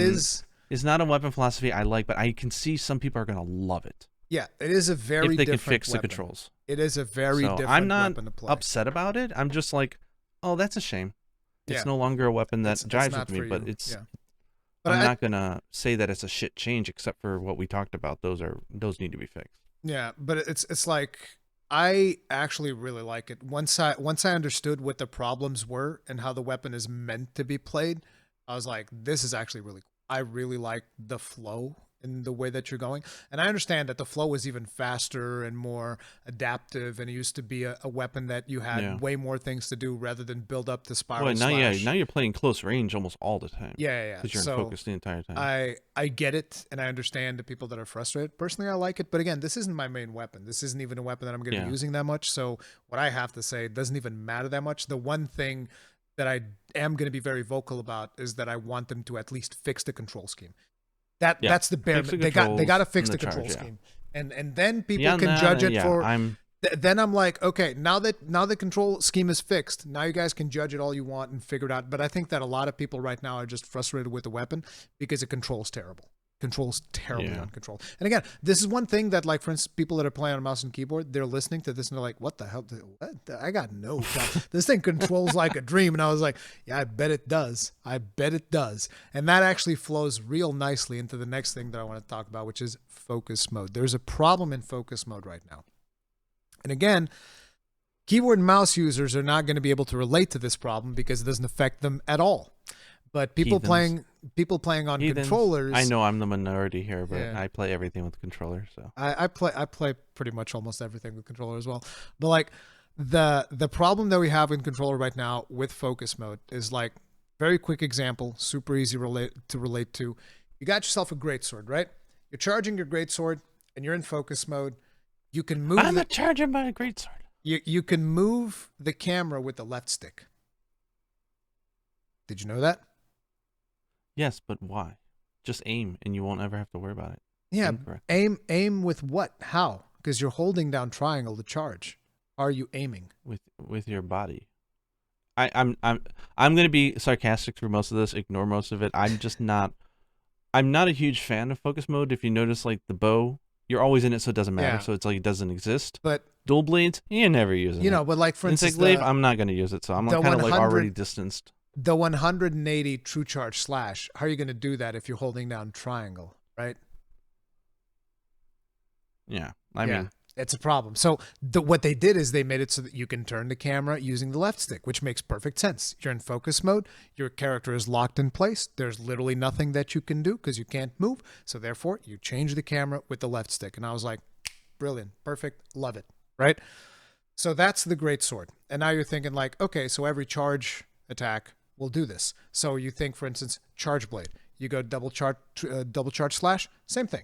You're locked in place, you're charging, move the camera with the left stick, adjust your direction, do whatever. I'm like, perfect, exactly what I want, works great. Now, you're like, okay, but what about regular attacks? Because there's a lot of attacks that once you get the animation going, your character can't move, can't do anything. You're committed to that animation. There's nothing you can do. Can we turn our camera while we're doing regular attacks? Nope, can't have that. Nope, can't have that. And I expected that, so I wasn't jarred by this. I thought it was exclusively for charge attacks because when you there a charge attack? Because I'm going to blow your mind now. I'm going to blow your mind a little bit. So let's just imagine, for instance, the charge blade. Again, since we're talking charge blade, you have your triangle combo that nobody does. And your character just like spams attacks. Nobody does a triangle combo of a charge blade. Okay, you hit triangle every now and then, but you're not going to do the 3 attack combo because that's it's not something that you do. Yeah. But anyway, you you're doing your triangle combo. Your character is rooted in place, and it's not moving, right? So therefore, you should be able to aim use the left stick to aim the camera because you're spamming triangle. It's not going to be easy to go back to the right stick to change the camera, and it would be useful because you might be like, well, that's not intended. Okay, well, if I'm playing PC, I can turn my mouse all over the goddamn place. And if I do claw grip, I can also turn the camera. So I don't care if it's intended or if it's not intended. It's a quality But does of the life mouse, does that change the direction of the attack? Yes. So you can basically. Okay, that just sounds like sounds like a bug. You can no, it's intended. You're going to be changing directions. That's the whole point of focus mode. You can change the direction. Saying you're saying you can do that on a mouse, but on a controller it doesn't recognize it or it doesn't allow it. No. You don't understand. You can move the camera on both, but you need to do the right stick on the controller to move the camera, which is hard to do if you're pressing triangle unless you do claw grip. Yeah. That's the point, right? So you can do it on the mouse. You can do it on. Okay. There's no limitation to you being able to do this. It's just from an input standpoint, it's the right it's a stick. nightmare. Yeah. It's thumb, I only have one. If I'm locked in place in an animation, throw a new thumb. let me turn the camera with the left stick, and you're like, you know what it is? What? They're working with Sony. They're going to announce the new paddle accessory for all controllers. Whatever. It doesn't matter. But listen, so it's like you get the point, right? I want to be able to turn the camera using the left stick more. Now there are certain attacks buttons while you're doing the right. There are certain attacks where this doesn't make sense because your character has movements. So for instance, the new triangle attack on Sword and Shield, your character moves if you press the left stick. Yeah. So in that situation, no, absolutely do not turn the camera because the character is going to move and it makes sense. Fine, no issues. But if you can't move, I would argue that you should be able to turn the camera. And now you're going to bring up the argument that it's like, okay, but they just wanted to do that for charge attacks. I was like, all right. So why is it that if I equip a lance and I do circle attacks, I can turn the camera using the left stick? Sounds like a bug. Take it out. Nope. Sounds to me. You want to know what that sounds like to me? That sounds to me like Fujioka on top of the programmer that was coding focus mode. Fujioka's going hey, I want to turn while I'm doing high pokes. And he's like, all right. And he just coded that in. So basically, it's already implemented. I fundamentally don't like the idea of being able to turn as you're doing high pokes. From a physics standpoint, makes no sense to me. It works. It's great. I mean, the thing is, you're not understanding because you're not turning, like you're not going like this and turning. That's not the point. You're turning the camera to aim the next poke. So you poke and you turn the camera, and because of that, once the next attack comes, your character goes like this and pokes in the other direction. And that's the only thing I want to do. So it's like, I don't want to be able to do weird stuff. I just want to let me aim the camera this way so that my next attack hits in this direction with the left stick. Yeah, your character should always be following where the camera is facing. Exactly. Maybe not in the middle attack, but afterwards. And so the thing is, should be whenever as if you turned your camera. Yeah, whenever I'm in the middle of an attack and I'm locked in place and there's nothing I can do, if I'm in focus mode, let me just turn the camera with the left stick because I'm stuck in place anyways. We do that, and I can do this anyways, right? I can do this by doing like an awkward flippity flip grip on my controller. So it's not like this is something that you don't want people to do. It's just a straight up quality of life for focus mode. Yeah, and it makes they're struggling with figuring out how to use the controller it's a new when thing. They have too many damn inputs. It's a new thing, right? It's a new thing, and they're figuring out what they're doing with focus mode. So that was my feedback. Do you have any suggestions on how to fix that though? Yeah, if my character's locked in place, let me turn the camera. It's that simple. Oh, okay, yeah. Because like you think of it, for instance, if you do low pokes with the lance, you can't move the camera. Why? Because if you press left stick, you can actually move while you're doing low pokes now. So it makes sense that they don't let you change the camera there. But so it's like if there's a movement component to that move, it shouldn't change the camera. But if there isn't, it should absolutely change the camera with the left stick. And I know that some people won't like it, so it should be an option, a toggle. Just hey, you want to be able to move your camera with the left stick? Here you go. Here's an option. Boom. Yeah. Turn it on, turn it off. Hey, you don't like it, turn it off. Don't use focus mode. No, I love focus mode, dude. I love it. As a matter of It's fact, fun, like yeah. for the full blast on Gunlance, if you don't have focus mode, you are 7 times out of 10 gonna miss a part of that combo. I'm really surprised they did not make, and I think for the actual release version, they should change it. I think the default should be toggle. I think when you hit the button to go into focus mode, it should just lock you in there. No. Because like even Yuna was playing and she was like, I had to stop playing because she's like, my hand hurts. I'm constantly holding down the goddamn button. No, but that needs to be an option. I don't think the default No. It is an option. I mean, right now the option. Which one is it by default? Now it's hold for default. Yeah. Do you think it should be toggle? No, I think it should be hold by default because I don't think every weapon benefits from toggle. Like to give you an idea. I see. I mean, let me give you an idea. Like, let me give you an idea that will instantly prove me right. Charge blade. You know what happens when you're in focus mode? You press forward and circle.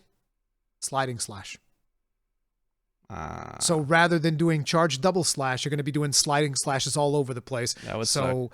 Toggle focus in charge blade, unless you are very disciplined about I need to stop moving to charge, it is going to mess you up. So yeah, I wouldn't use it. So I think that it should default the way that it does. I think it's fine. I'm sure the game tutorial will let people know, but like a lot of people probably didn't know there was an option to toggle or not. Yeah, toggle at this point, I focus wouldn't even say, important. please go into the options menu to toggle. No. They should have you in a tutorial, try out both and say, which would you like to make your default? You can go into settings to change it later. That would be the right way to do it. But I think they're going to be, I think they're Capcom. I think they're just going to be like, go into the options menu for various settings.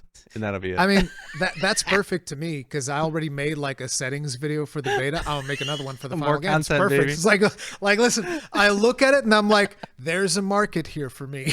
There's a video for this. It's like I can fix this problem. Okay, all you got to do, listen, you subscribe to this channel. I will fix this problem for you.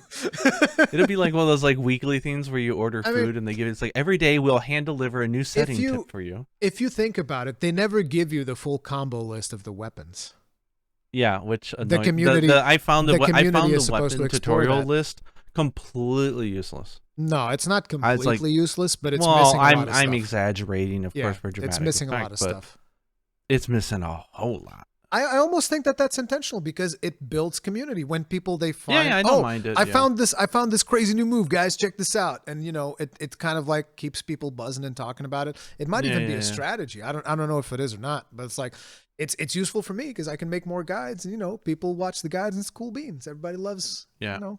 I mean, for the next demo, I don't even care if they don't even have monsters. Just give us the training room demo with the benchmark. Yeah, training. Yeah, dummy can you imagine that? The training dummy demo with a benchmark test. It'd be we've already seen what it looks like too. It's like a little cart. Yeah. You can see it on the thing on the weapon menus. Make it happen, Capcom. Yeah. It's perfect. Yeah, but you don't even need multiplayer for it. That's the focus mode thing, and we've already gone way longer. So I just want to like wrap up with these couple of last topics. I got one random thing to ask you. Did you notice or did you feel that it takes a hell of a lot longer to heal when drinking a potion than it does normally, or isn't it at the same speed as Sunbreak? I feel it's like the same speed as Sunbreak. I don't know what it is, but it feels molasses slow. Maybe it's the same, and it's just a weird psychological thing. To me, that's thing. a good thing. The slower it is, the better. It should be slow. It should be an active choice. And that's actually one of the things that I want to bring up now, which is, remember how I've been talking about I don't like the fact that you can sharpen on Sacred? Yeah. After playing the beta, I don't give a damn. I don't give a damn. You know what? I like autopilot because there's so much crap that I'm going to be doing on my way. I'd rather just hop in the Uber and be like, take me, buddy. Yeah. And I'll be before we get into songs, Before we get into autopilot, I want to really hone in on the sharpness thing. I want to explain to you why I don't care. The reason I don't care is because Capcom has almost removed the sharpening mechanic. It's almost not there anymore. It is so fast to sharpen. And by the way, I don't think this is a good thing. Like, you shouldn't take me not caring about sharpening on Sacred as like, oh, that means that he likes it. You shouldn't have to run away and find a place to exactly same length as it takes to drink a potion. You should find a safe timing. I think that you should sharpening is a choice, And I kind of feel like in this game, it almost isn't, because I can just I would agree. at any moment, the monster doesn't attack, the monster shoots past me, and I'm like, all right, I'm sharpening. It's like, even if it's the most minuscule opening, I'm like, yeah, I'm sharpening. I don't care.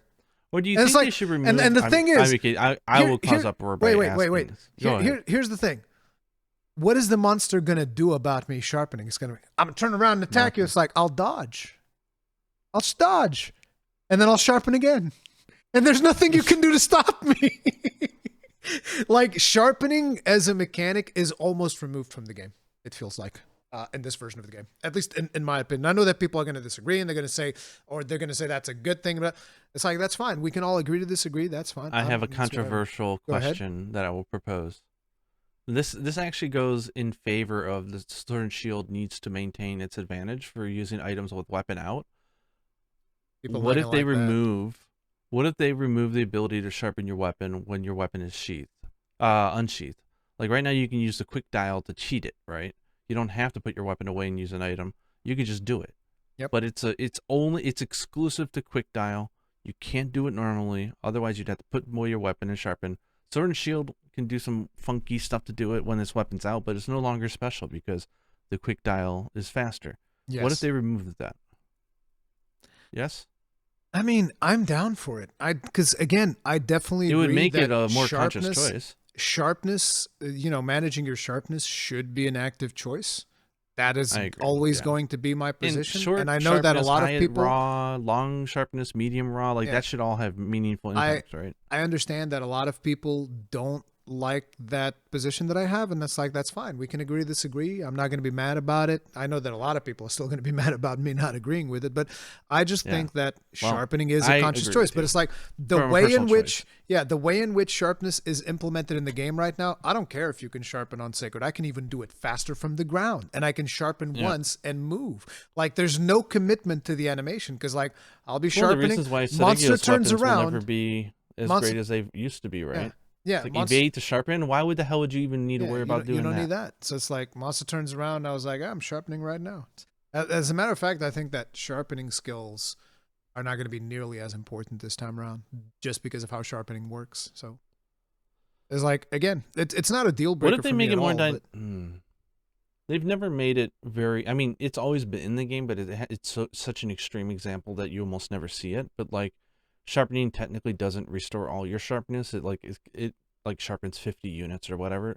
But what if they did it where it's just like it takes 3 swipes per color, and if you go down 2 levels of sharpness, it'll take you 6 to get it back. Like, what you're describing is basically like, make sharpness matter more. Yeah, so it's like, I don't care what the solution is. It's like, if you make it more of a commitment, I will agree with whatever you have to say. Whether, you got to sharpen 6 times to this thing, I don't care. Does it take longer? Okay, that's what I want. I want it to take longer. Yeah. And a lot of people are gonna be like, you're crazy. What do you mean you want it to take longer? It's like, I understand that right now a segment of the community wants to play Monster Fighter when I still want to play Monster Hunter. Yeah. And it's just like, okay, we're always going to disagree, and that's okay, because we both groups love the game, but we're going to disagree on which direction the game should take, and that's just always going to be the case. Yeah, I miss the days where it's like hanging out and like you're just like, I'm leaving to area 7.